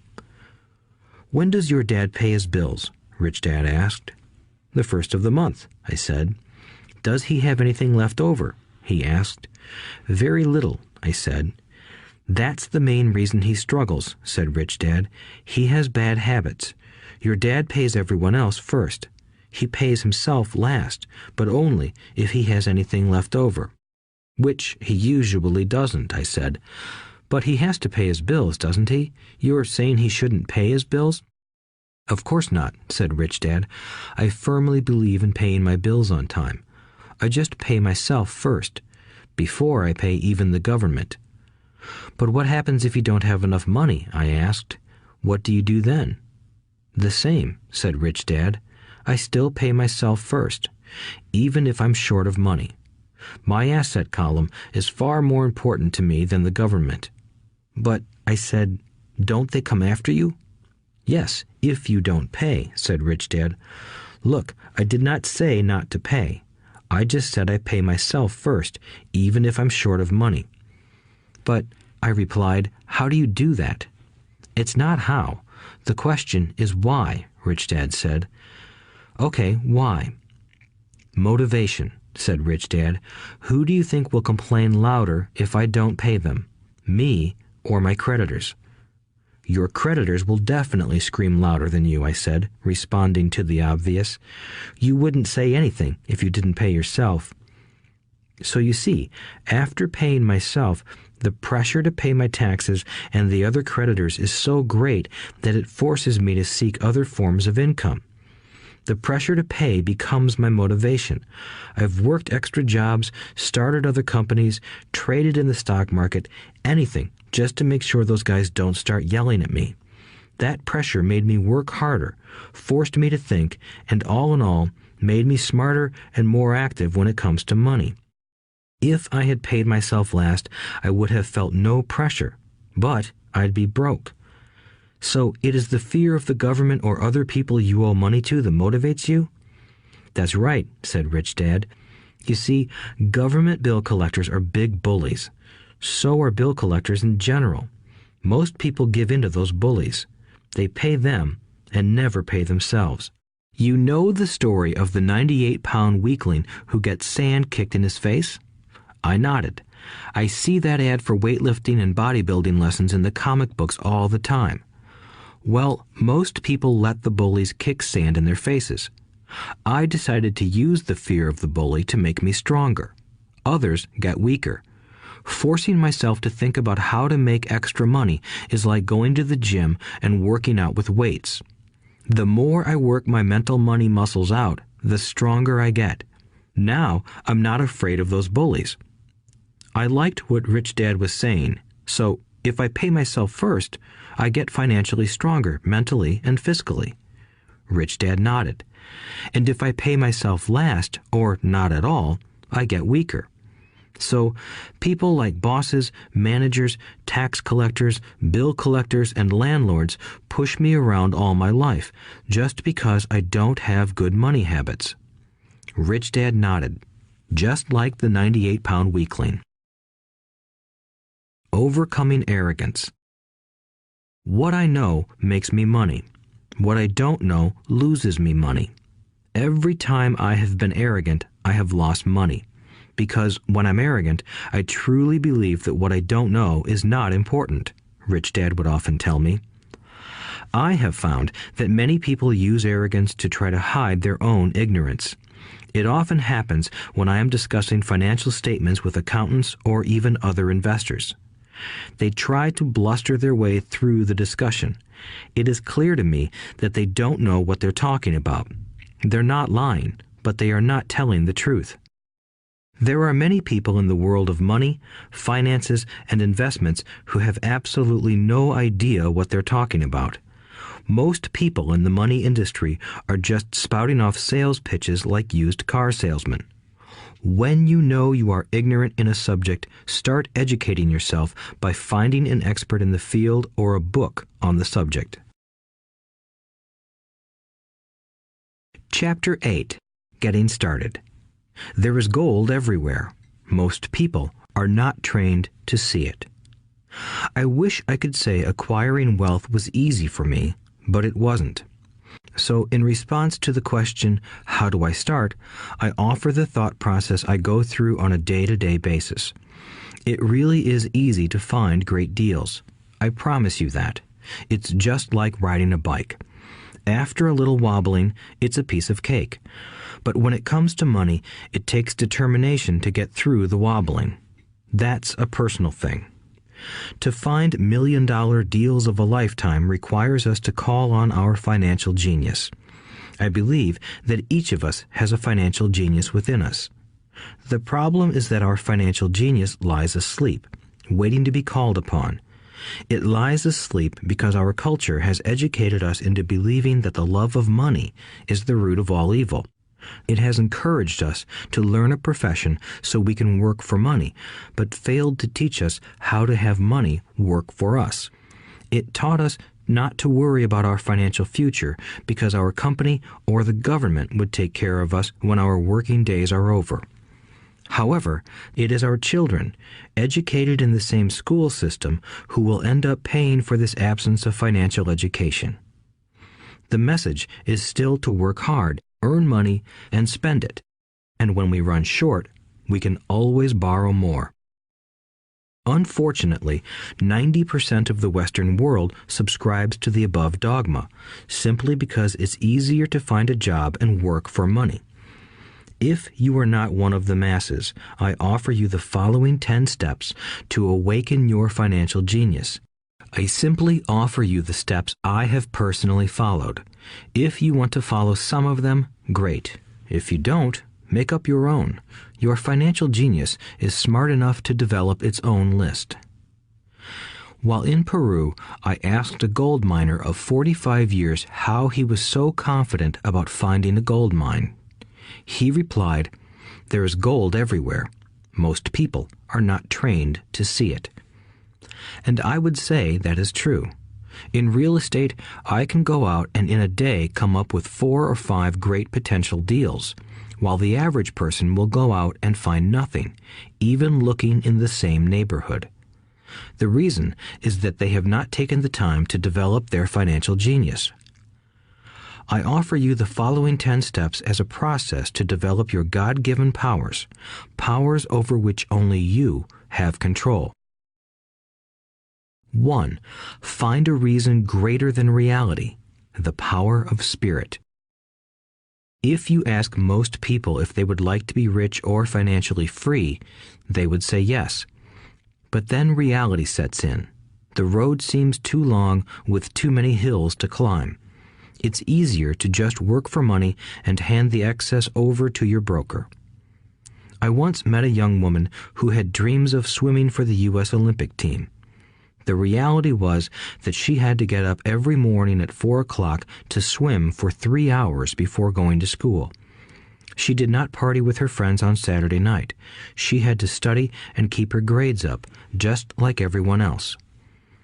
When I asked her what fueled her superhuman ambition and sacrifice, she simply said, "I do it for myself and the people I love. It's love that gets me over the hurdles and sacrifices." A reason or a purpose is a combination of wants and don't wants. When people ask me what my reason for wanting to be rich is, I tell them that it is a combination of deep emotional wants and don't wants. I will list a few. First, the don't wants, for they create the wants. I don't want to work all my life. I don't want what my parents aspired for, which was job security and a house in the suburbs. I don't like being an employee. I hated that my dad always missed my football games because he was so busy working on his career.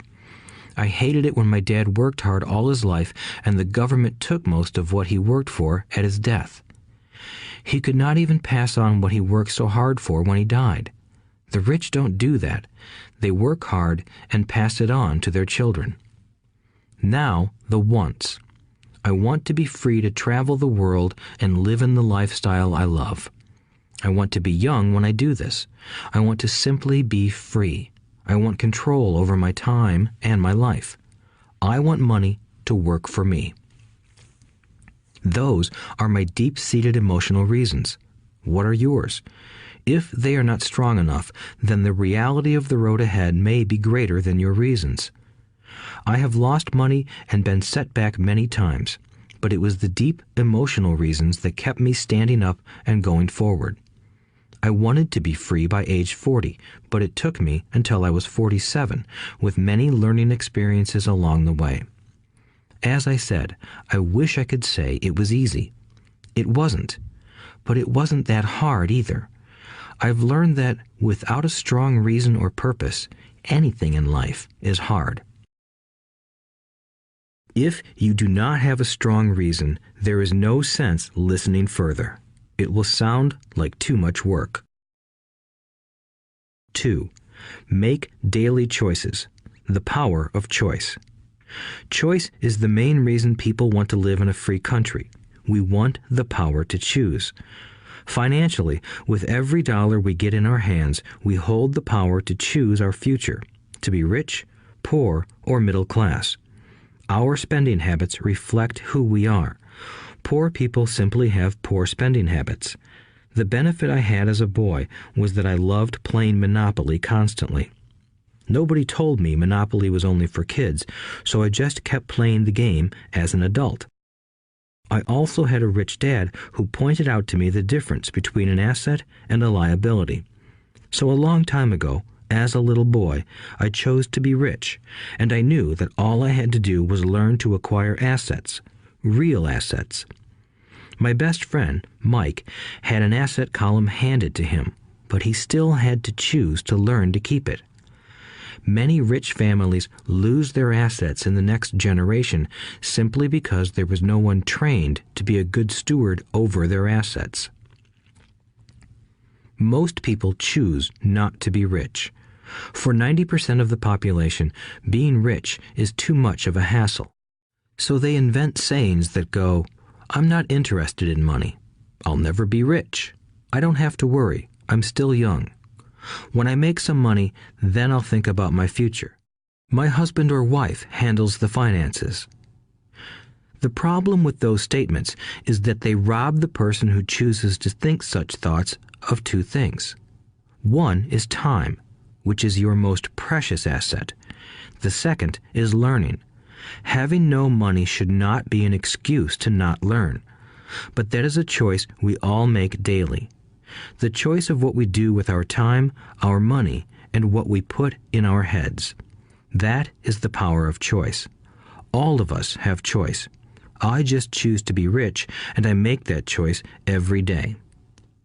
Invest first in education. In reality, the only real asset you have is your mind, the most powerful tool we have dominion over. Each of us has the choice of what we put in our brain once we're old enough. You can watch TV, read golf magazines, or go to ceramics class or a class on financial planning. You choose. Most people simply buy investments rather than first investing in learning about investing. A friend of mine recently had her apartment burglarized. The thieves took her electronics and left all the books. And we all have that same choice. 90% of the population buys TV sets, and only about 10% buy business books. So what do? I go to seminars. I like it when they are at least 2 days long because I like to immerse myself in a subject. In 1973, I was watching this guy on TV who was advertising a 3-day seminar on how to buy real estate for nothing down. I spent $385, and that course has made me at least $2 million, if not more. But more importantly, it bought me life. I don't have to work for the rest of my life because of that one course. I go to at least 2 such courses every year. I love CDs and audiobooks. The reason? I can easily review what I just heard. I was listening to an investor say something I completely disagreed with. Instead of becoming arrogant and critical, I simply listened to that 5-minute stretch at least 20 times, maybe more. But suddenly, by keeping my mind open, I understood why he said what he said. It was like magic. I felt like I had a window into the mind of one of the greatest investors of our time. I gained tremendous insight into the vast resources of his education and experience. The net result? I still have the old way I used to think, and I now have a new way of looking at the same problem or situation. I have 2 ways to analyze a problem or trend, and that is priceless. Today, I often say, how would Donald Trump do this, or Warren Buffett, or George Soros? The only way I can access their vast mental power is to be humble enough to read or listen to what they have to say. Arrogant or critical people are often people with low self-esteem who are afraid of taking risks. That's because if you learn something new, you are then required to make mistakes in order to fully understand what you have learned. If you have listened this far, arrogance is not one of your problems. Arrogant people rarely read or listen to experts. Why should they? They are the center of the universe. There are so many intelligent people who argue or defend when a new idea clashes with the way they think. In this case, their so-called intelligence combined with arrogance equals ignorance. Each of us knows people who are highly educated or believe they are smart, but their balance sheet paints a different picture. A truly intelligent person welcomes new ideas, for new ideas can add to the synergy of other accumulated ideas. Listening is more important than talking. If that were not true, God would not have given us 2 ears and only 1 mouth. Too many people think with their mouth instead of listening in order to absorb new ideas and possibilities. They argue instead of asking questions. I take a long view on my wealth. I do not subscribe to the get-rich-quick mentality most lottery players or casino gamblers have. I may go in and out of stocks, but I am long on education. If you want to fly an airplane, I advise taking lessons first. I am always shocked at people who buy stocks or real estate but never invest in their greatest asset, their mind. Just because you bought a house or two does not make you an expert at real estate. 3. Choose friends carefully. The power of association. First of all, I do not choose my friends by their financial statements. I have friends who have actually taken a vow of poverty, as well as friends who earn millions every year. The point is that I learn from all of them. Now, I will admit that there are people I have actually sought out because they had money. But I was not after their money. I was seeking their knowledge. In some cases, these people who had money have become dear friends. I've noticed that my friends with money talk about money.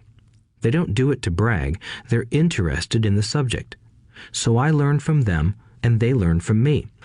My friends who are in dire financial straits do not like talking about money, business, or investing. They often think it rude or unintellectual. So I also learn from my friends who struggle financially. I find out what not to do. I have several friends who have generated over $1 billion in their short lifetimes. The 3 of them report the same phenomenon. Their friends who have no money have never come to them to ask them how they did it, but they do come asking for one of 2 things, or both, a loan or a job. Warning: don't listen to poor or frightened people. I have such friends, and while I love them dearly, they are the Chicken Littles of life. To them, when it comes to money, especially investments, it's always the sky is falling, the sky is falling. They can always tell you why something won't work. The problem is that people listen to them. But people who blindly accept doom and gloom information are also Chicken Littles. As that old saying goes, birds of a feather flock together. If you watch business channels on TV, they often have a panel of so-called experts. One expert will say the market is going to crash, and the other will say it's going to boom. If you're smart, you listen to both. Keep your mind open, because both have valid points. Unfortunately, most poor people listen to Chicken Little. I have had many close friends try to talk me out of a deal or an investment.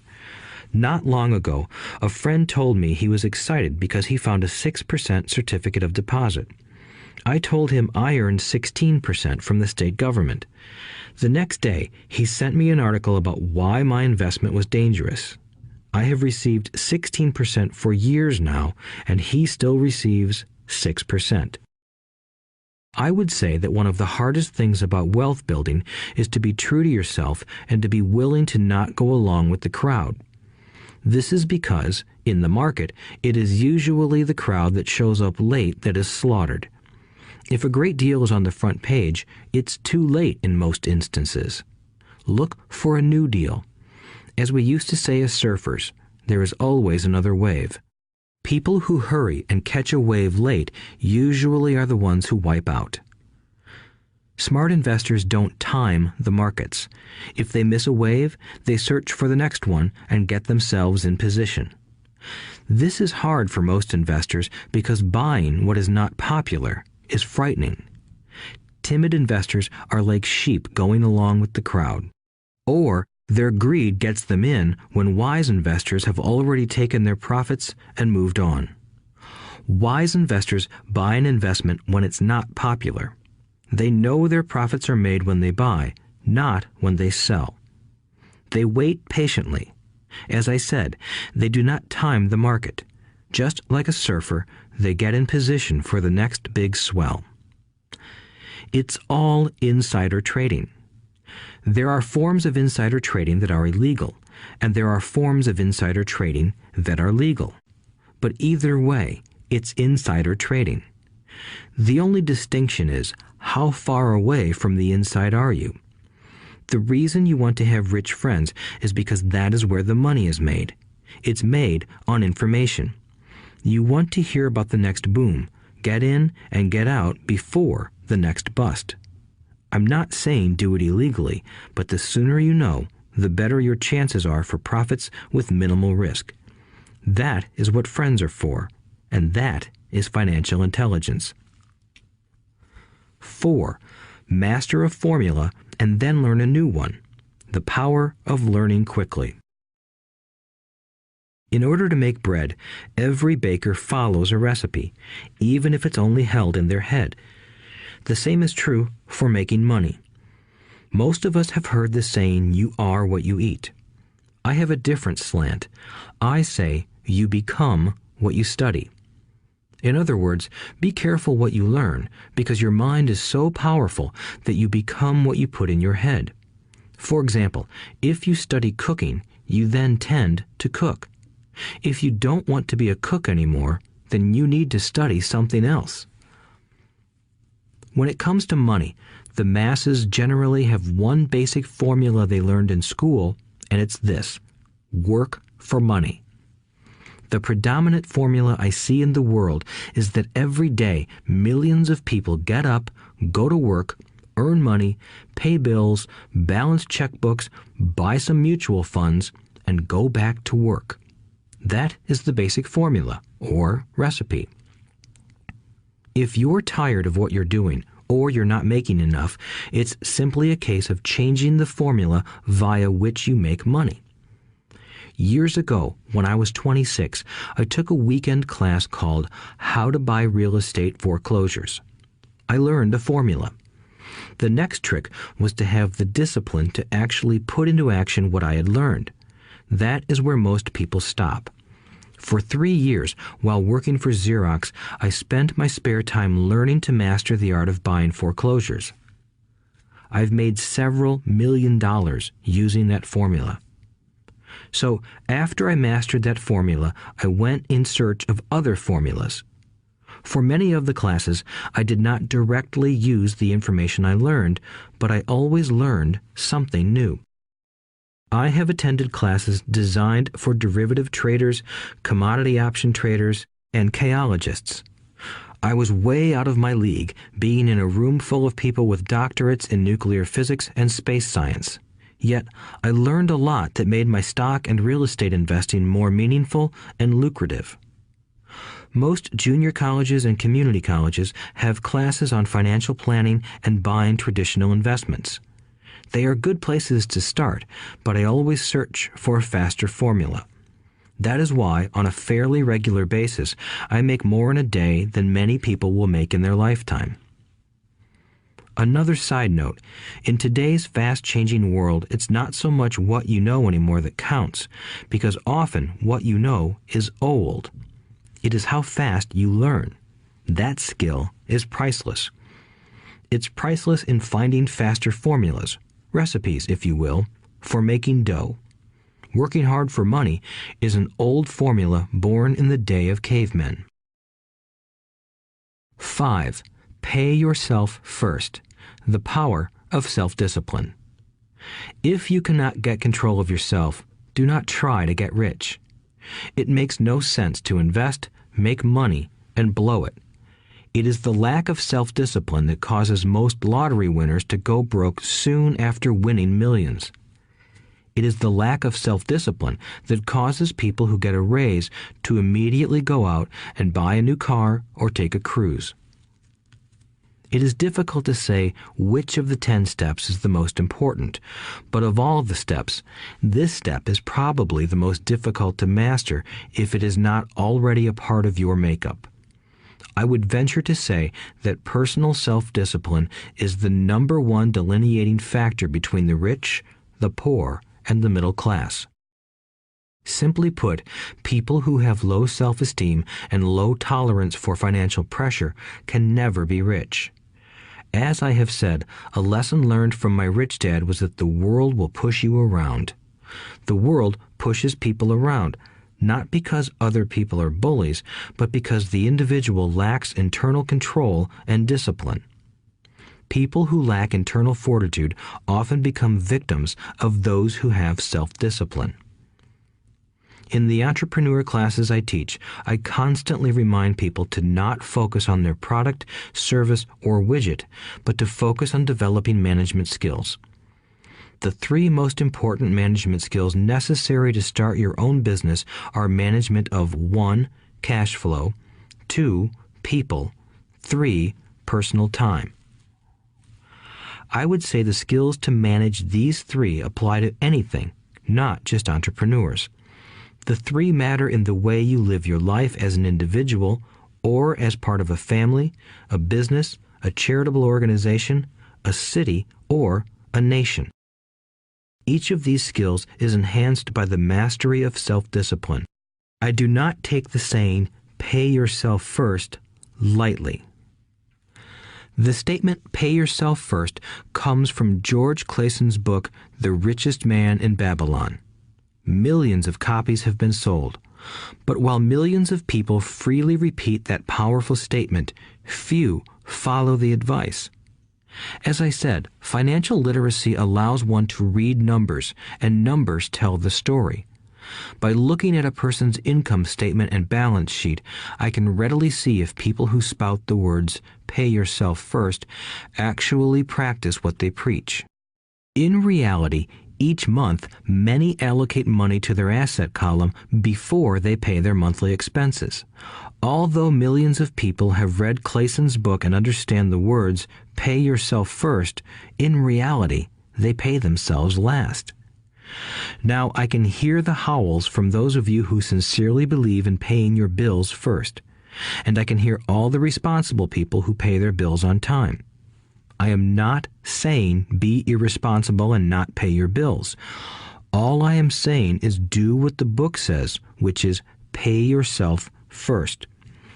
If you can truly begin to understand the power of cash flow, you will soon realize why 90% of people work hard all their lives and need government support like Social Security when they are no longer able to work. Kim and I have had many bookkeepers, accountants, and bankers who have had a major problem with this way of looking at pay yourself first. The reason is that these financial professionals actually do what the masses do. They pay themselves last. There have been times in my life when, for whatever reason, cash flow was far less than my bills. I still paid myself first. My accountant and bookkeeper screamed in panic. "They're going to come after you. The IRS is going to put you in jail. You're going to ruin your credit rating. They'll cut off the electricity." I still paid myself first. Why, you ask? Because that's what the story, The Richest Man in Babylon, was all about. The power of self-discipline and the power of internal fortitude. As my rich dad taught me the first month I worked for him, most people allow the world to push them around. A bill collector calls and you pay or else. A sales clerk says, "Oh, just put it on your charge card." Your real estate agent tells you, "Go ahead. The government allows you a tax deduction on your home." That is what the book is really about. Having the guts to go against the tide and get rich. You may not be weak, but when it comes to money, many people get wimpy. I am not saying be irresponsible. The reason I don't have high credit card debt and doodad debt is because I pay myself first. The reason I minimize my income is because I don't want to pay it to the government. That is why my income comes from my asset column through a Nevada corporation. If I work for money, the government takes it. Although I pay my bills last, I am financially astute enough to not get into a tough financial situation. I don't like consumer debt. I actually have liabilities that are higher than 99% of the population, but I don't pay for them. Other people pay for my liabilities. They're called tenants. So rule number 1 in paying yourself first is don't get into debt in the first place. Although I pay my bills last, I set it up to have only small, unimportant bills that are due. When I occasionally come up short, I still pay myself first. I let the creditors and even the government scream. I like it when they get tough. Why? Because those guys do me a favor. They inspire me to go out and create more money. So I pay myself first, invest the money, and let the creditors yell. I generally pay them right away anyway. Kim and I have excellent credit. We just don't cave into pressure and spend our savings or liquidate stocks to pay for consumer debt. That is not too financially intelligent. To successfully pay yourself first, keep the following in mind. 1. Don't get into large debt positions that you have to pay for. Keep your expenses low. Build up assets first. Then buy the big house or nice car. Being stuck in the rat race is not intelligent. 2. When you come up short, let the pressure build and don't dip into your savings or investments. Use the pressure to inspire your financial genius to come up with new ways of making more money and then pay your bills. You will have increased your ability to make more money as well as your financial intelligence. So many times I have gotten into financial hot water and used my brain to create more income while staunchly defending the assets in my asset column. My bookkeeper has screamed and dived for cover, but I was like a good soldier defending the fort. Fort assets.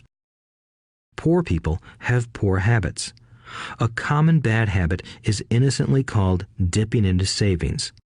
The rich know that savings are only used to create more money, not to pay bills. I know that sounds tough, but as I said, if you're not tough inside, the world will always push you around anyway. If you do not like financial pressure, then find a formula that works for you. A good one is to cut expenses, put your money in the bank, pay more than your fair share of income tax, buy safe mutual funds, and take the vow of the average. But this violates the pay yourself first rule. This rule does not encourage self-sacrifice or financial abstinence. It doesn't mean pay yourself first and starve. Life was meant to be enjoyed. If you call on your financial genius, you can have all the goodies of life, get rich, and pay bills. And that is financial intelligence. 6. Pay your brokers well. The power of good advice. Sometimes I see people posting a sign in front of their house that says, "For sale by owner." Or I see people on TV claiming to be discount brokers. My rich dad taught me to take the opposite approach.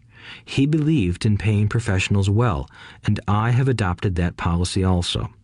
Today, I have expensive attorneys, accountants, real estate brokers, and stockbrokers. Why? Because if, and I do mean if, the people are professionals, their services should make you money. And the more money they make, the more money I make. We live in the information age. Information is priceless.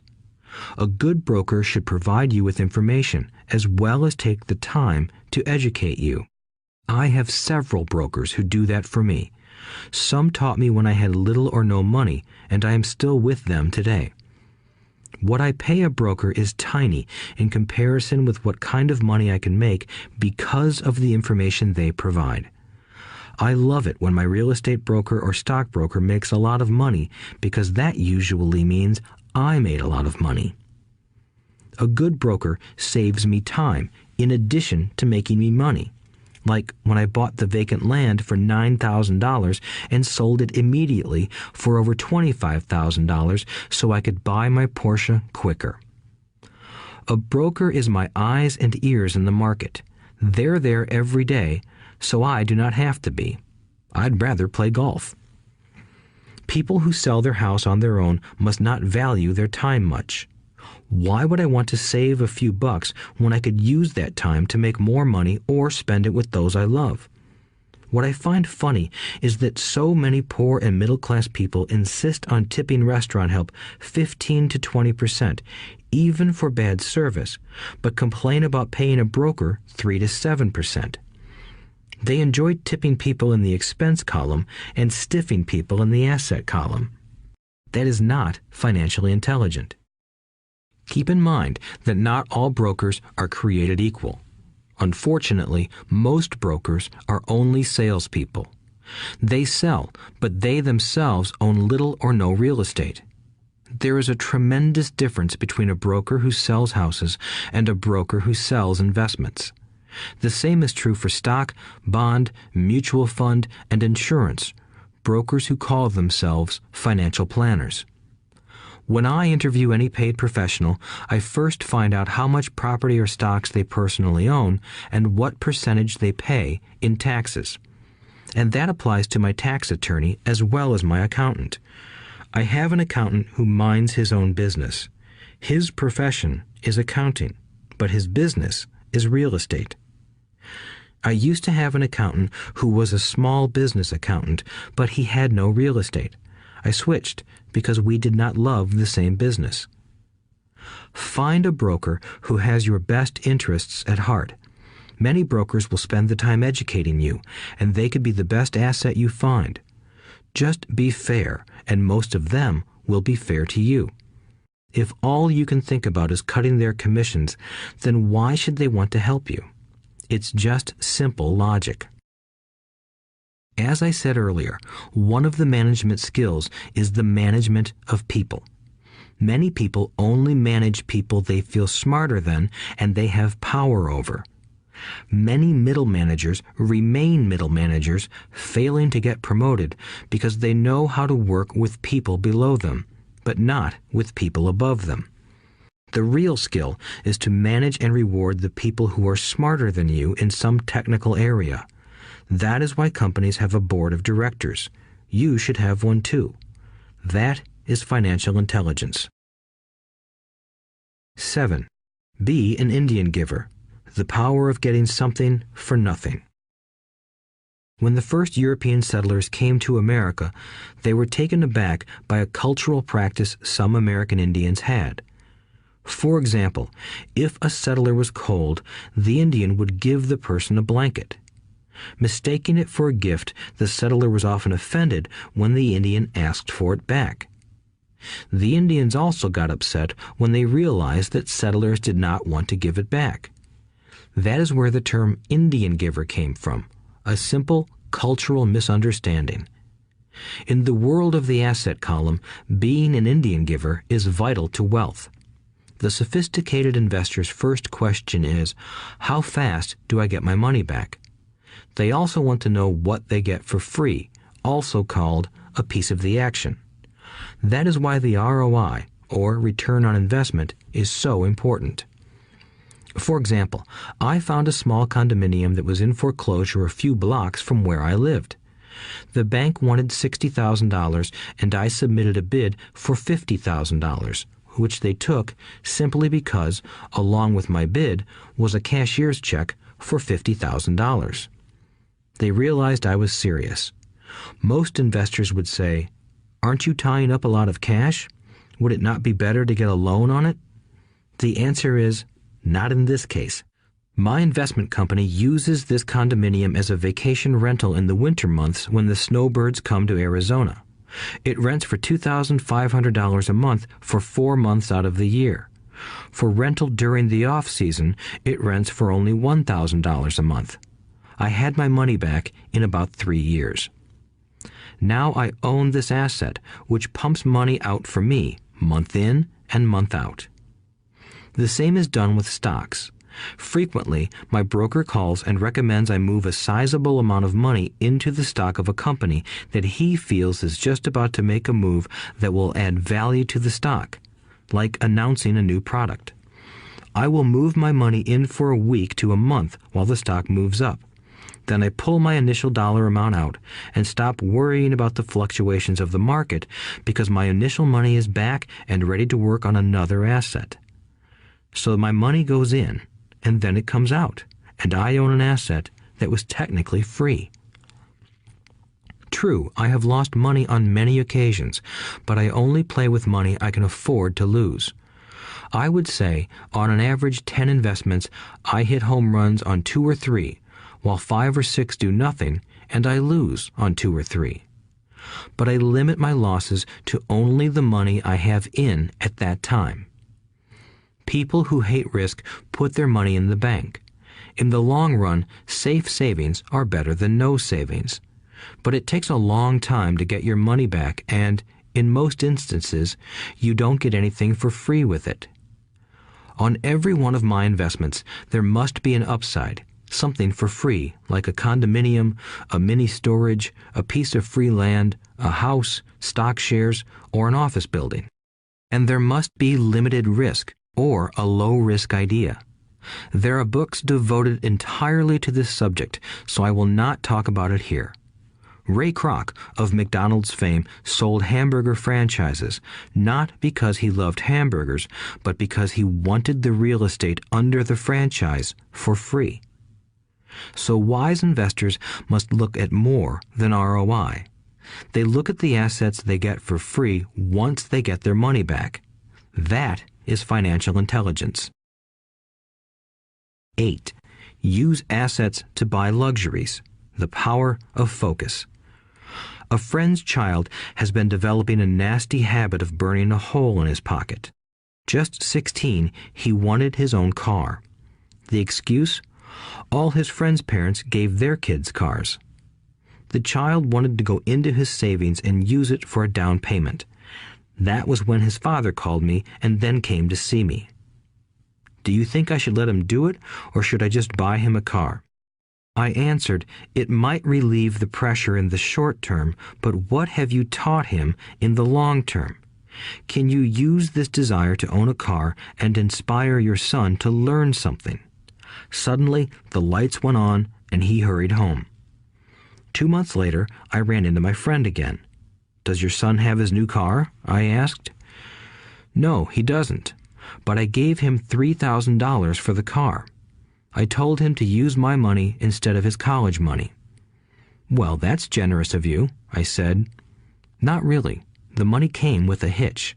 So what was the hitch? I asked. Well, first we played your cash flow game. We then had a long discussion about the wise use of money. After that, I gave him a subscription to the Wall Street Journal and a few books on the stock market. Then what? I asked. What was the catch? I told him the $3,000 was his, but he could not directly buy a car with it.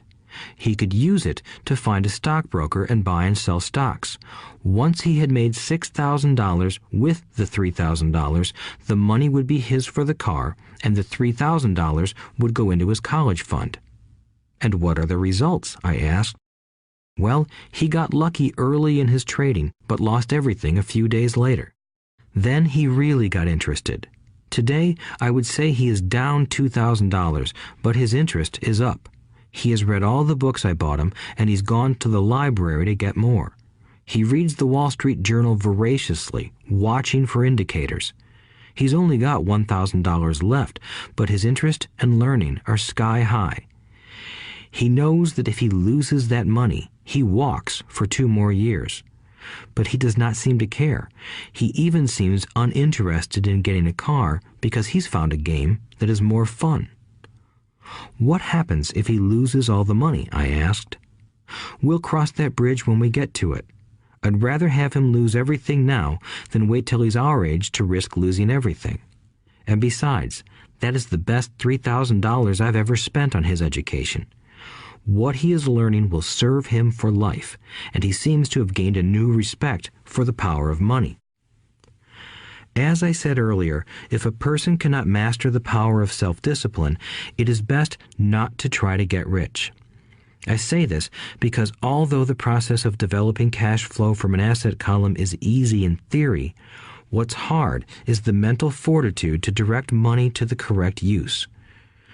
Due to external temptations, it is much easier in today's consumer world to simply blow money out the expense column. With weak mental fortitude, that money flows into the paths of least resistance. That is the cause of poverty and financial struggle. The following example illustrates the financial intelligence needed to direct money to make more money. If we give 100 people $10,000 at the start of the year, I believe that at the end of the year, 80 would have nothing left. In fact, many would have created greater debt by making a down payment on a new car, refrigerator, electronics, or a holiday. 16 would have increased that $10,000 by 5 to 10%. 4 would have increased it to $20,000 or into the millions. We go to school to learn a profession so we can work for money. It is my opinion that it's just as important to learn how to have money work for you. I love my luxuries as much as anyone else. The difference is I don't buy them on credit. It's the keep up with the Joneses trap. When I wanted to buy a Porsche, the easy road would have been to call my banker and get a loan. Instead of choosing to focus in the liability column, I chose to focus in the asset column. As a habit, I use my desire to consume to inspire and motivate my financial genius to invest. Too often today, we focus on borrowing money to get the things we want instead of focusing on creating money. One is easier in the short term, but harder in the long term. It's a bad habit that we as individuals and as a nation have gotten into. Remember, the easy road often becomes hard, and the hard road often becomes easy. The earlier you can train yourself and those you love to be masters of money, the better. Money is a powerful force. Unfortunately, people use the power of money against themselves. If your financial intelligence is low, money will run all over you. It will be smarter than you. If money is smarter than you will work for it all your life. To be the master of money, you need to be smarter than it. Then money will do as it is told. It will obey you. Instead of being a slave to it, you will be the master of it. That is financial intelligence. 9. Choose heroes. The power of myth. When I was a kid, I greatly admired Willie Mays, Hank Aaron, and Yogi Berra. They were my heroes, and I wanted to be just like them. I treasured their baseball cards. I knew their stats, the RBIs, the ERAs, their batting averages, how much they got paid, and how they came up from the minor leagues. As a 9-year-old kid, when I stepped up to bat or played first base or catcher, I wasn't me. I pretended I was a famous baseball player. It's one of the most powerful ways we learn, and we often lose that as adults. We lose our heroes. Today, I watch young kids playing basketball near my home. On the court, they're not little Johnny. They're pretending to be their favorite basketball hero. Copying or emulating heroes is true power learning. I have new heroes as I grow older. I have golf heroes, and I copy their swings and do my best to read everything I can about them. I also have heroes such as Donald Trump, Warren Buffett, Peter Lynch, George Soros, and Jim Rogers. I know their stats just like I knew the ERAs and RBIs of my childhood baseball heroes. I follow what Warren Buffett invests in, and I read anything I can about his point of view on the market and how he chooses stocks. And I read about Donald Trump, trying to find out how he negotiates and puts deals together. Just as I was not me when I was up to bat, when I'm in the market or I'm negotiating a deal, I am subconsciously acting with the bravado of Trump. Or, when analyzing a trend, I look at it as though Warren Buffett were doing it. By having heroes, we tap into a tremendous source of raw genius. But heroes do more than simply inspire us. Heroes make things look easy. Making it look easy convinces us to want to be just like them. If they can do it, so can I.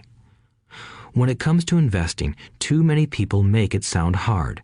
Instead, find heroes who make it look easy. 10. Teach and you shall receive.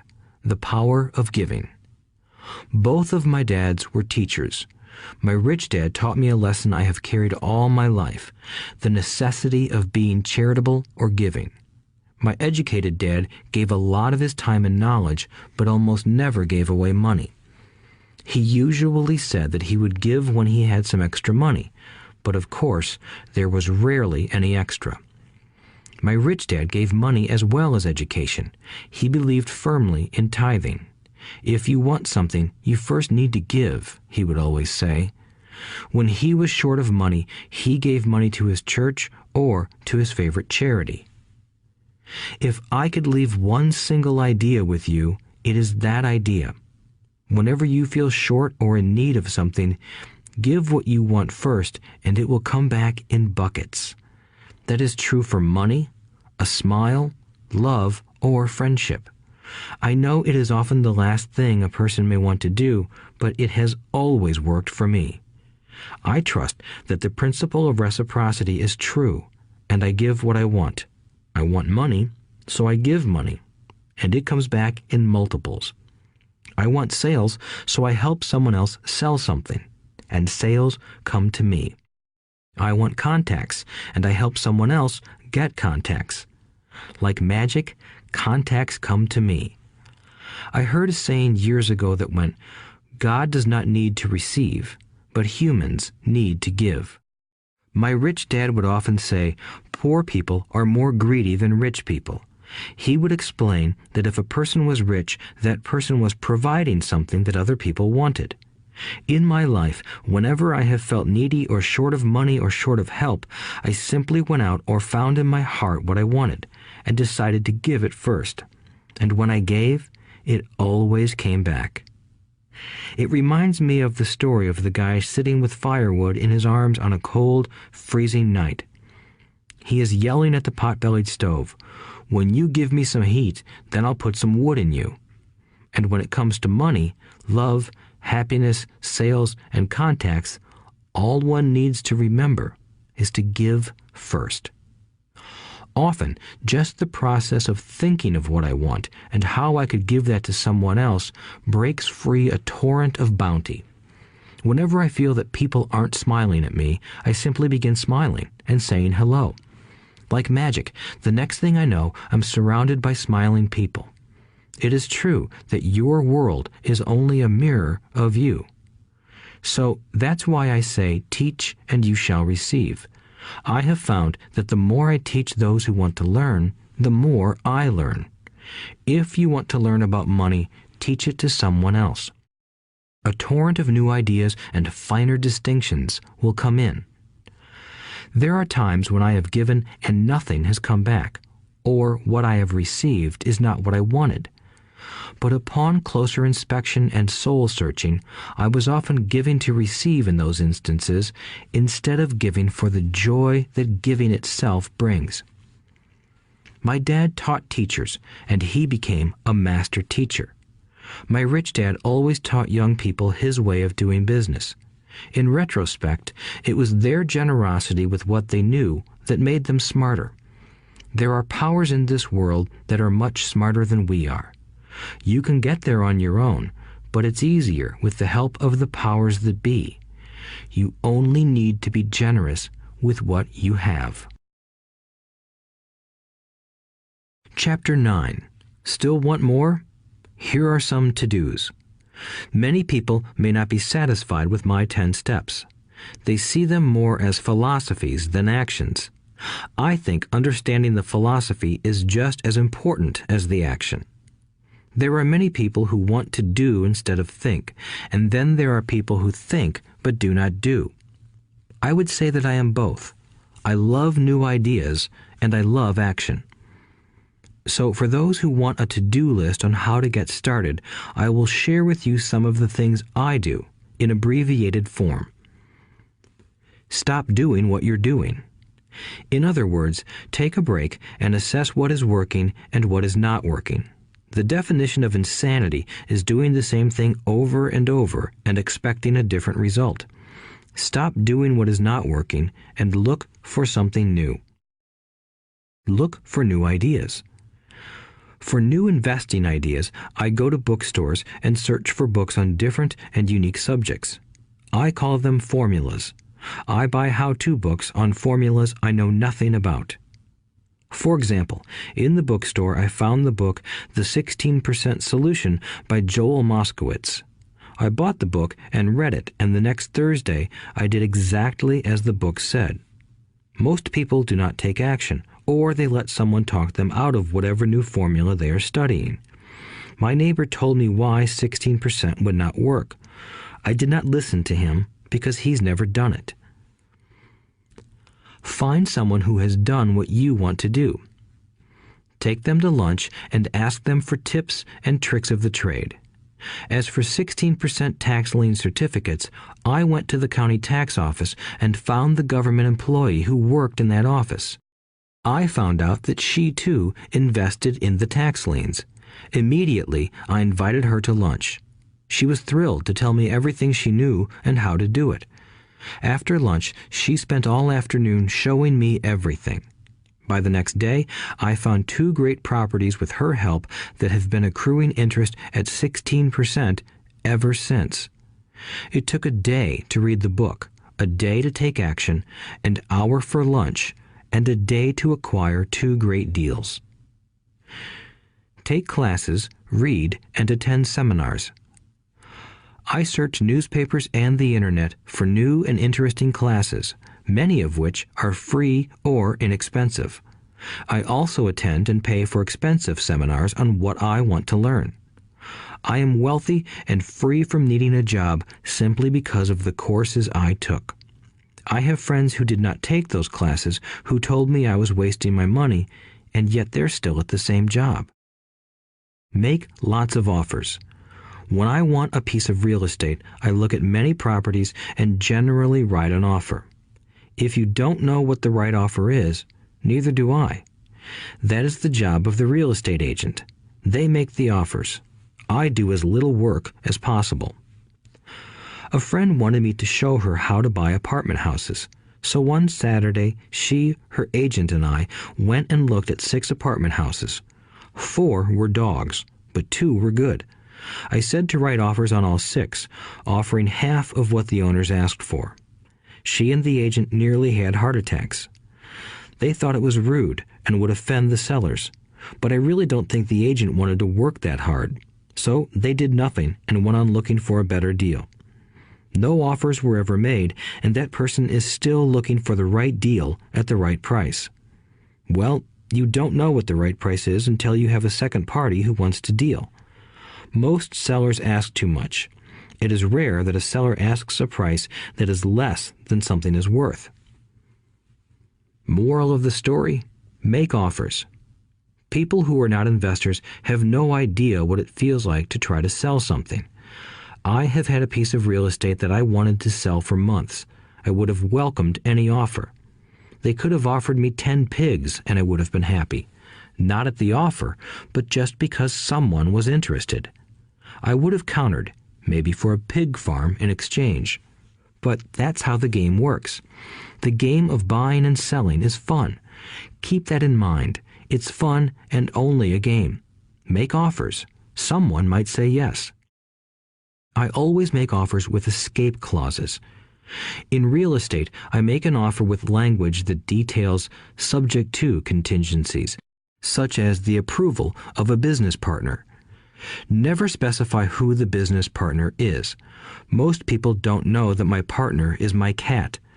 If they accept the offer and I don't want the deal, I call home and speak to my cat. I make this ridiculous statement to illustrate how absurdly easy and simple the game is.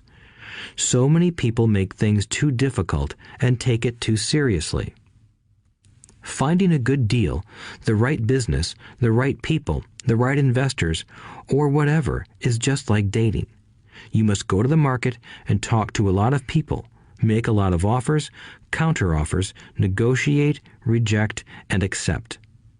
I know single people who sit at home and wait for the phone to ring, but it's better to go to the market, even if it's only the supermarket. Search, offer, reject, negotiate, and accept are all parts of the process of almost everything in life. Jog, walk, or drive a certain area once a month for 10 minutes.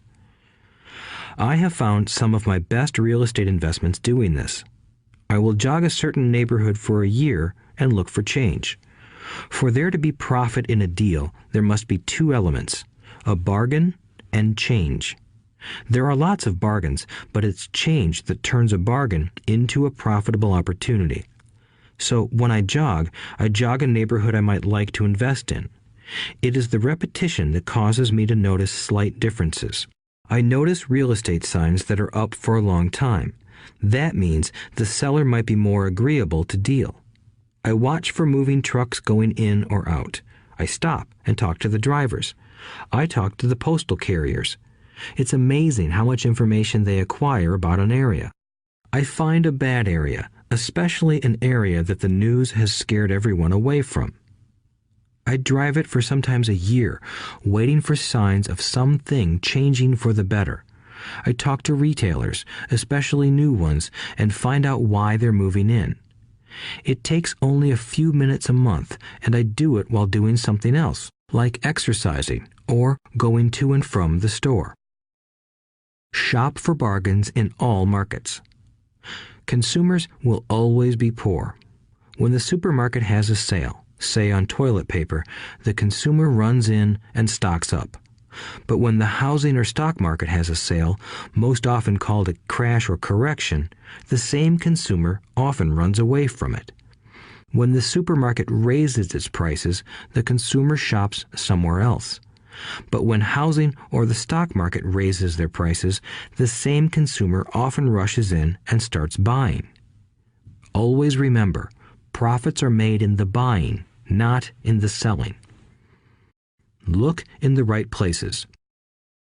A neighbor bought a condominium for $100,000. I bought the identical condo next door for $50,000. He told me he's waiting for the price to go up.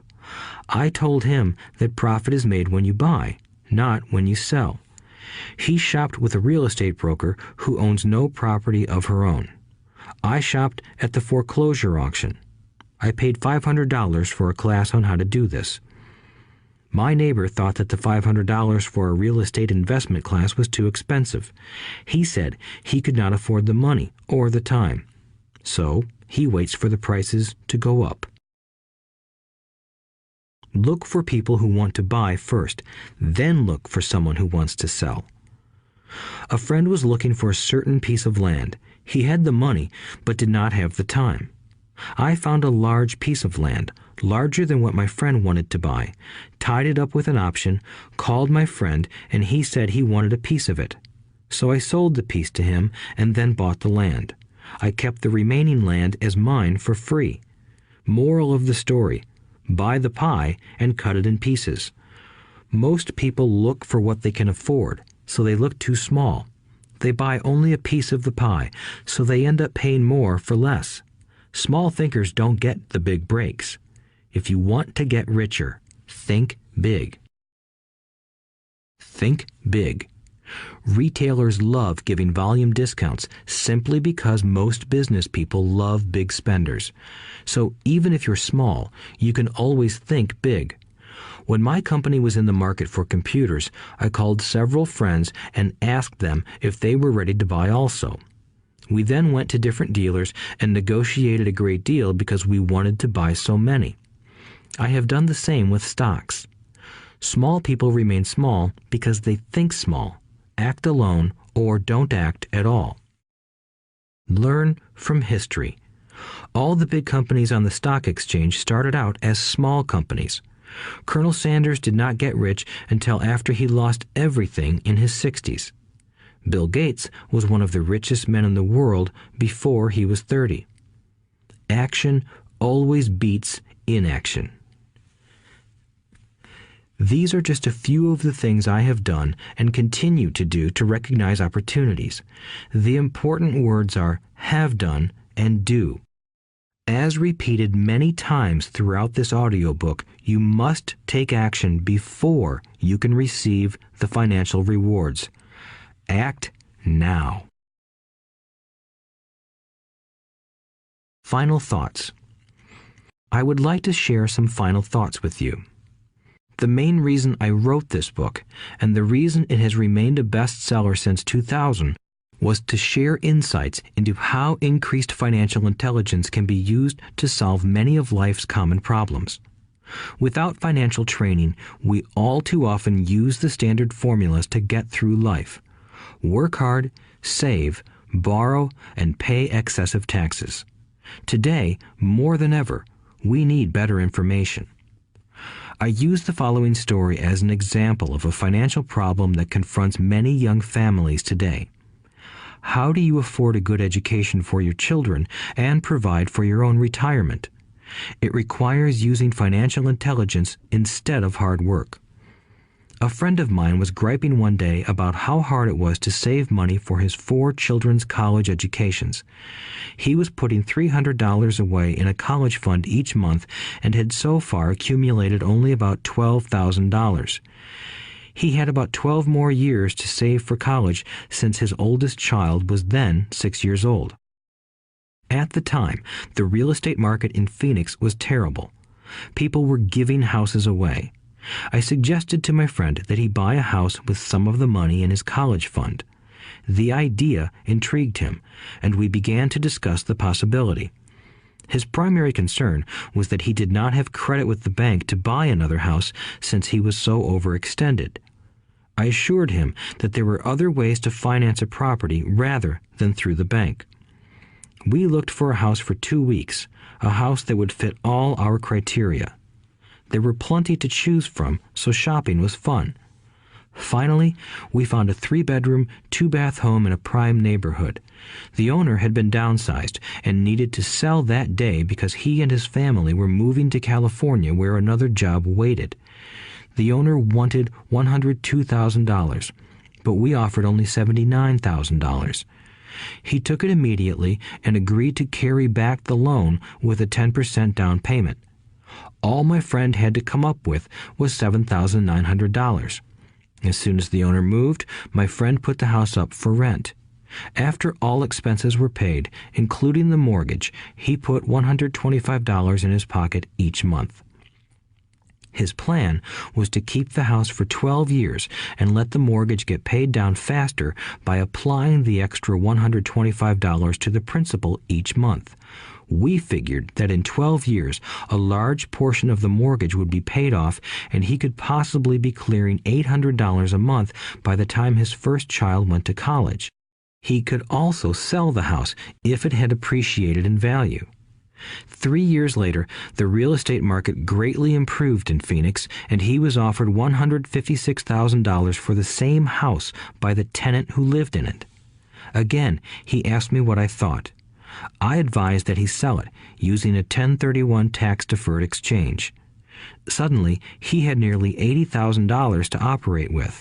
I called another friend in Austin, Texas, who then moved this tax-deferred capital gain into a mini storage facility. Within 3 months, he began receiving checks for a little less than $1,000 a month, which he then poured back into the college fund. A couple of years later, the mini warehouse sold, and he received a check for nearly $330,000 as proceeds from the sale. He rolled those funds into a new project that would now generate over $3,000 a month in income, again going into the college fund. He is now very confident that his goal will be met easily.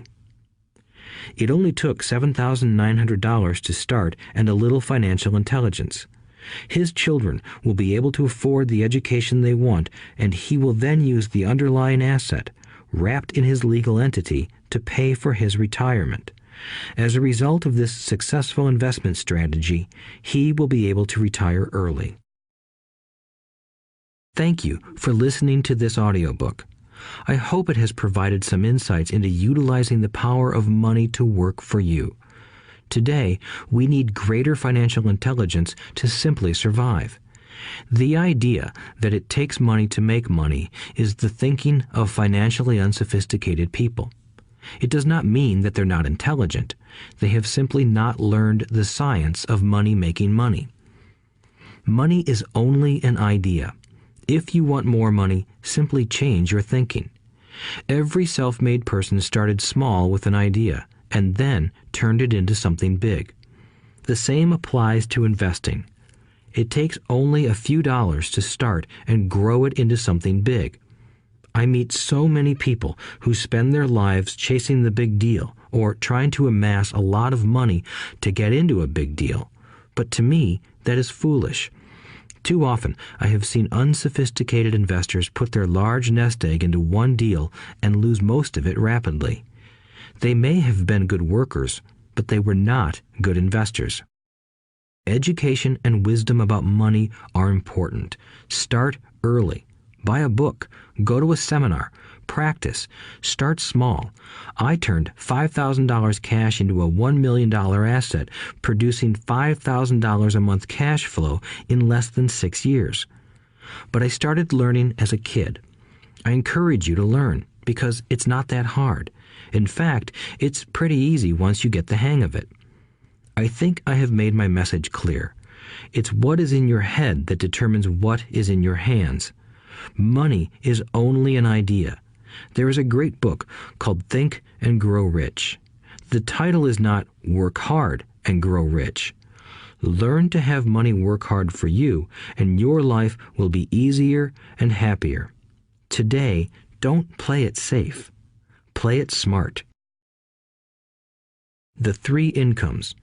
In the world of accounting, there are 3 different types of income. 1. Ordinary earned. 2. Portfolio. 3. Passive. When my poor dad said to me, "Go to school, get good grades, and find a safe, secure job," he was recommending I work for earned income. When my rich dad said, "The rich don't work for money, they have their money work for them," he was talking about passive income and portfolio income. Passive income, in most cases, is income derived from real estate investments. Portfolio income is income derived from paper assets such as stocks and bonds. Portfolio income is the income that makes Bill Gates the richest man in the world, not earned income. Rich Dad used to say, the key to becoming wealthy is the ability to convert earned income into passive income or portfolio income as quickly as possible. He would say, taxes are highest on earned income. The least taxed income is passive income. That is another reason why you want your money working hard for you. The government taxes the income you work hard for more than the income your money works hard for. In my second book, Rich Dad's Cash Flow Quadrant, I explain the 4 different types of people who make up the world of business. They are E, employee, S, self-employed, B, business owner, and I, investor. Most people go to school to learn to be an E or an S. The cash flow quadrant is written about the core differences of these 4 types and how people can change their quadrant. In fact, most of our products are created for people in the B and I quadrants. In Rich Dad's Guide to Investing, book number 3 in the Rich Dad series, I go into more detail on the importance of converting earned income into passive and portfolio income. Rich Dad used to say, all a real investor does is convert earned income into passive and portfolio income. If you know what you're doing, investing is not risky. It's just common sense. The key to financial freedom. The key to financial freedom and great wealth is a person's ability to convert earned income into passive and/or portfolio income. My rich dad spent a lot of time teaching Mike and me this skill. Having this ability is the reason my wife Kim and I are financially free, never needing to work again. We continue to work because we choose to. Today, we own a real estate investment company for passive income and participate in private placements and initial public offerings of stock for portfolio income. We also went back to work to build a financial education company so that we can continue to create and publish books and games. All of our educational products are created to teach the same skills my rich dad taught me, the skills of converting earned income into passive and portfolio income. The games we create are important because they teach what books cannot teach. For example, you would never learn to ride a bicycle by only reading a book.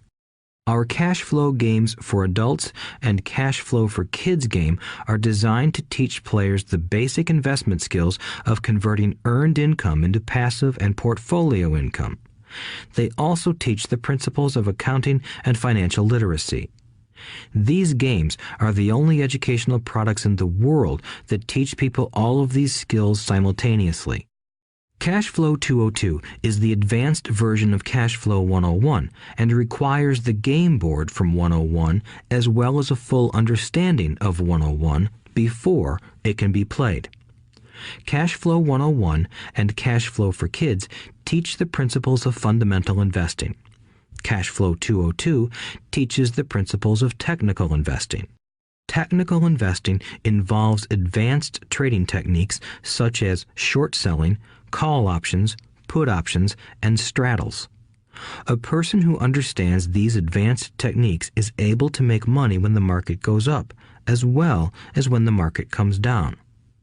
As my rich dad would say, a real investor makes money in an up market and a down market. That is why they make so much money.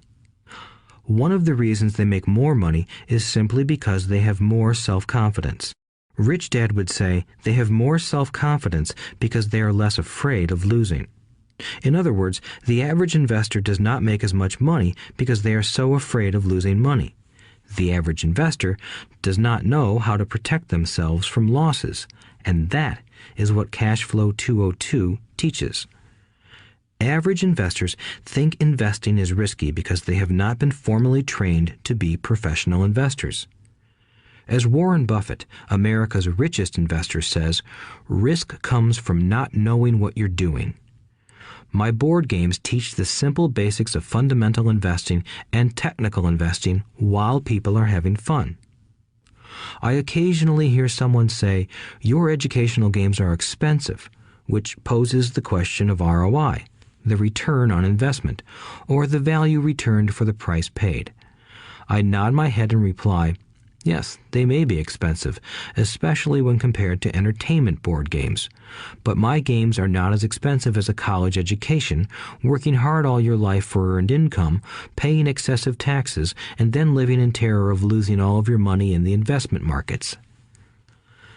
When someone walks away mumbling about the price, I can hear my rich dad saying, if you want to be rich, you must know what kind of income to work hard for, how to keep it, and how to protect it from loss. That is the key to great wealth. Rich Dad would also say, if you do not understand the differences in those three incomes and do not learn the skills on how to acquire and protect those incomes, you will probably spend your life earning less than you could and working harder than you should. My poor dad thought a good education, a good job, and years of hard work were all you needed to be successful. My rich dad also thought a good education was important.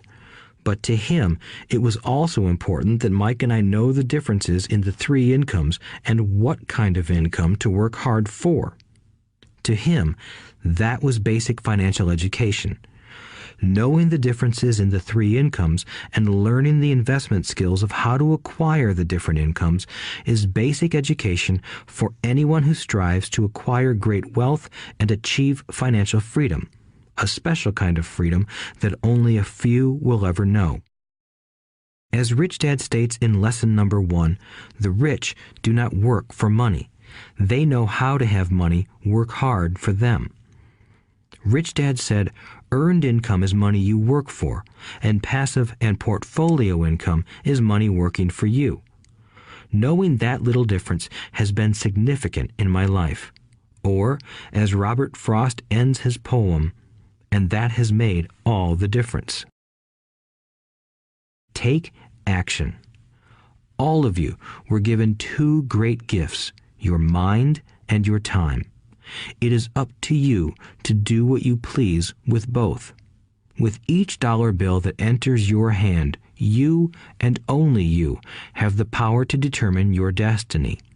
Spend it foolishly, and you choose to be poor. Spend it on liabilities, and you join the middle class. Invest it in your mind and learn how to acquire assets, and you will be choosing wealth as your goal and your future. The choice is yours, and only yours. Every day, with every dollar, you decide to be rich, poor, or middle class. Choose to share this knowledge with your children, and you choose to prepare them for the world that awaits. No one else will. You and your children's future will be determined by choices you make today, not tomorrow. I wish you great wealth and much happiness with this fabulous gift called life. Robert Kiyosaki.